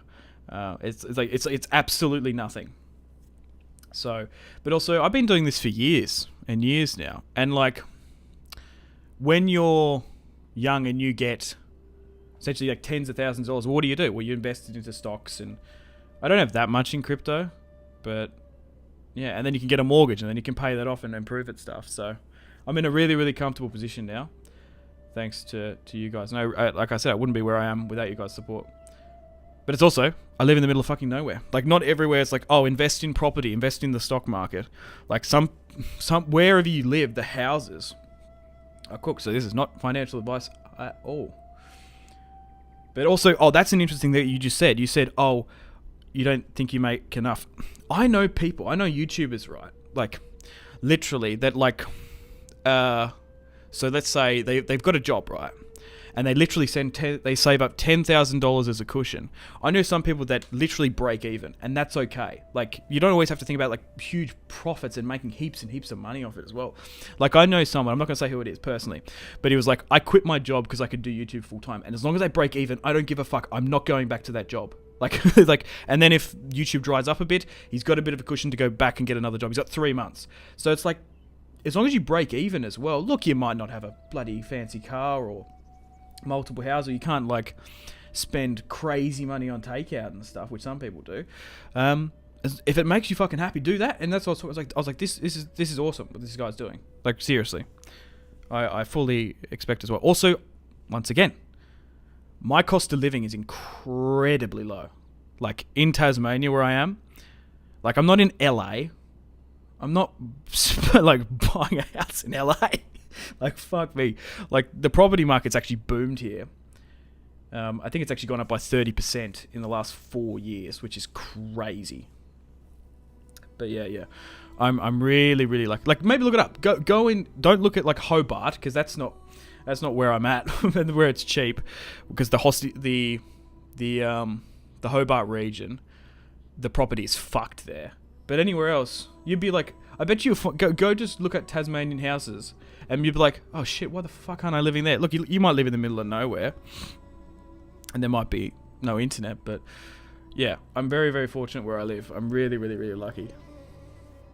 The fucking island is the size of Ireland, and it's got the population of 500,000 people.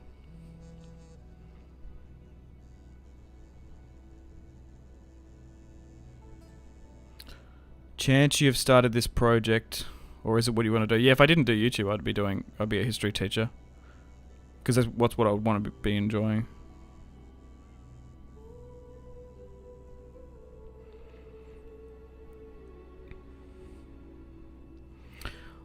Loving all the streaming recently. Getting up early to appease all the times I miss you streaming. No, it's actually not too bad for me, to be honest. I think it's good.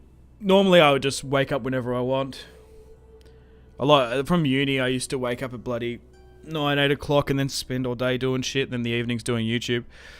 But I think this is really good for me. Getting up at 4 o'clock and then streaming, and then I'm done. I don't have to worry about YouTube or anything. I get to interact with you guys. I think it's better than waking up at 12. And it also just like gives me like something to like to get up every morning and do. I think it's good. I feel like taking a risk. I feel like live stream. I don't know. It's good. Instead of spending like 5 hours in the evening recording and then chopping it all up, I don't know. I just feel like mixing things up. Like, it's interesting because like there's this huge growth on YouTube you have. Like, I think like 2015, 16 growing, and then like 2018, 2019, that was probably like where I got most of my sort of views and engagement. That was like Hearts of Iron 4, 12 AD, and then it's like sort of goes down and stabilizes. But YouTube's so weird, man. Like, it goes up and down. You lose your fucking mind, like looking at the stats and the numbers and stuff. So you just gotta enjoy what you're doing, like seriously. But yeah, you just gotta have fun with it. Like, look, there was times when I ran it as like a serious business, but at the moment I'm in a really, really good place. I'm super fucking happy. Yeah, I'm having a lot of fun. I'm playing games, and you guys seem to be enjoying it as well. So I do thank you a lot, because I'm playing games. Like, I'm not talking. I'm chatting, talking shit. But yeah, I'm so lucky. Like, I'm playing bloody Rome 2, and I'm enjoying it. And there's like hundreds, and then there's obviously going to be thousands of views, people watching as well. So yeah, I thank you.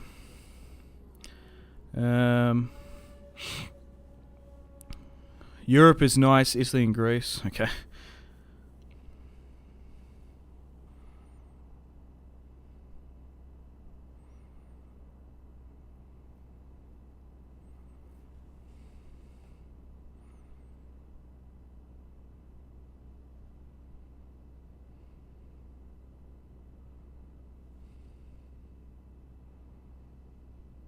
How much time do you dedicate when your YouTube channel? I wouldn't know. You never really stop thinking about it, to be honest. So always. It's weird when you're sort of in it. You sort of always are never not thinking about it to some extent. Get out of hard labor to do something you do, or just whatever it is. Find a hustle or something. Whether it be YouTube or writing articles or something, or I don't know, podcasts. If you think it's something you want to do, but it's not for everyone. Some people like the routine and consistency of a job. How you doing? I'm doing very, very good. Hey, Dimitri, how's it going? Simpsy good. But that's enough sort of me having a rant about bloody life advice and stuff. Alright. But yeah, no, I'm very, very good. Right, we need to deal with this situation here in Pergamon.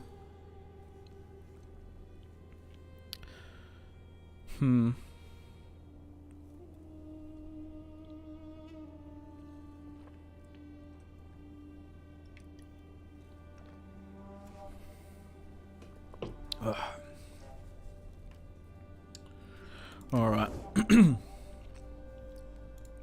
we're going to swing our spy down here.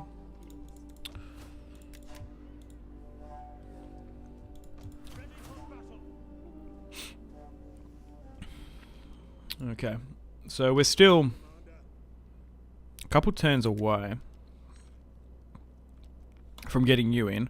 I think we just need to end the turn and continue. Then we go to war with Pergamon. Alright, back to conquering the world, yep. No rest for the wicked. How's your day? My day is going very good. I have to vote later today, but that's about it. That's all I got to do.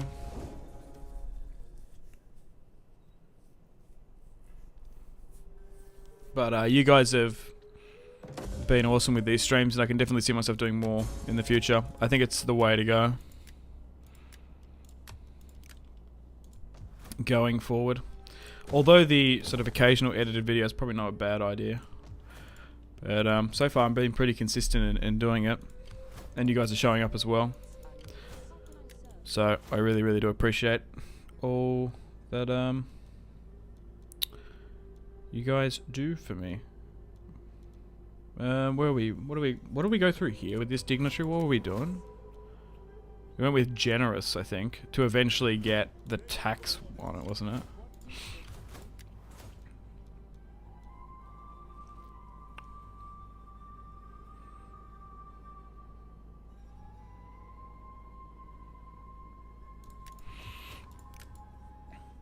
Yeah, but also as well, I live in Australia. Like, Australia's a fucking great country. Like, holy shit.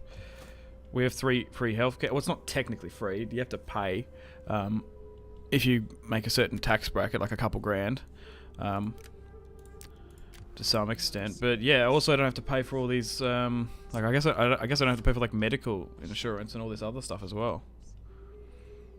Like, I'm really, really fortunate where I am.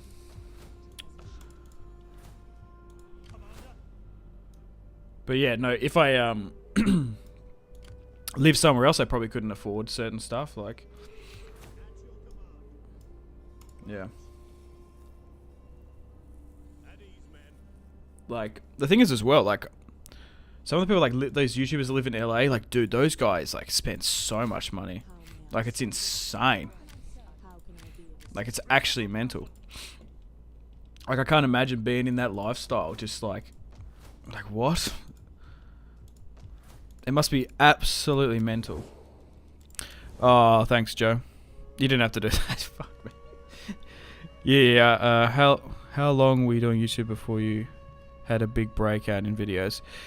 I don't know, but thanks for the super chat. I appreciate it. You didn't have to do that again. Thank you, though. I'm trying to think. Man, I was like, the weird thing is, I when I started YouTube, you couldn't really make money from it. Like, I had like accounts in like 2008 making like little Call of Duty videos and stuff, but 2014 is when I got like views, and I was making a couple $100 on the weekend, and was paying for like my movie tickets and stuff. But yeah, 2015 I took it a lot more serious with this YouTube channel. So I don't know, what's that, 3 years on top of that. And then, what did I say before? I didn't really make serious money till 2018, 2019. So years, unfortunately. But I've always had sort of jobs on the side as well.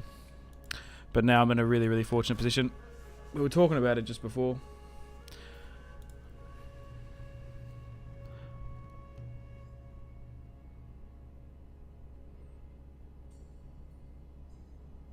I'd love to get into something recreational like smithing, okay.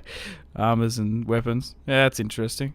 A couple people do that sort of stuff in and around us, like there's some woodwork stuff. There's some really creative people in and around where I live. You should do a multiplayer camp. I'm not really into multiplayer.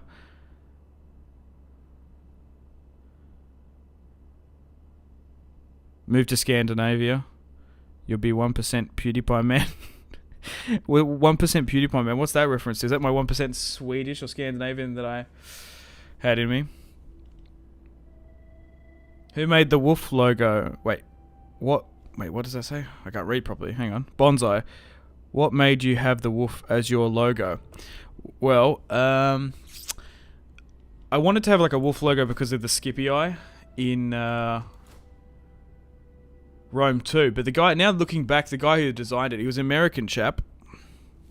He did it for me ages ago. I think now he sort of, now that I know, I think he sort of based it more on the Witcher logo and sort of the Minnesota Timberwolves back in the day. Like there's a little bit of similarities with it, but I don't know, I just wanted something like a wolf. I think it's kind of cool. I asked because I'm coming up in 3 years with my channel and my highest viewed is 10k. Yeah. It's a tough one. Like, YouTube is just ultra competitive, and year as well, there's always someone coming up as well, so I don't know what to say. You gotta have fun with it, you gotta stick to it, but if you can make it your job, I guess you try, but it's tough. It really is tough. But I just keep at it, I guess.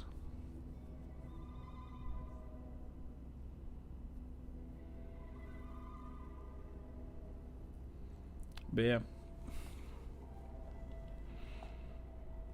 it's the thing. It's just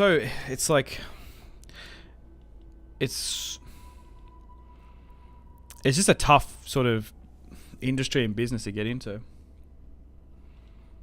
Yeah. As long as you're having fun, just keep doing it. Stick with it. But I think as well, you shouldn't compare yourself to other people. Like some people, the thing is, it's like, there's some people that like get tens of millions of subscribers and like hundreds of thousands. Like, I think just keep doing your thing. If you're enjoying it, just keep on doing it, having fun. Like, some people get 100k subscribers. Some people get stuck at 50. Some people get stuck at 10. Some people get stuck at 1,000. It's fine as long as you just try your hardest and just keep on going. Have fun with it. But it's fucked that like everyone can't make it. That's just how it is. But you just got to keep on trying, keep on going. But if you've got 10k, that's something. You've done something there that people have liked it. So just keep it up.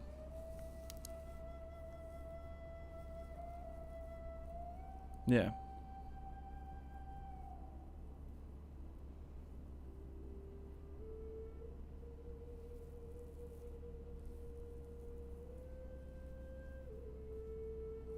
It's crazy before 9 to 6 years before something crazy happens, yeah. But like, I'm trying to think, like, my growth hasn't been explosive either. Like, it's been slow. But also, I think I've diversified well. Like, I don't just play Total War on this. I play Hoi. I play other strategy games. And I got my other channels as well. So like, it's so weird. Like, the YouTube algorithm is fucking insane as well. It's like some stuff gets picked up. Like, there's these like Minecraft YouTubers which I always find hilarious, that like they play for a month and they like get 1 million subs. It's like, holy shit. Like, some stuff, it just like, some stuff just blows up out of nowhere, and it's insane. Like, I don't think you can't be jealous about that stuff, or you can't really overthink it. It just happens. It's like, you just got to keep on grinding and doing your thing. I don't know. It's tough.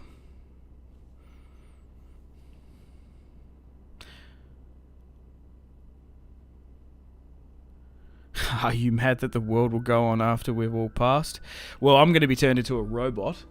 Or I'm going to be cloned because I gave my bloody DNA to some DNA websites. And my voice is always online, so I'm probably going to be... My voice is probably going to live on somewhere. Someone can just rip all this.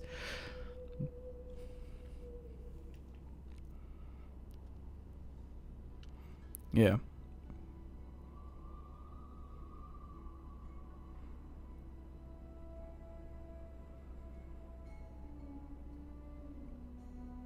Yeah, feel free to ask me anything, Joe, actually. Maybe DM me. Maybe we can have a chat if you want. But I'm also just trying to think of stuff on the fly. I don't know. Right. I need to continue on with this campaign.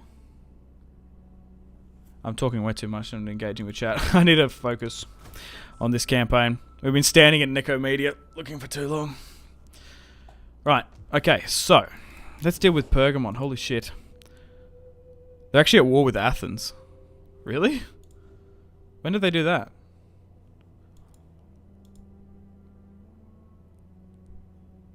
I was not expecting that. Okay, so do we have movement in here? We have a little bit. We've got this other army coming on in here.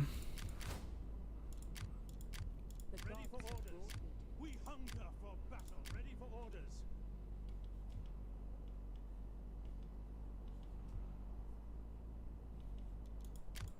Commander. We hunger for battle. I guess we negotiate with Athens and I give you welcome. Let Zeus and all the gods smile upon join our their meeting, war against so that all Pergamon. may profit. So what are they going to give me for that? Maybe some money, that'd be good.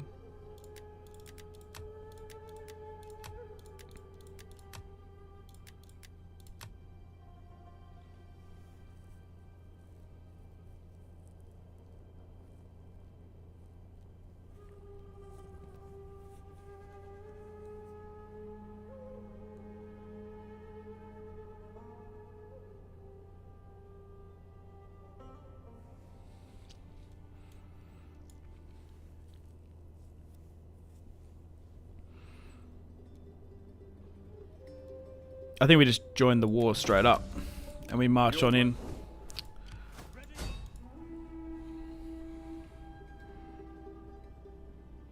You should do a stream, ask me anything. Isn't that what we're doing? I try to answer it as I don't know. I try to answer stuff as best I can. I just be fucking honest in this. It's no different. Oh, I love what I do with my channel for sure. Yeah, because you gotta love it. I get that. If I didn't, I would have gone. Wait, what? If I didn't, I would have gone out a bit back. I just keep on hearing about you have a breakout video soon, etc. That's why I ask. Yeah, who said that? I don't know. Yeah, you do have. The thing is as well, man. It's like it's such a mind fuck. Like you put like hours and hours in a video, and it just dies. Like it's like, and then there's like you got some like I think my most viewed video on this channel is probably the easiest, probably one of the worst videos I've done. It was one of those like massive, epic, cinematic battles, and it was like some Hotgates battle, like that was like it's just like one battle, and then like that gets like nearly 1 million views or something. I think it's like 900k views, but then you like spend hours on a video, but it's got a lot of history about it and only gets like 10k. So it's like you're just gonna get mad for doing stuff. Like you spend like 3-4 times as long, but YouTube just like picks stuff up. It's so weird. But it's yeah, it's hard, man. It really is hard. But I don't know.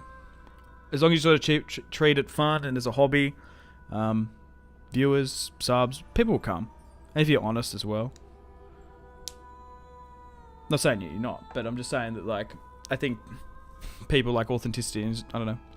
I think that comes, like, just be yourself. I don't know. But it's tough, man.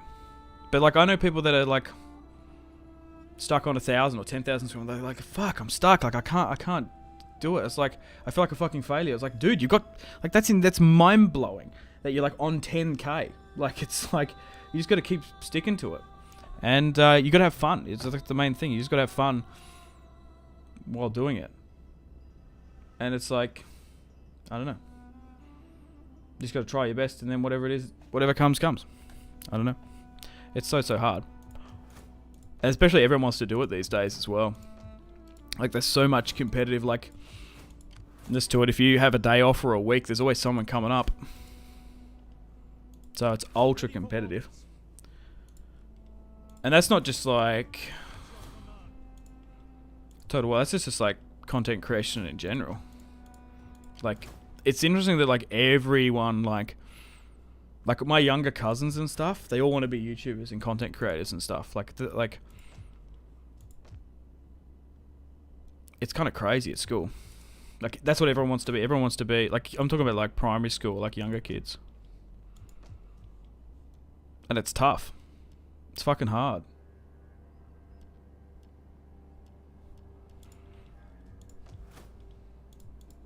But like, I'm gonna end the turn and continue here now, because I can't really spend that much money. But it's also, this is the easy bit. Talking, having fun playing the game. Like, making the thumbnails, In honor, I come making sure the bearing metadata's all gifts. good, And why do you move monetizing, away like in such a negotiating with fashion? brand deals, making sure shit goes up. That's the hard bit. Like playing, this is the easy bit. Like sitting down playing the game, but making sure it's like consistent and just taking time out of your day to get the videos going. Like uploading constantly. They want peace. I don't want peace with Pergamon. The YouTube algorithm is a monster. Yeah, I'm not the best with it. Like the algorithm is, yeah, I think you'd go insane.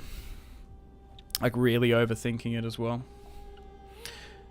Like I know some people like it's really there's the top 10 ranking thing is interesting, but it's interesting that it's like, I'd nearly criticize YouTube for this, but like it ranks your top 10 videos, and if you get the number 1, it shoots like fireworks on the screen. It's like a gambling one. Like just because those videos didn't do as well doesn't mean they weren't bad videos. Like that, like I know people that like their mental health really suffers when they don't like see the video become number 1. Like they don't see the fireworks and all that shit pop up. I think they should get rid of that if that really affects you. I don't care. I could really give a shit. But about like if the videos rank number 1 or 10 or whatever, I don't care. But like, yeah, it's fucking like, there's like this like weird like gambling thing that like pops up, gives you all these flashing fucking lights. But yeah. The Thesmophoria, we got this going on. 25% wealth from agriculture. Hell yeah. The festival of Thesmophoria offered Greek women the opportunity. Oh, yeah, well, yeah. Diomede, yeah. Persephone, yeah. We'll skip all that. We all know that. Jesus Christ. Alright, let's move this spy down here now. I don't know, we're getting real deep here with this chat. I find it very hard to articulate really complicated things like this.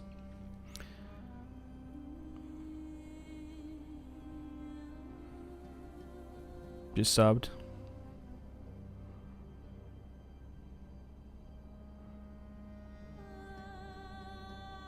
Sims, I think you need to go back to school and learn how to read.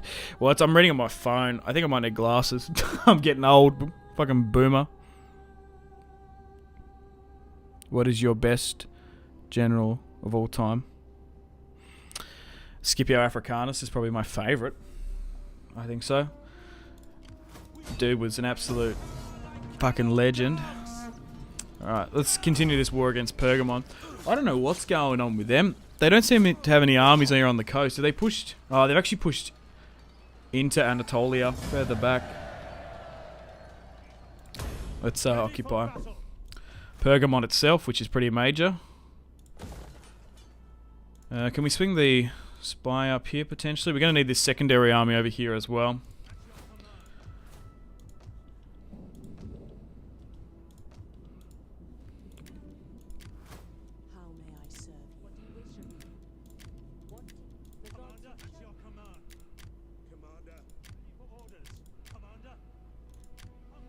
Okay, so now that we've got Greek marble, do some of these factions want trade? Oh, the Seleucids might. Yeah, there we go.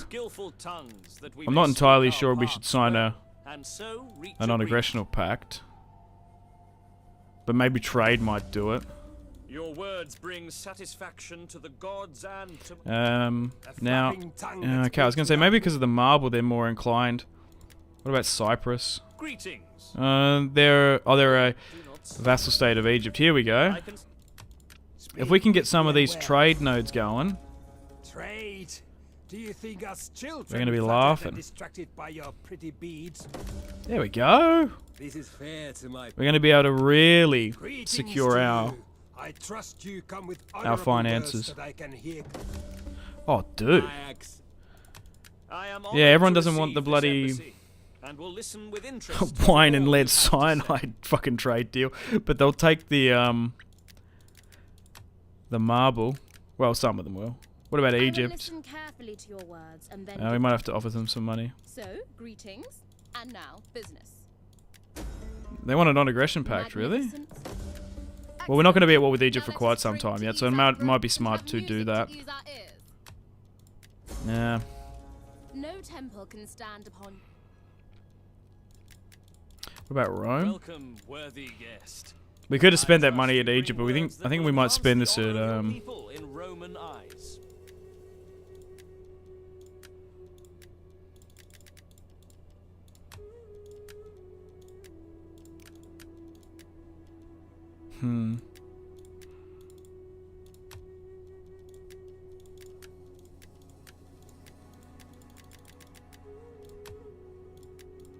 I still want this non-aggression pact with Rome if we can. Fuck, it's going to cost a lot though.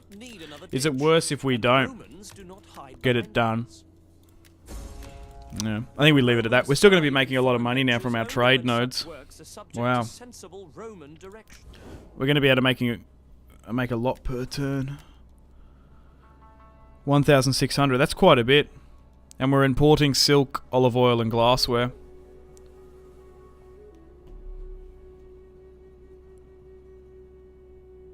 Scipio is a solid choice. Yep.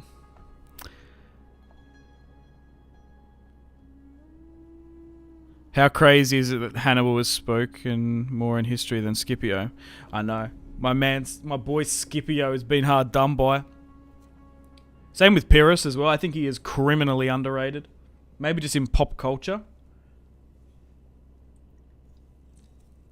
But the name Hannibal Barca is pretty synonymous and infamous, isn't it? Hannibal Barca.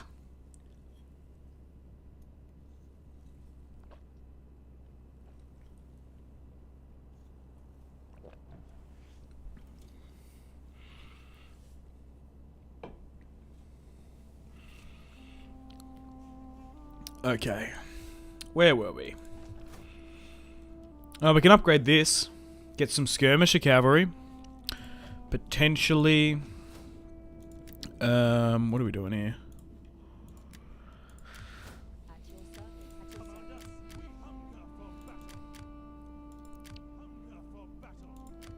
can I be of assistance?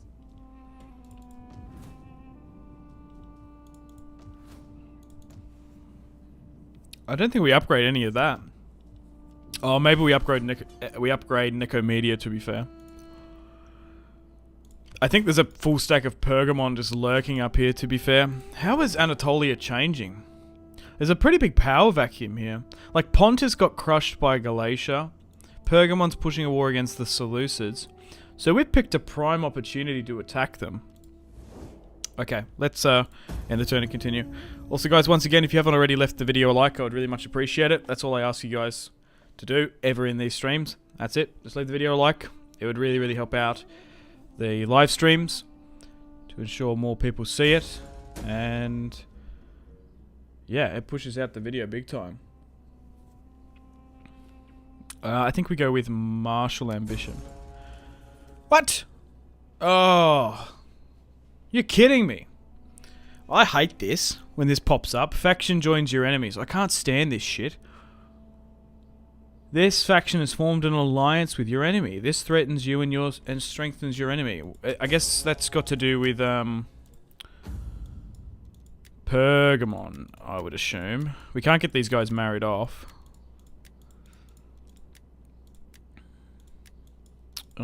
Actually might secure the promotion of you, actually. Okay. Oh, yeah, they're starting to raid there. Yeah, so we're at war with Rhodes. That's significant. We might need a navy.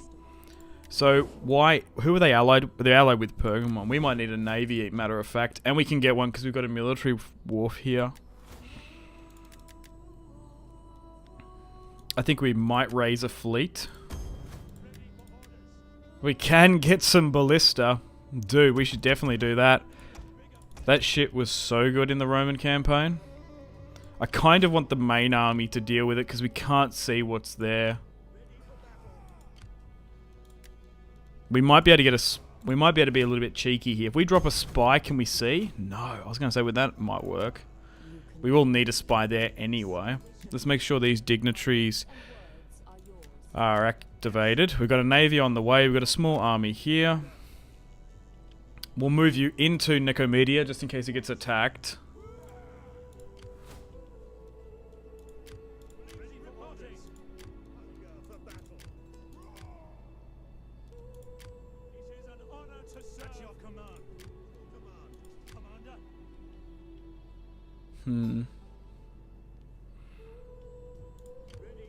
I still can't see what they've got there. What's in this army? Oh, that's not too bad, actually.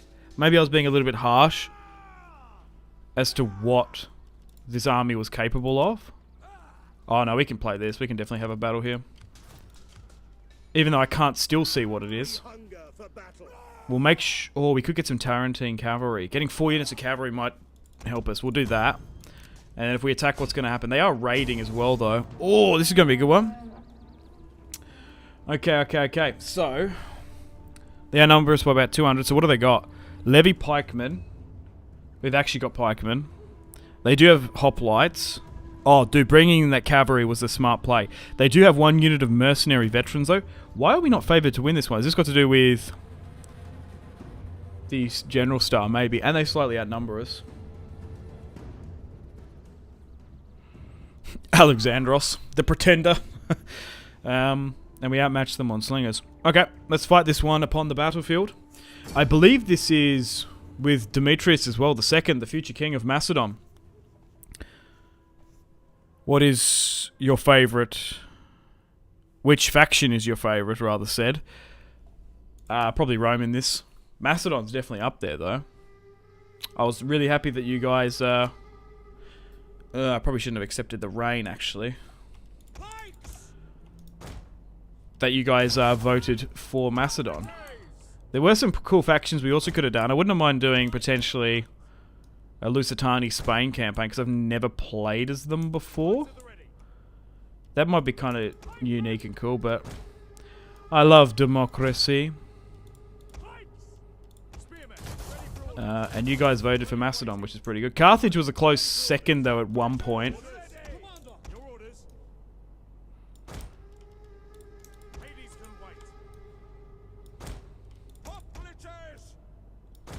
So maybe, once we finish this campaign, we might do another vote and put...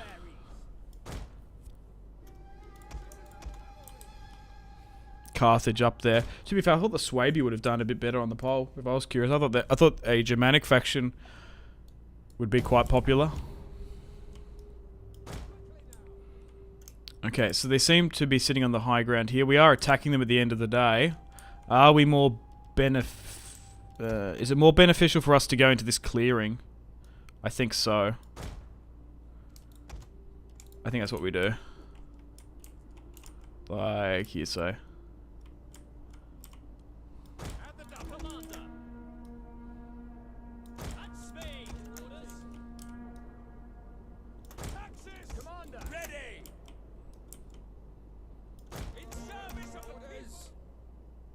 When was the vote? On the community poll. Or the community tab. Bonsai, you missed it. I think like 2,000 people voted on it. Yeah.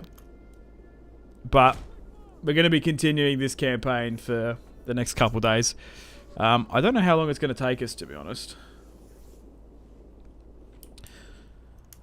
We're still building a solid foundation. Well, I think we're still building the solid foundation on Greece to then go into Anatolia.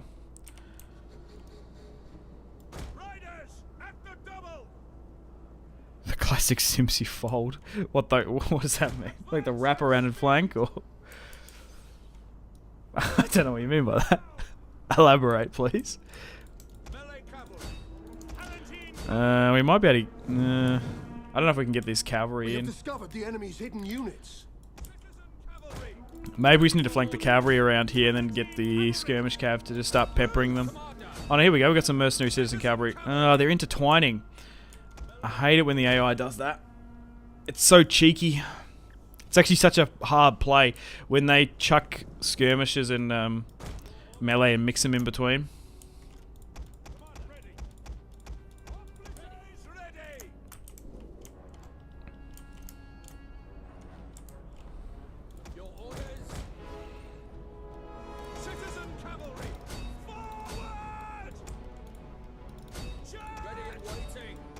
Okay, that's a bit better.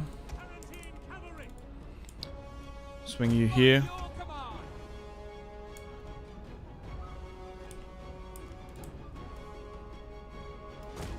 I never ever look at it. But you're missing out on the quizzes that I occasionally do. That's a lot of fun. Oh, so I haven't mentioned that actually in these streams yet. Thank you each and every one of you that does the community quizzes as well. They're a lot of fun. I do quite like doing them. There's always heated discussions as well about the quizzes. Like, don't overthink them. It's usually a pretty straightforward answer. Like, some people are like, this is a trick question. No, it's some of them are like literally like questions for kids, and then some of them are like just like for like high school sort of education ones, and maybe even younger. So I was like, this is a trick question. No. But they're a lot of fun. I do think any society that's more historically literate is the better, in my opinion. So that's why I like doing it. And YouTube's weird as well, so like it acts as engagement as well. I think the quizzes are really fun to do. Like I like playing games and like the guessing game. We might even do some global and Weldle when we wrap up this stream as well, because that was really fun yesterday. But yeah, thank you for voting on those polls as well. But yeah, YouTube, whenever they launch stuff, they really encourage you to try and use the polls and the features that they put out. But yeah, it like really it recommends the channel. Oh shit, we're getting flanked here. So I think it works both ways. It helps out the channel voting on the polls, and I think it's really, really good as well. Like, who doesn't like quizzes? I love trivia night. I'm like, holy shit.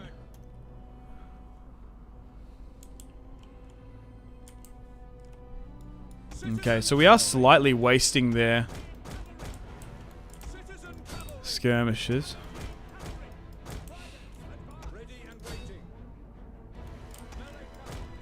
Yeah, but I think the more people that learn about history and do deep dives and stuff, like, it's just so valuable for people.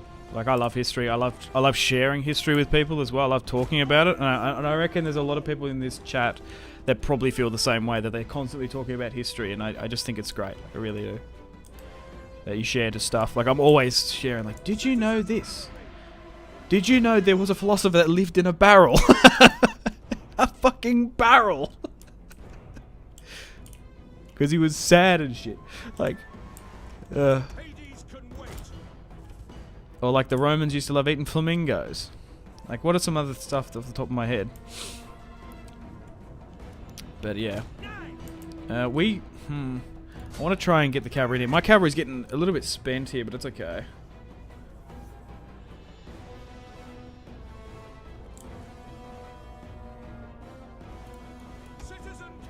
But some of these are mercenary cavalry as well, so you're gonna earn your drachma on a slab or alive. Okay, I don't know if we can get around anymore. Oh, there's some cavalry here that it's actually probably not a bad idea to neutralize if we can. Yeah, I know they're about to rout here. Yeah, try and... fuck it, we couldn't get them. It'd just be more annoying if we push up.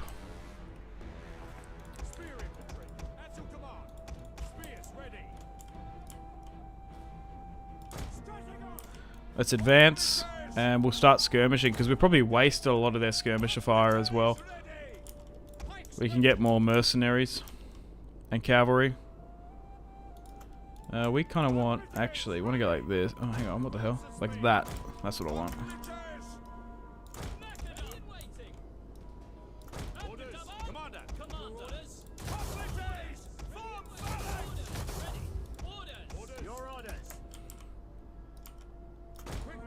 Alright, let's charge on up.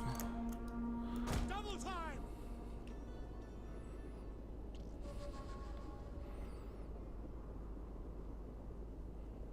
When you do your front line and shape backwards like this, then fold them. Oh, the Simpsy fold. Yeah, right. I use this method. You taught it to me. Oh, did I? I don't know. I probably took it from someone else. I don't know. Is that? I don't know. I never really thought. I guess. Are there tactics that I've done that you've copied? I guess. I just never really thought of it that way. The Simpsy fold. The front line and the spear. Maybe. I can't have been the first one to do that. No way. Orders, Commander. Yeah, this. It's like protecting the flank. Yeah, I know what you're saying now. I never really... What did I call it? Like the noob box, I think. I don't know. No, noob box is more like square, isn't it? That's more of a Rome 2 thing. Maybe the fold is... I don't know. I do tend to do it. I do think it's probably the one of the better ones. So we're just going to skirmish with Pergamon here, and then we'll march on in. They've got a slight high ground. They're a bit too no, what the hell? They're a bit too easy. Thought you should try and make them harder. Yeah, the quizzes. Yeah. Some people were saying that they're too easy because they're for kids. Some of them, because it's like I just get a bunch of them, and try and just like bet some of them. But sometimes I don't have time to like go through all of them, so that they go out. But yeah, the point I was saying is like they're not like trick questions. They're sometimes pretty easy and simple. They're not overly. It's just to sort of get your mind going, and it really helps out the channel as well if you engage with it. But yeah, I really can't stress this enough. I think I sincerely think that a society that's more historically literate is better than one that's not. Like seriously, like we need to learn about history. We need to learn about all this fucking carnage and wars and misery and suffering that our ancestors went through. Like, we need to know about it. Otherwise, it's fucking doomed to repeat itself again. Like, holy fuck. Or even countries that repress history. Like, holy shit. It's fucking wild. I'm not just saying about other countries, even my country to some extent. Every country's guilty of it to some extent, but like, wow. Some definitely more so than others, let's say. Anyway, we're going to continue to skirmish out Pergamon while we conquer more land for Macedon.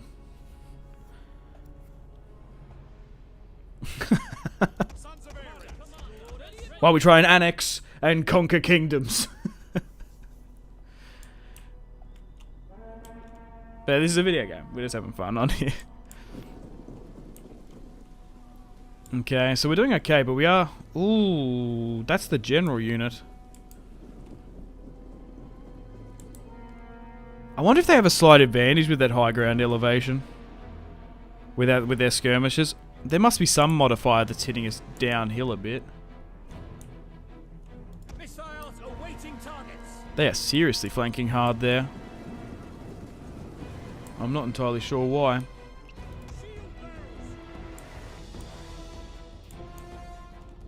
Maybe we should redirect, put skirmish mode on and try and hit that actually.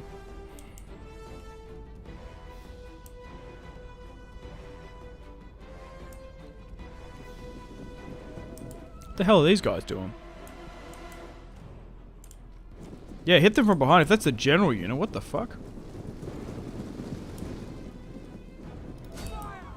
Okay. Yeah, we can hold, we can soak up some of this fire. We've got to be careful when moving our slingers to go out like something like this, but it will be worth doing so. Why are they flank? Are they just trying to draw our skirmish? What are they doing? Okay, looks like they're going to charge now. Still peppering them quite a bit. They're moving into range. On some wild expedition here.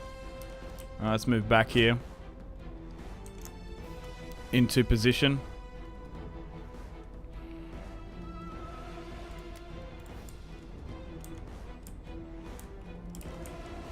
Missiles awaiting targets. Slingers. Amisa. Commander. Hello. Commander. Ready and waiting.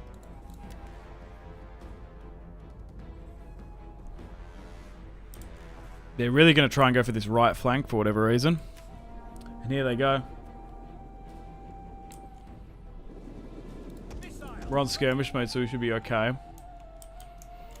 I think the best thing is for them to charge against me. They're calculated they're probably going to win if they can do that.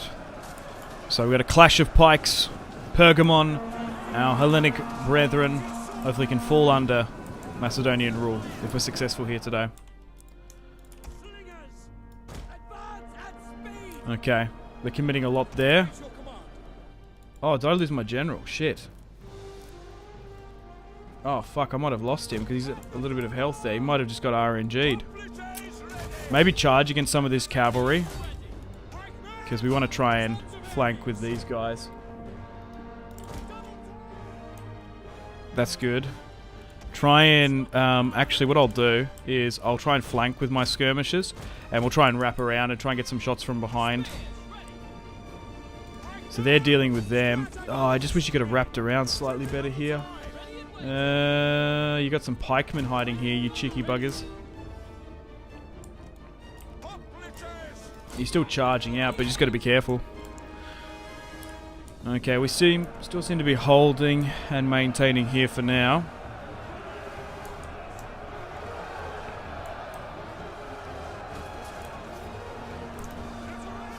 We're doing well. We seem to be trading. It's about 65% in our favour, so we seem to have the advantage.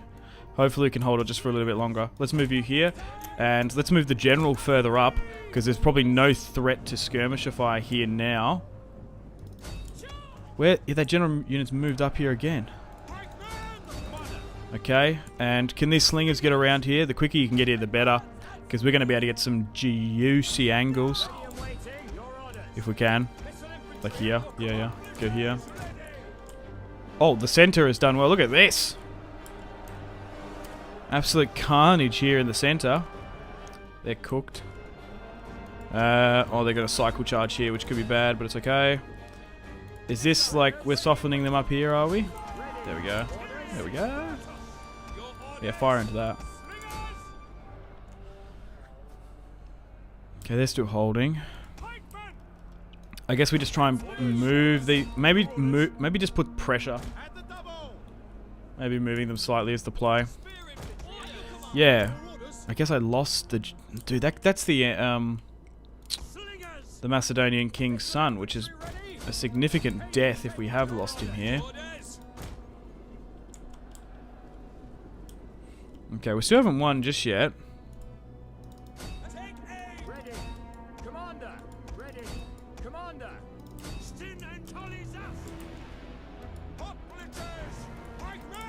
Okay, we won that there though. Oh, you're flanking a bit.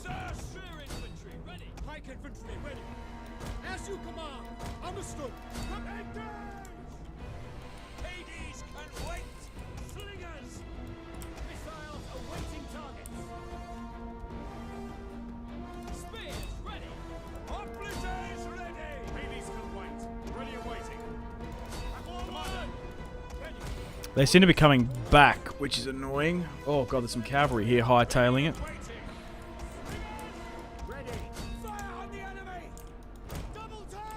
Okay, I just need to be a little bit careful here because they're actually really maintaining on this right-hand corner, which is not good for me. Okay. I'm still continuing to skirmish there. Oh, that could be better. Yeah, I'm like pivot here, please. And you're good here. Make sure there's no one sitting idly by here. We'll continue to move. Oh, they're actually out of skirmishes now. Oh, okay. Yeah, I don't know if I'm the biggest fan of them charging it. Maybe against cavalry. That's a bit different than actual pikes. You gotta give it to Pergamon. They are seriously making us grind for this result. Holy cow.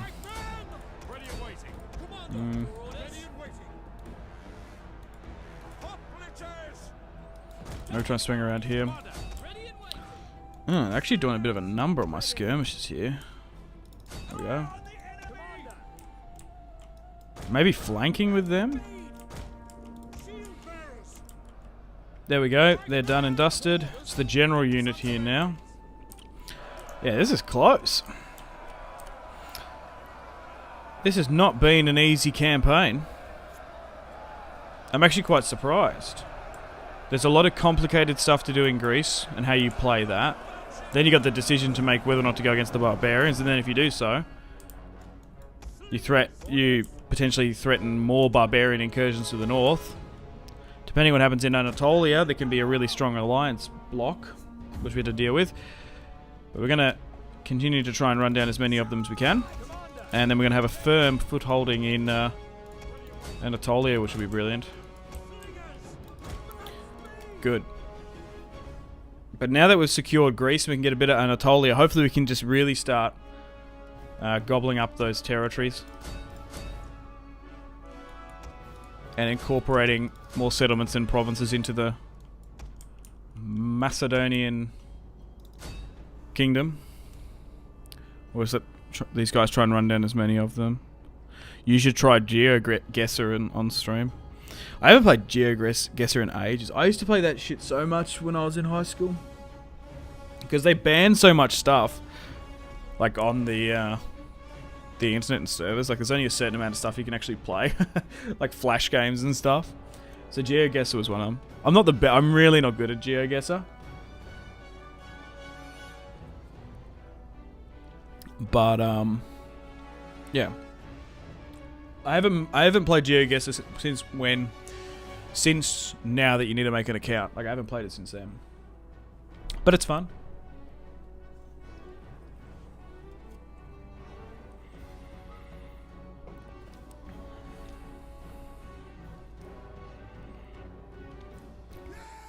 I'm a major history nerd. He. Was that it? Are you saying that yourself, or are you saying that's me? Nicholas. Well, the thing is as well, you don't need to have a history degree to really love history. Like you can be a public historian. Like I know there's plenty of people that sit down, research history podcasts, and write books, and they don't have any degree. Like you can be a public historian. You don't have to have a degree. I went to uni because I wanted to go to uni. I wanted the challenge of it to do it. And I loved history. So, that's why I did it. Even though, seriously, I probably didn't need it. Didn't need to do it. But I wanted to do it. Close victory. They win that there. I was already doing fine on YouTube. I was just like, why not do two at the same time? Why not?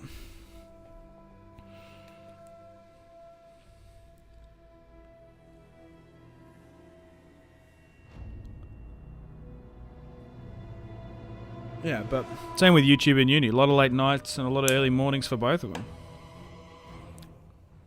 And it also sort of, when I did sort of the more history-focused campaigns and talking about history and going through my notes and stuff, you're kind of working as like you kind of, even if you're doing uni, you're writing essays and coursework, and you're writing 10,000 word essays and stuff. Like you can use that for your YouTube videos as well.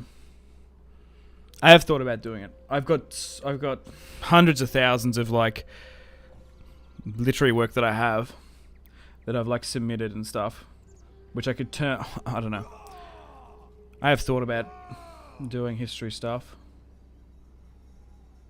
If there's anyone open to doing it, any like YouTube or animators and stuff, fuck, I don't know. Or maybe I just need to be the voice to it and get writers in. I have thought about doing a history podcast or making a history channel or something. I have definitely thought of it, but I don't know. It's really hard to juggle stuff. So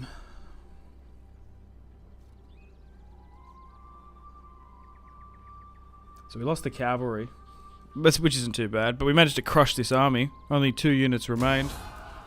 Like, it's tough, man. Like, juggle it. Oh, we did lose him as well. Fuck. We'll bring in Carpus.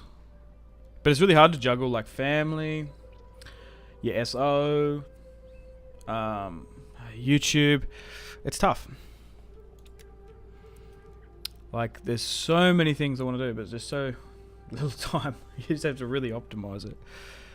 Yeah, I think we lost Demetrius, did we? Oh no! 32. Not a bad age. Demetrius II, son of Antigonus, taken out by Pergamon cowards. The future kingship line has gone to Carpus now. And the daughter is now the eldest. Okay. Well, I guess we give Carpus the command. Which is your favorite time period? I mentioned this before earlier in this stream, but I don't mind saying it again. Antiquity, like early antiquity. Ancient Rome and Greece. What mods am I using? I've been asked that quite a bit. I'm using the same mods from the Roman campaign. I really should post it somewhere, because I do have a couple more as well. I might have to do it after this stream. I might pin it on the top comment of this video, but it's in the Discord, some of the mods I'm using. Fritz, been loving these Rome streams. Thanks, mate. Oh, thank you for stopping by. I appreciate it. No, this is modded Rome too.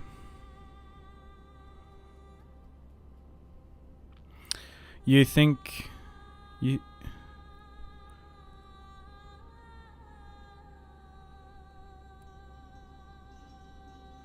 You should think Metatron would be a great asset if you want to keep up history content.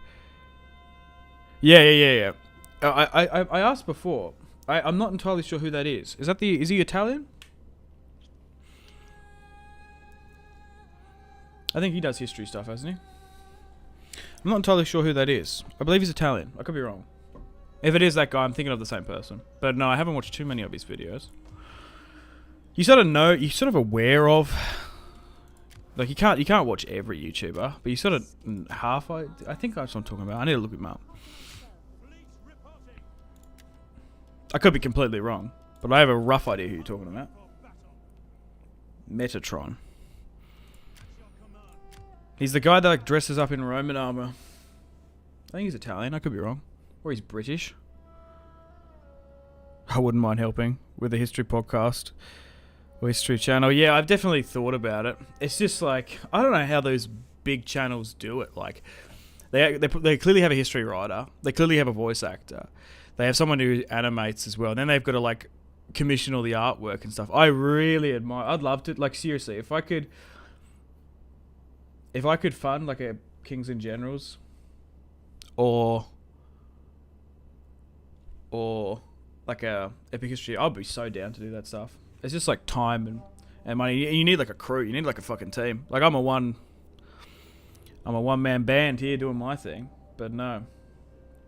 I could definitely do the voice acting for a bloody channel. Dude, if any history channel wants to fucking get me on a video talking about history, I'll do it for free. I don't give a shit. Welcome to the Gallic Wars. Caesar on the precipice. Like I could do something like that. I could put on a silly voice. But I don't know if you want like half-tired Australian who says stuff wrong half the time and can't pronounce stuff. I don't know if you want that. It's also kind of weird that like my accent as well is only like a couple 100 years old. Yeah, mate.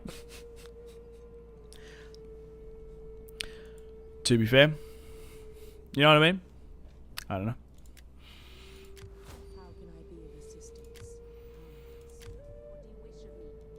There's a lot of you here, so some of you seem to like my accent.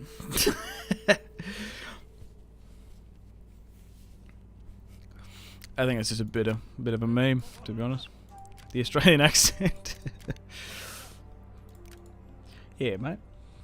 I think I go really Australian when I get angry. I go, oh, for fuck's sake. Fuck. Alright, let's try and give chase if we can.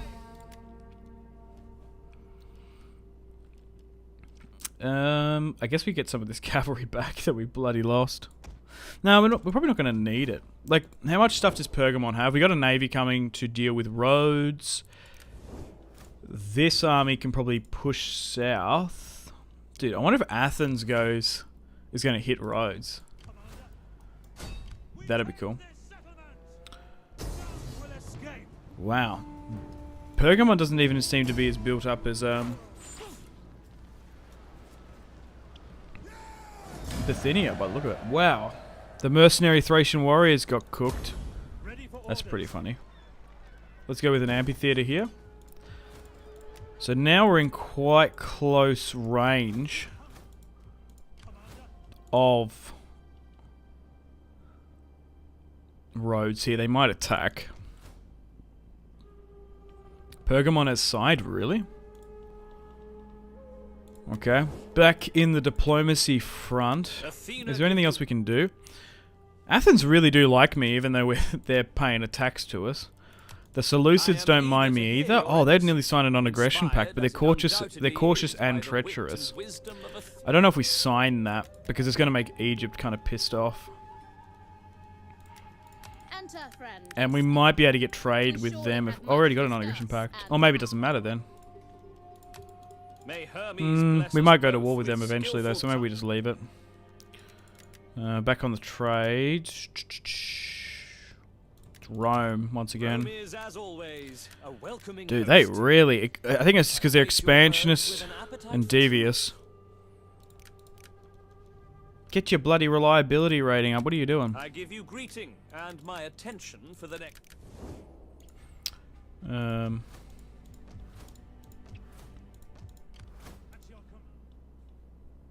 Okay, let's end the turn and continue. We're actually making a fair amount of money per turn.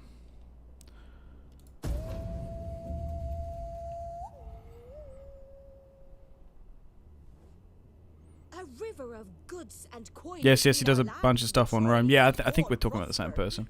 Galatia wants trade. No, thank you.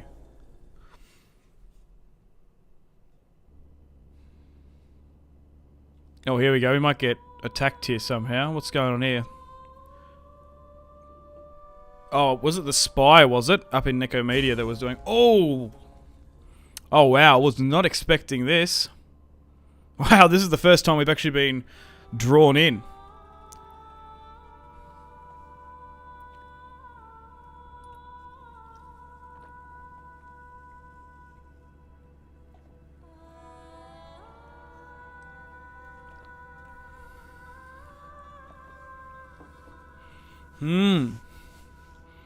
Oh, wow. So it looks like after all, we're going to be going to war with Rhodes and Crete. They've attacked the Spartans.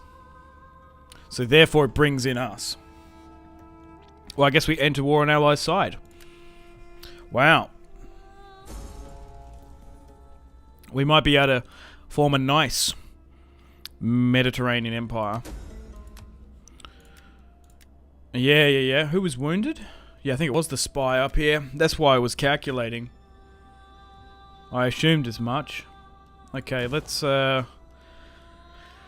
a pit mine here, I believe. My skills are yours. Oh, thank God we're building that fleet. We're definitely going to need it. Okay, make sure these dignitaries are activated. Let's continue to invest in our ballista. We're going to need marines. 1, 2, 3, 4, 5. And we basically... No, probably not put all of our money, but we'll put a lot of it into this. Okay, armies-wise, we've got a full stack protecting Pella. Oh, it looks like roads are coming potentially at us. We might need to stay here in Pergamon itself. We've still got that mercenary cavalry here. I would like to phase it out if I can. Disbanding 1 unit of cavalry isn't going to be too much of a problem. We'll be able to get some more soon. And this army here. So do we go for the army or do we... No, the garrison should be big enough to defend. Oh, we definitely want a fountain though. If we can afford it. Alright, let's try and take some more territory in Asia here. Thankfully, I think that we've crossed at a perfect opportunity, because we've had more fights in Greece and Thrace than we have here in Pergamon. Yeah, we've had a couple, but nowhere near as much. I think Galatia and the Seleucids have really softened up the Pontic... Oh, let's say what was the Pontic, Bithynia, and Pergamon coalition. Let's occupy, though. And once again, these are not too bad buildings either. Maybe go with the grain pit. Commander. But, not going to lie, this war has come at a cost. We lost Demetrius II, our future king. But so far, we've got Thrace, we've got Macedonia, Greece is stabilized, and our borders here. And we're carving out a nice little bit of Macedonian Anatolia. How good is that?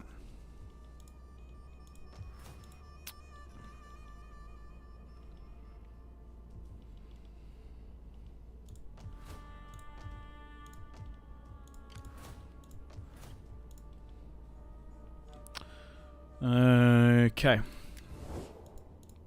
Then I guess we've got to deal with Galatia, which is interesting. Egypt, would you like trade? No, thank you. Alright, let's end the turn and continue then, eh?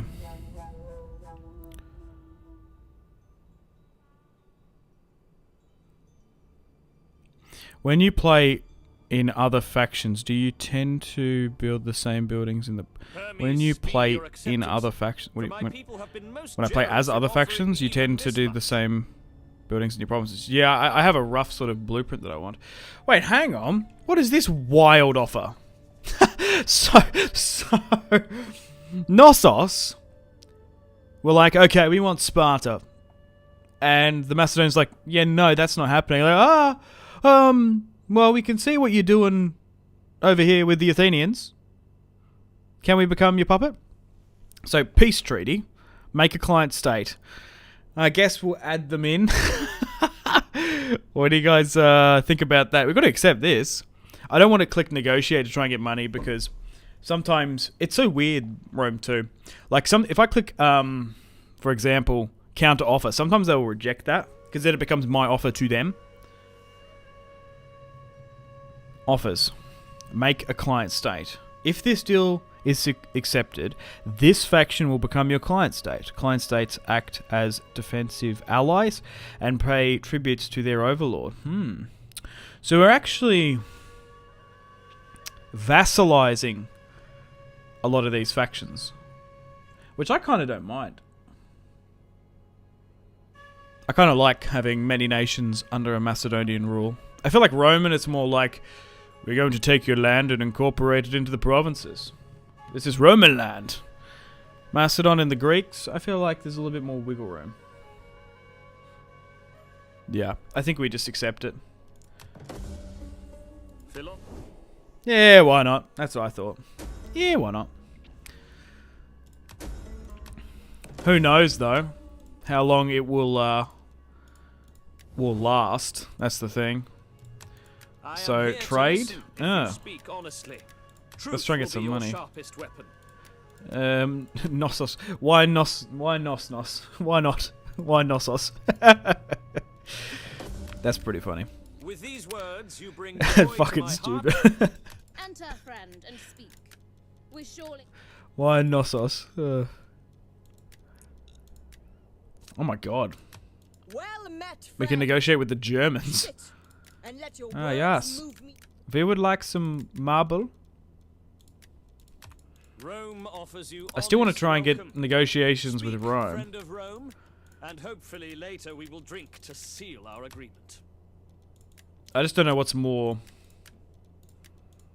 doable with them.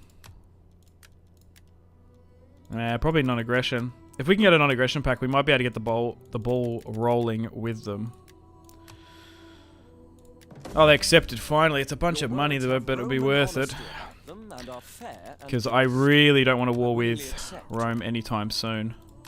In Rome's name, be welcome and We could offer them, like, military access is a bit weird, but just getting better relations. Be welcome. Maybe trade with Pergamon. Syracuse. Truth in our deliberations. You would not sell. That's alright. Okay, so we're still at war with Rhodes, though, who seem to have moved into Pergamon waters and are raiding.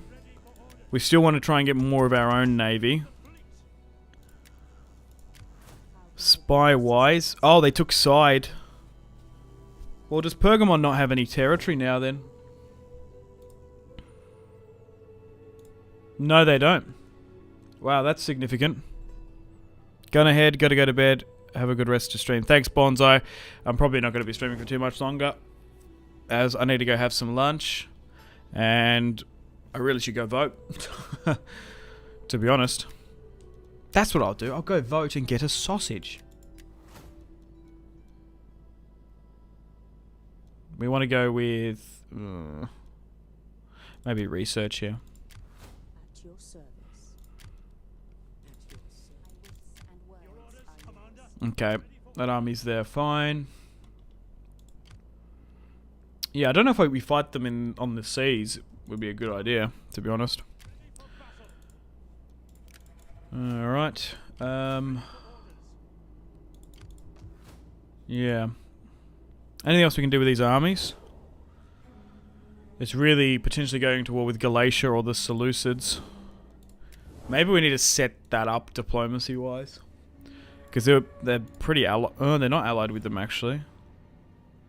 I thought they were. No. Okay. So it looks like a war with Galatia is probably inevitable. Your people's reputation.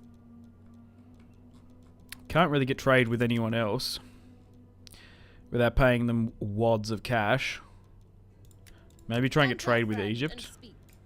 With a slight financial contribution. No, they're not interested. Alright. I think we get ready to end the turn and continue.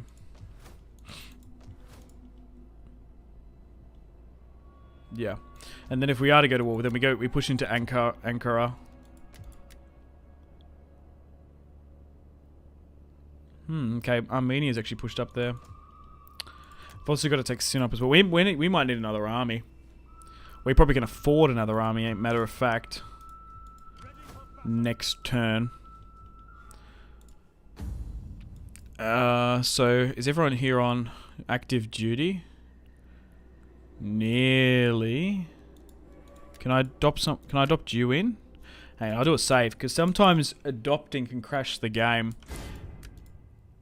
So, I believe she is the wife of Demetrius that's been put there. Yeah, so she can be remarried off again.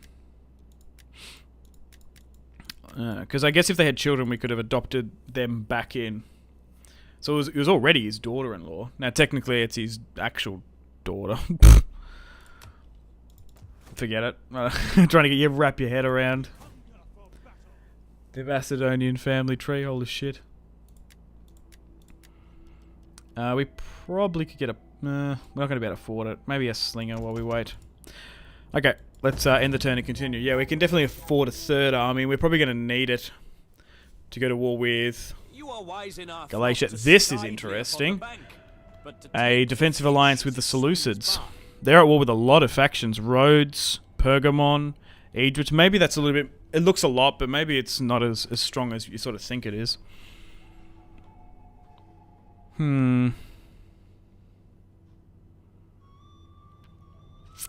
Like a confederation would be good. Do we ally with the descendants of Seleucus? Obviously Alexander's famed general. They're actually offering us money to do so. We could use this to our advantage. Same for me. Had a great time today. Alright, latest chance. Thanks for the super chats. I really, really do appreciate it. And take care. And good luck and have fun for the rest of your day if you're going. Goodbye. I think we accept this, actually. I think we do it. Because then I can actually sort of see what they've got. Like, if they're gifting me vassalizations and alliances, like, why not?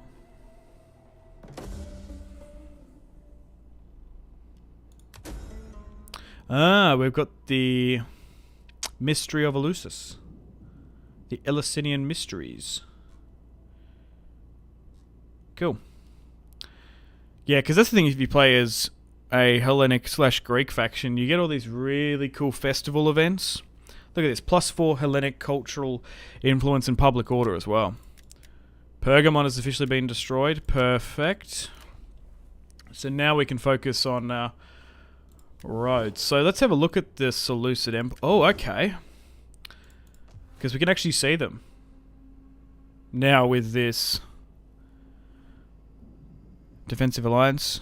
You got it, bud. Cheers, Chance. You got it too. Laters, man. Edessa. Okay. Well, they have Petra? Why do they have Petra? Oh, dude. The, is it Nabatea are quite strong? Egypt's a little bit fractured as well. Egypt hate us now. Which I don't care. Welcome. We could actually sign a military alliance pact with them, which actually might be more beneficial. Yeah, we'll get that signed and sealed. Because I'd like to upgrade the one with... Welcome. I throw open the doors to you. Wait, they're at war with Knossos still. Really?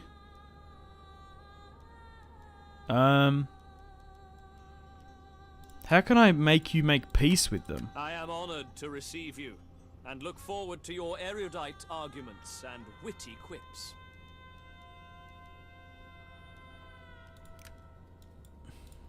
That's what. Hang on. Oh, this could be a problem. So, Sparta, our defensive allies, we can't make a military alliance with them because they're at war with Knossos, but I can't seem to make them make a peace treaty. Or I can't make my vassal make a peace treaty with them. What the fuck? And look forward to your erudite arguments and witty quips. Oh, that's annoying as shit. Okay. Rome. Welcome. And let us be honored by your okay, they still quite like us. Getting this trade with them. Oh god, it's going to cost us a lot. But that might be worth... no, we're not going to make that money back. I just want to improve relations with them to a point where I don't feel like they're ever going to betray... Or they're not going to betray me anytime soon. No, that's not happening. Now that we've got these trade rights and let your words move me to anger or agreement, non-aggression pacts, as you wish of them. We're not going to have the best relations with factions around. I guess we go trade. If we could get trade with the Germans here, that we might actually be able to open up trade nodes all the way over here. So even though this is quite expensive, 4,000, we might be able to trade through the Mediterranean here. Or no, they've got a port here, so it goes through this way. Yeah. It was worth the try.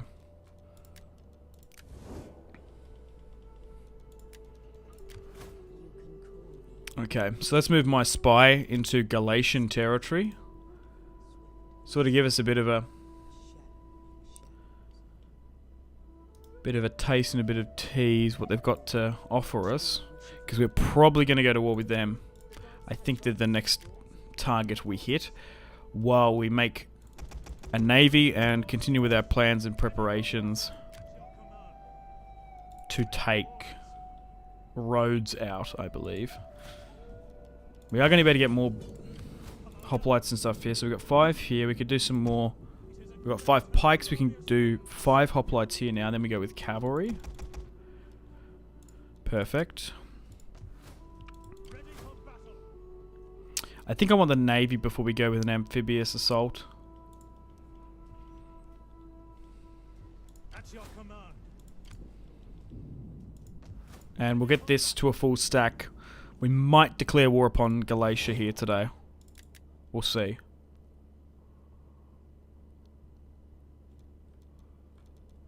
Okay. It's been a while since I've done a save, I think. So let's do that. And let's end the turn and continue once more.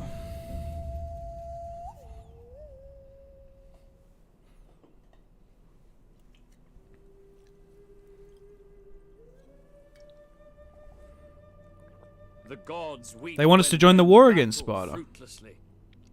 Can you help us in this That's annoying as shit. No. Please the gods through victory.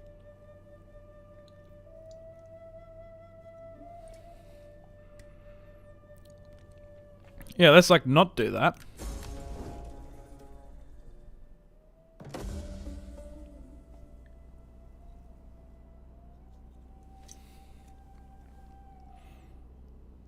Maintain 60 units in total. Holy crap. 12,000. We've also got an inspired populace about, which is cool. Okay. Oh, we can get you married off. So that means we can get you with an army. Oh, we do have 17,000 in the bank. Cool, so we can get some more military units in. Get another stack flowing. So let's get one here in Nicomedia. Let's instantly bring you in, I think. Evan-Eos. Evanos. That's a cool name. My name is Evan. Boss. We can't... Oh, that's cringe. I thought this was the same area. Ugh. That's annoying. I wanted to recruit instantly there. That's no matter. Going fucking loopy. Coming up on 6 hours. I'm going to have to wrap it up soon. But I still do want to play the global and the world, if you guys still want to do that. I might make it... I started it the last couple of streams. It's a bit of a tradition. A member of your family has run up considerable debt. Oh, great. His actions have brought disgrace upon him and the whole family. Oh, God. We don't want to disown him. We will just pay the debt. Which will cost us money, but... You gotta protect your own. You gotta protect your fam. Let's continue to get... Oh, no, we probably can move the navy here now, actually. I think that's enough ballista.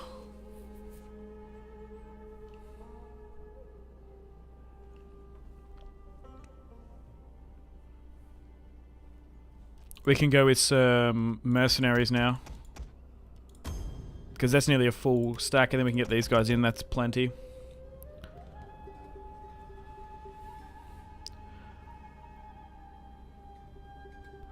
Hi, I downloaded 1100 AD mod for Rome 2. I want to play as Jerusalem, but it's hard as fuck. Any advice? I haven't played the 1100 AD mod, so I can't give you any advice on that mod. I'm afraid. And I don't know the starting situation of Jerusalem. Is it the Kingdom of Heaven? Like, is it like, the Kingdom of Jerusalem? I imagine it would be.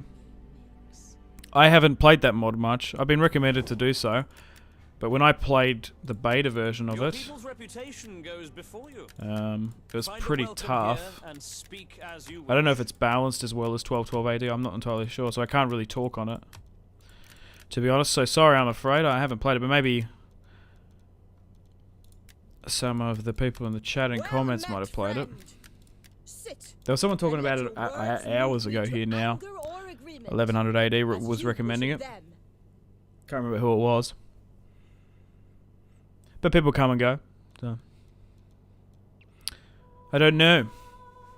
What's the problem? Is it just like multiple enemies, or the economy? Is it units? Is it you're just getting wrecked by like the other factions in their units? Could be multiple things. It's Total War. It's so hard to like communicate what you're doing wrong without knowing all the variables.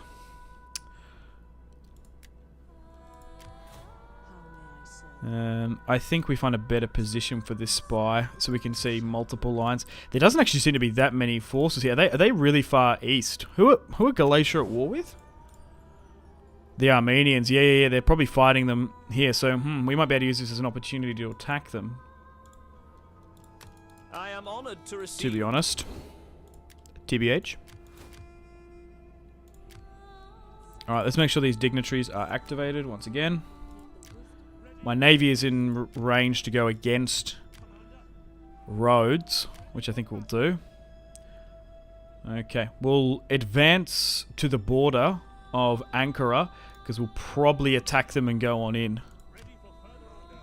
And we'll move you into Asia so we can get more troops in, because we can't recruit troops here because I stuffed up. Anyway, we probably can invest this money around. So let's upgrade the trench mine.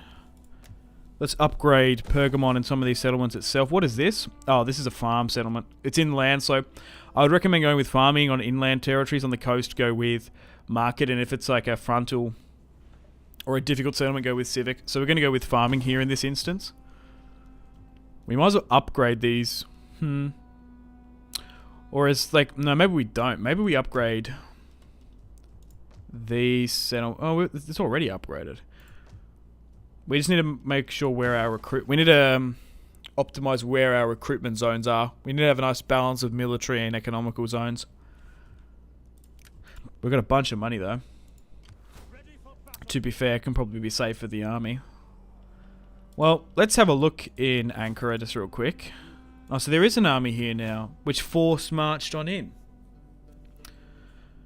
Okay, let's sabotage it. Well, it's not really going to matter because it's already on a force march. And it's stuck in there, so it's not going anywhere.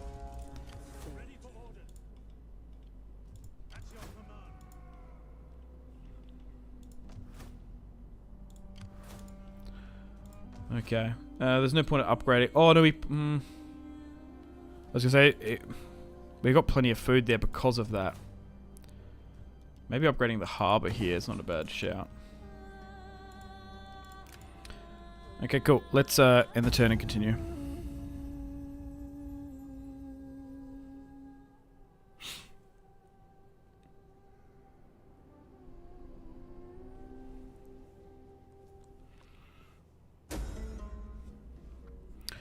Oh, finally! They sorted it amongst themselves. Sparta and Knossos. These two factions have set aside their differences and have stopped fighting. Brilliant. And Macedon has expanded as well. Good, we can get this aqueduct in here that I wanted to. Or the subterranean aqueduct to be precise. Okay, so we'll move the Macedonian navy further down.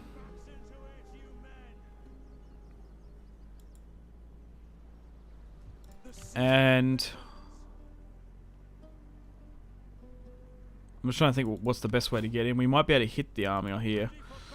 I think we just maybe force march here eventually. I want to maybe try and navally fight it.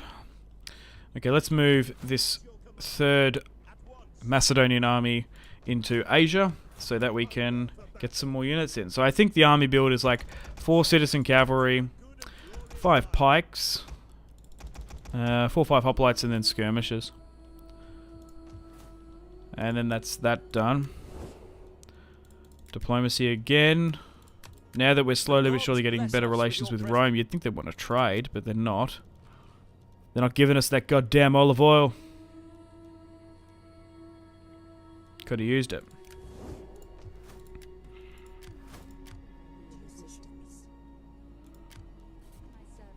Make sure you're activated.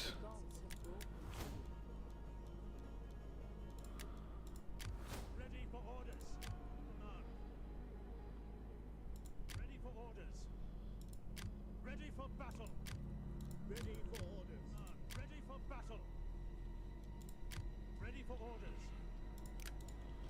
Okay. We might start sieging them out, actually. I think we do that. We'll do a save, and then we'll declare war upon Galatia.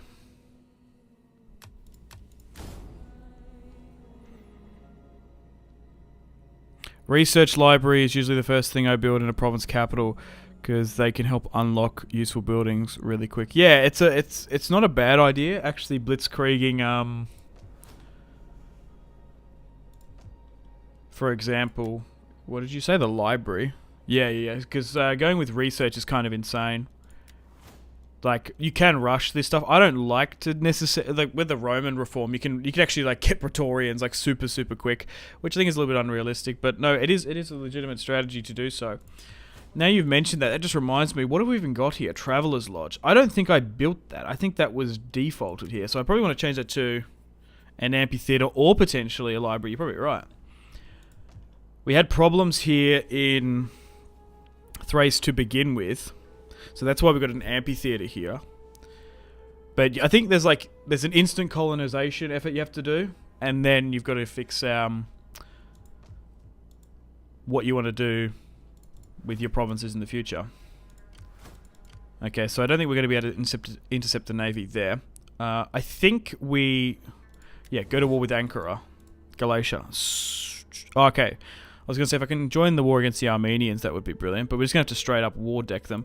We don't have any treaties with them, so we don't have to tear that up. So we'll march on in. We'll call the Seleucids, which are going to help. And war between Macedon and the Galatians is going to kick off. We're not favoured to win this one.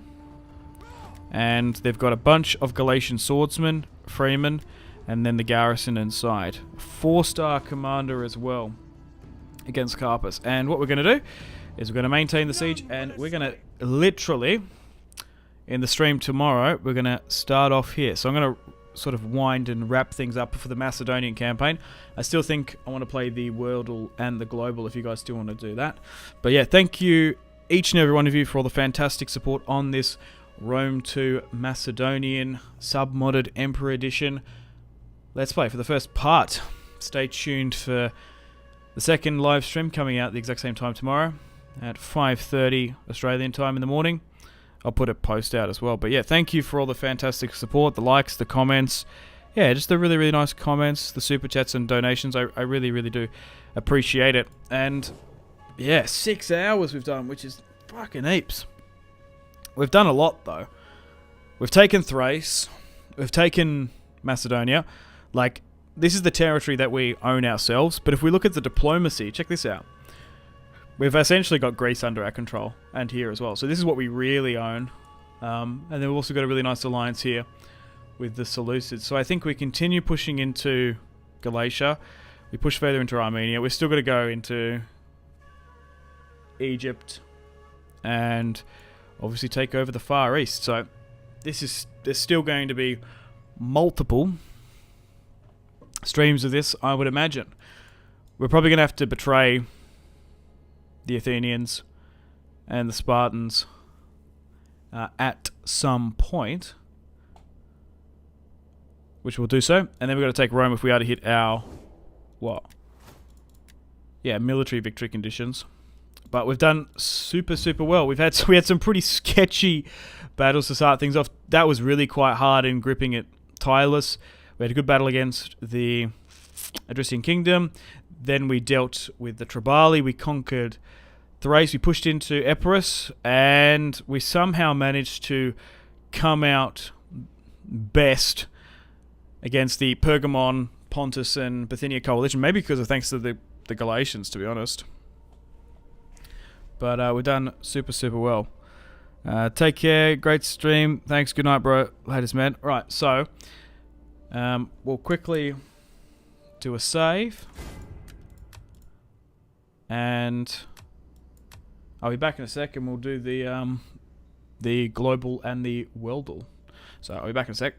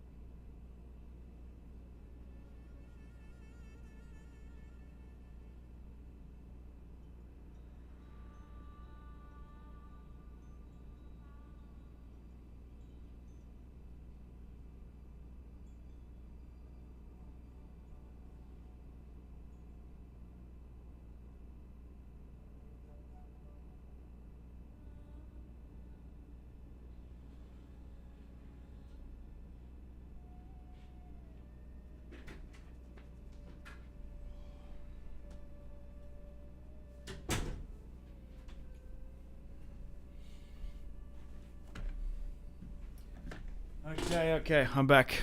Am I dead? No, I said to go to the loo. Okay. I'm back. Alright, so we've all saved up properly and we'll continue exactly where we left off tomorrow. But yeah, we'll do the Global in the World if you guys want. So I'll get off this. The screen will go black momentarily. But I'll try and get it up. So we want this, and we want the global game, and feel free to try and help out and try and get us to do it, if you guys want. So that's good. We'll leave that there. So hang on.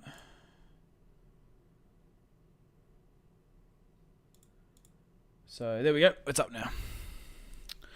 Okay, so if you guys haven't played this before, we need to basically guess the country, and you get hints in doing so. So let me know your suggestions. Obviously, don't spoil it if you've played this before, but it's become a bit of a tradition at the end of the stream to do the global and the worldal. Alright, so I think we go Russia. Let's start things off. Oh, okay, that's not a good guess. So we want to try and get in as less guesses as well. So that's so it's a country that's 6,000 kilometers away from Russia. And it's like a hot and cold thing as well. And once we find the country. So let me know other suggestions, because we try and guess the country. It crashes when I zoom in a lot. I don't know why. So let me know countries. Chuck them out, guess, and we'll try and get it. Okay, so how far is 6,000 kilometers? It's France. India, maybe? This is going to be a tough one.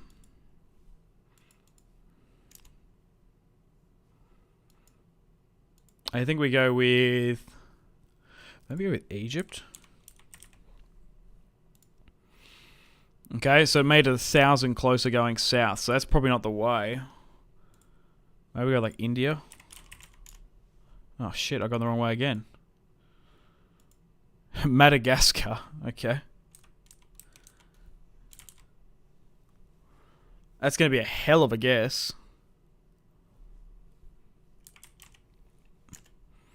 Nope, not it.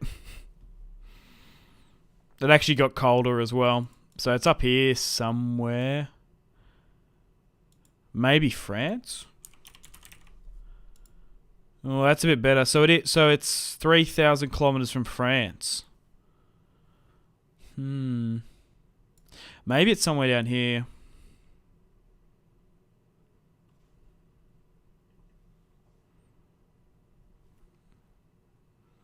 Maybe... what could it be?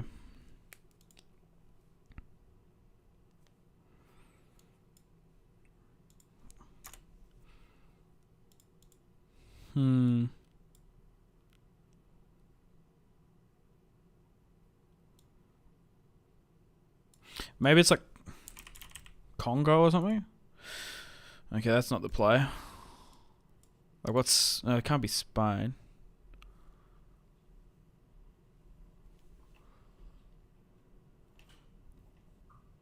Sierra Leone.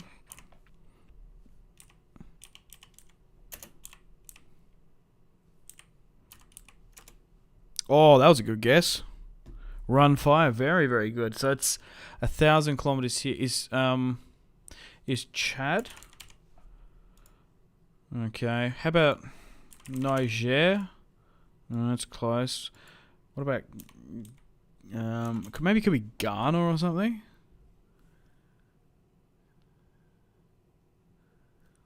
Oh, it might be Ivory Coast. Okay, so it's within here. It's like in Africa here somewhere. Is Mauritania a country? I don't reckon it's Brazil. We can try that though. No, I think it's in Africa here. It's closer here. It could be one of these little islands though. That's going to be annoying. If it is that.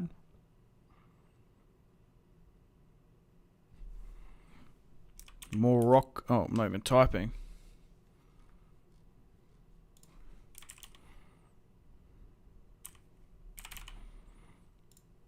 Okay. So it's 1,000 kilometers from Morocco. That's a bit better.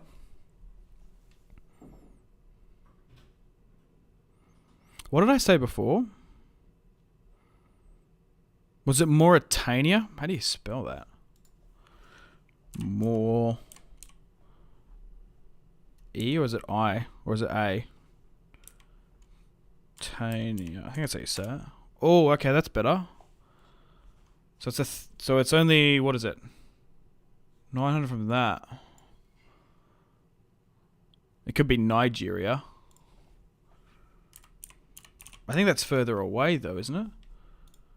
Yeah, it's somewhere here.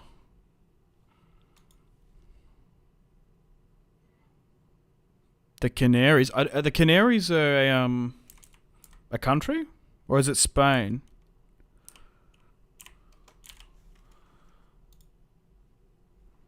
Is that how you spell it?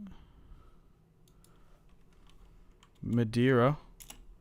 They're only countries. Did that work? No, that's not one.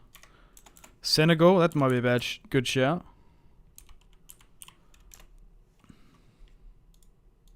Am I spelling that wrong?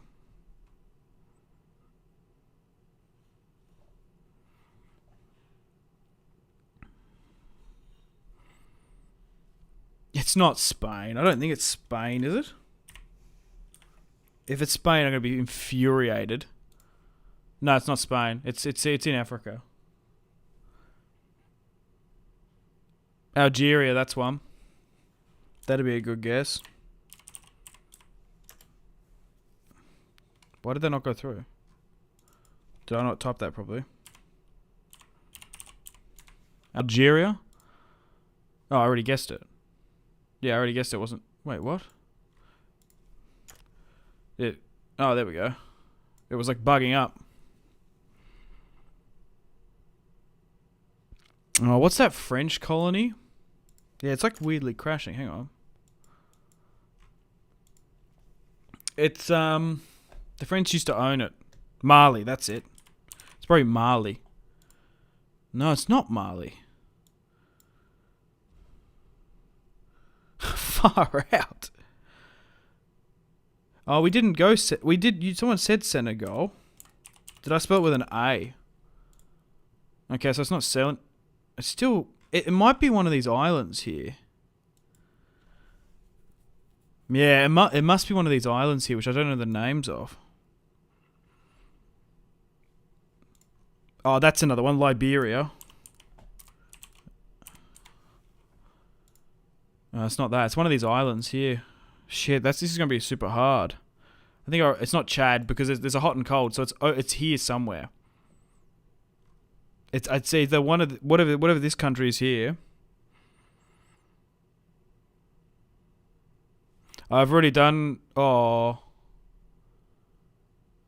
I swear I did the. No, I have done the Ivory Coast. I have done Cote d'Ivoire. And it can't. It's either or Cote d'Ivoire or Ivory Coast. What's here? We did Sierra Leone. What's like here?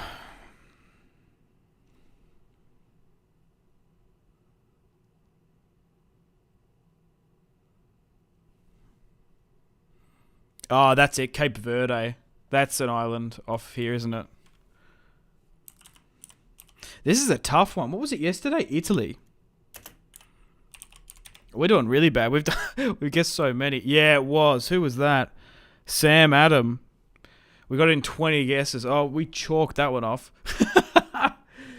That was a fun one. 20 guesses, yeah. Because that's annoying, because it's like, you try and guess like all of these African countries, and then it's like one of these islands off here. We did it in 5 last time, and then 20 this time. That's not too bad. Yeah, Cape Verde, good stuff.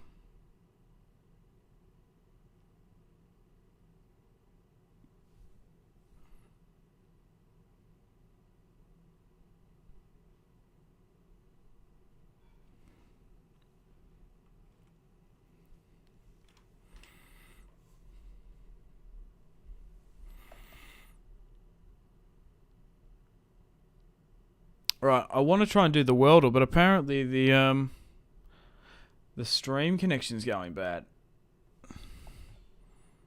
Hopefully it stabilizes. If not, we have to probably end it here. Now this... Yeah, no, I'm probably going to have to end it, I'm afraid. Yeah, poor connection. It's because it's becoming midday and the connections are getting pretty bad here in Australia. We're not going to be able to do the Wordle, I'm afraid. I'm going to have to end it here. But anyway, thank you very much for watching. We might be able to do it tomorrow in time, actually. But anyway, thank you very much for watching the stream. That was fun. We did manage to get the global done, but we're not going to be able to get the Wordle because the internet's gone to shit here. But anyway, thank you very much for watching. Thank you once again for all the comments. Oh no, here we go. We're doing it. It's better here now.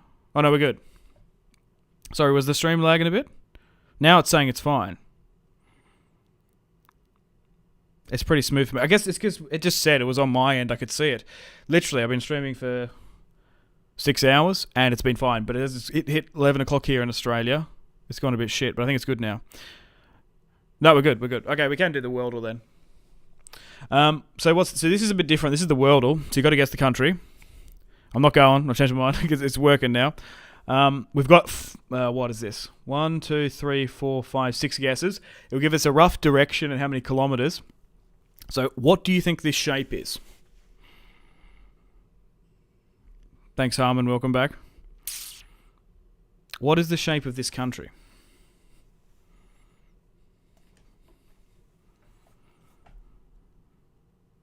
I'm thinking somewhere in Africa. What were some of the countries that we did before then?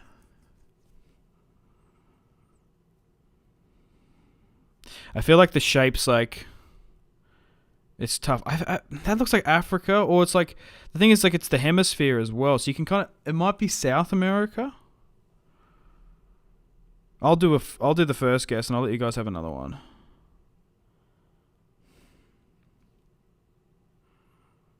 Is it like...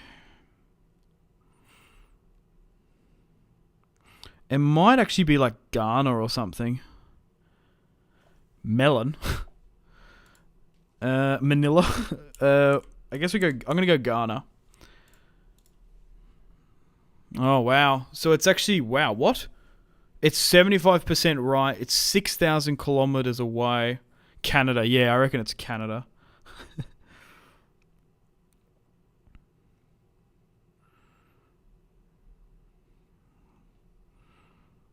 Is it?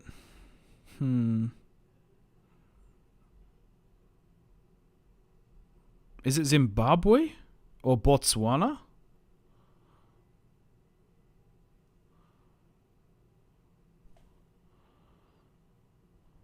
Ethiopia. It's not Ethiopia. How about we go with Botswana? Okay, so it's close. It's only 1,000 kilometers within Botswana.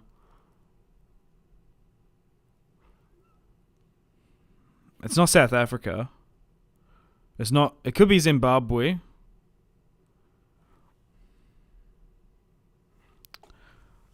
This is tough because we only got 4 guesses on this one. What do you guys reckon?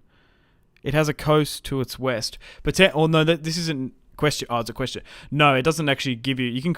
These look like they're probably drawn. Like that's probably drawn. That might be a natural feature.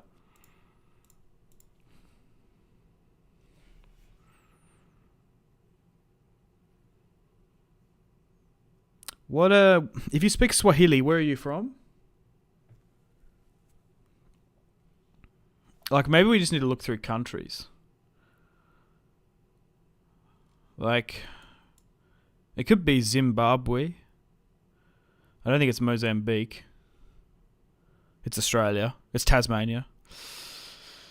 I guess. What do we go? Botswana. Let's go Zimbabwe. Oh, okay. So it's that neck of the woods. So it's like a former South African or Boer state, maybe. It's Swaziland or Lesotho. What? Okay. Let's try Swaziland. Is that on here? SW Swaziland. Is that where people from they speak Swahilian? I don't know.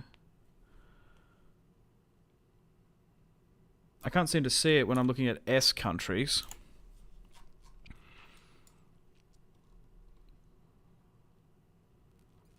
Sweden. Suriname. It's not Sri Lanka.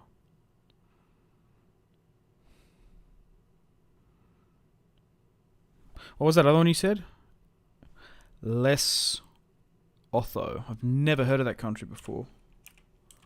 Is it there? Oh yeah, it's here. Swaziland wasn't there. Lesotho. Lesotho. Oh my god, that was close. That's better. That's 2% better.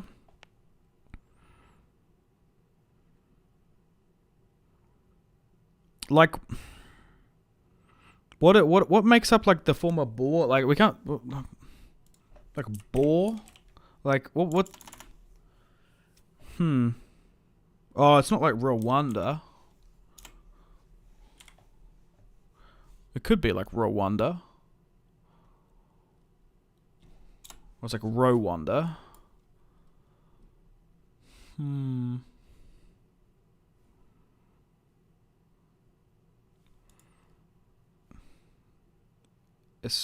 Why did I say that?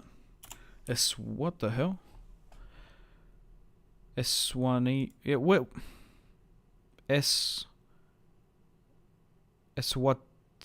What? I can't even say that properly. Let's try that. Oh, you got it right. Return of the Nord. Took us 5 guesses. That was another tough one. What was it yesterday? It was something like Panama, wasn't it? Or something. I can't remember. 1, 2, 3, 4, 5. Yeah, 5 guesses. That was good guessing. That was a tough one. I got it. Yeah, I don't want to Google it up, but I reckon it's it's like former South Africa, right? Actually, hang on. We can look on the map. Yeah, there we go. Yeah. So it is sort of down here. There's like what did I have? Botswana, Zimbabwe. Oh, Ghana's way up. I've never heard of these. Yeah, I guess they're like former, like South African or like Boer. That's cool. Cool. All right, we're definitely gonna end it there though. Good job. Pat yourself on the back, Nord. But anyway, thanks for the support on this stream. I've had an absolute blast. We've done a massive stream here today. And now I've got to get off and go vote. But anyway, thanks guys. Thanks for all the support once again. The likes, the comments, the feedback, and the kind comments. All the donations and super chats as well. So thank you. I really do appreciate it. And I'll see you guys here the exact same time tomorrow to do part 2. Where we can probably get stuck into the campaign. A little bit more. Yeah, it's formerly Swaziland. Yeah, okay, right. Yeah, you're right. Yeah, we should be able to conquer more of Anatolia. Now that we've done the hard, we put in the hard yards here today. We've done the heavy lifting. We built up a really strong Macedonian economy that we can continue to conquer it. So anyway, thanks guys. Make sure to take care of yourselves. Have a fantastic rest of your day. Take it easy. Goodbye. I'm going now. Bye bye. Take care, fellas.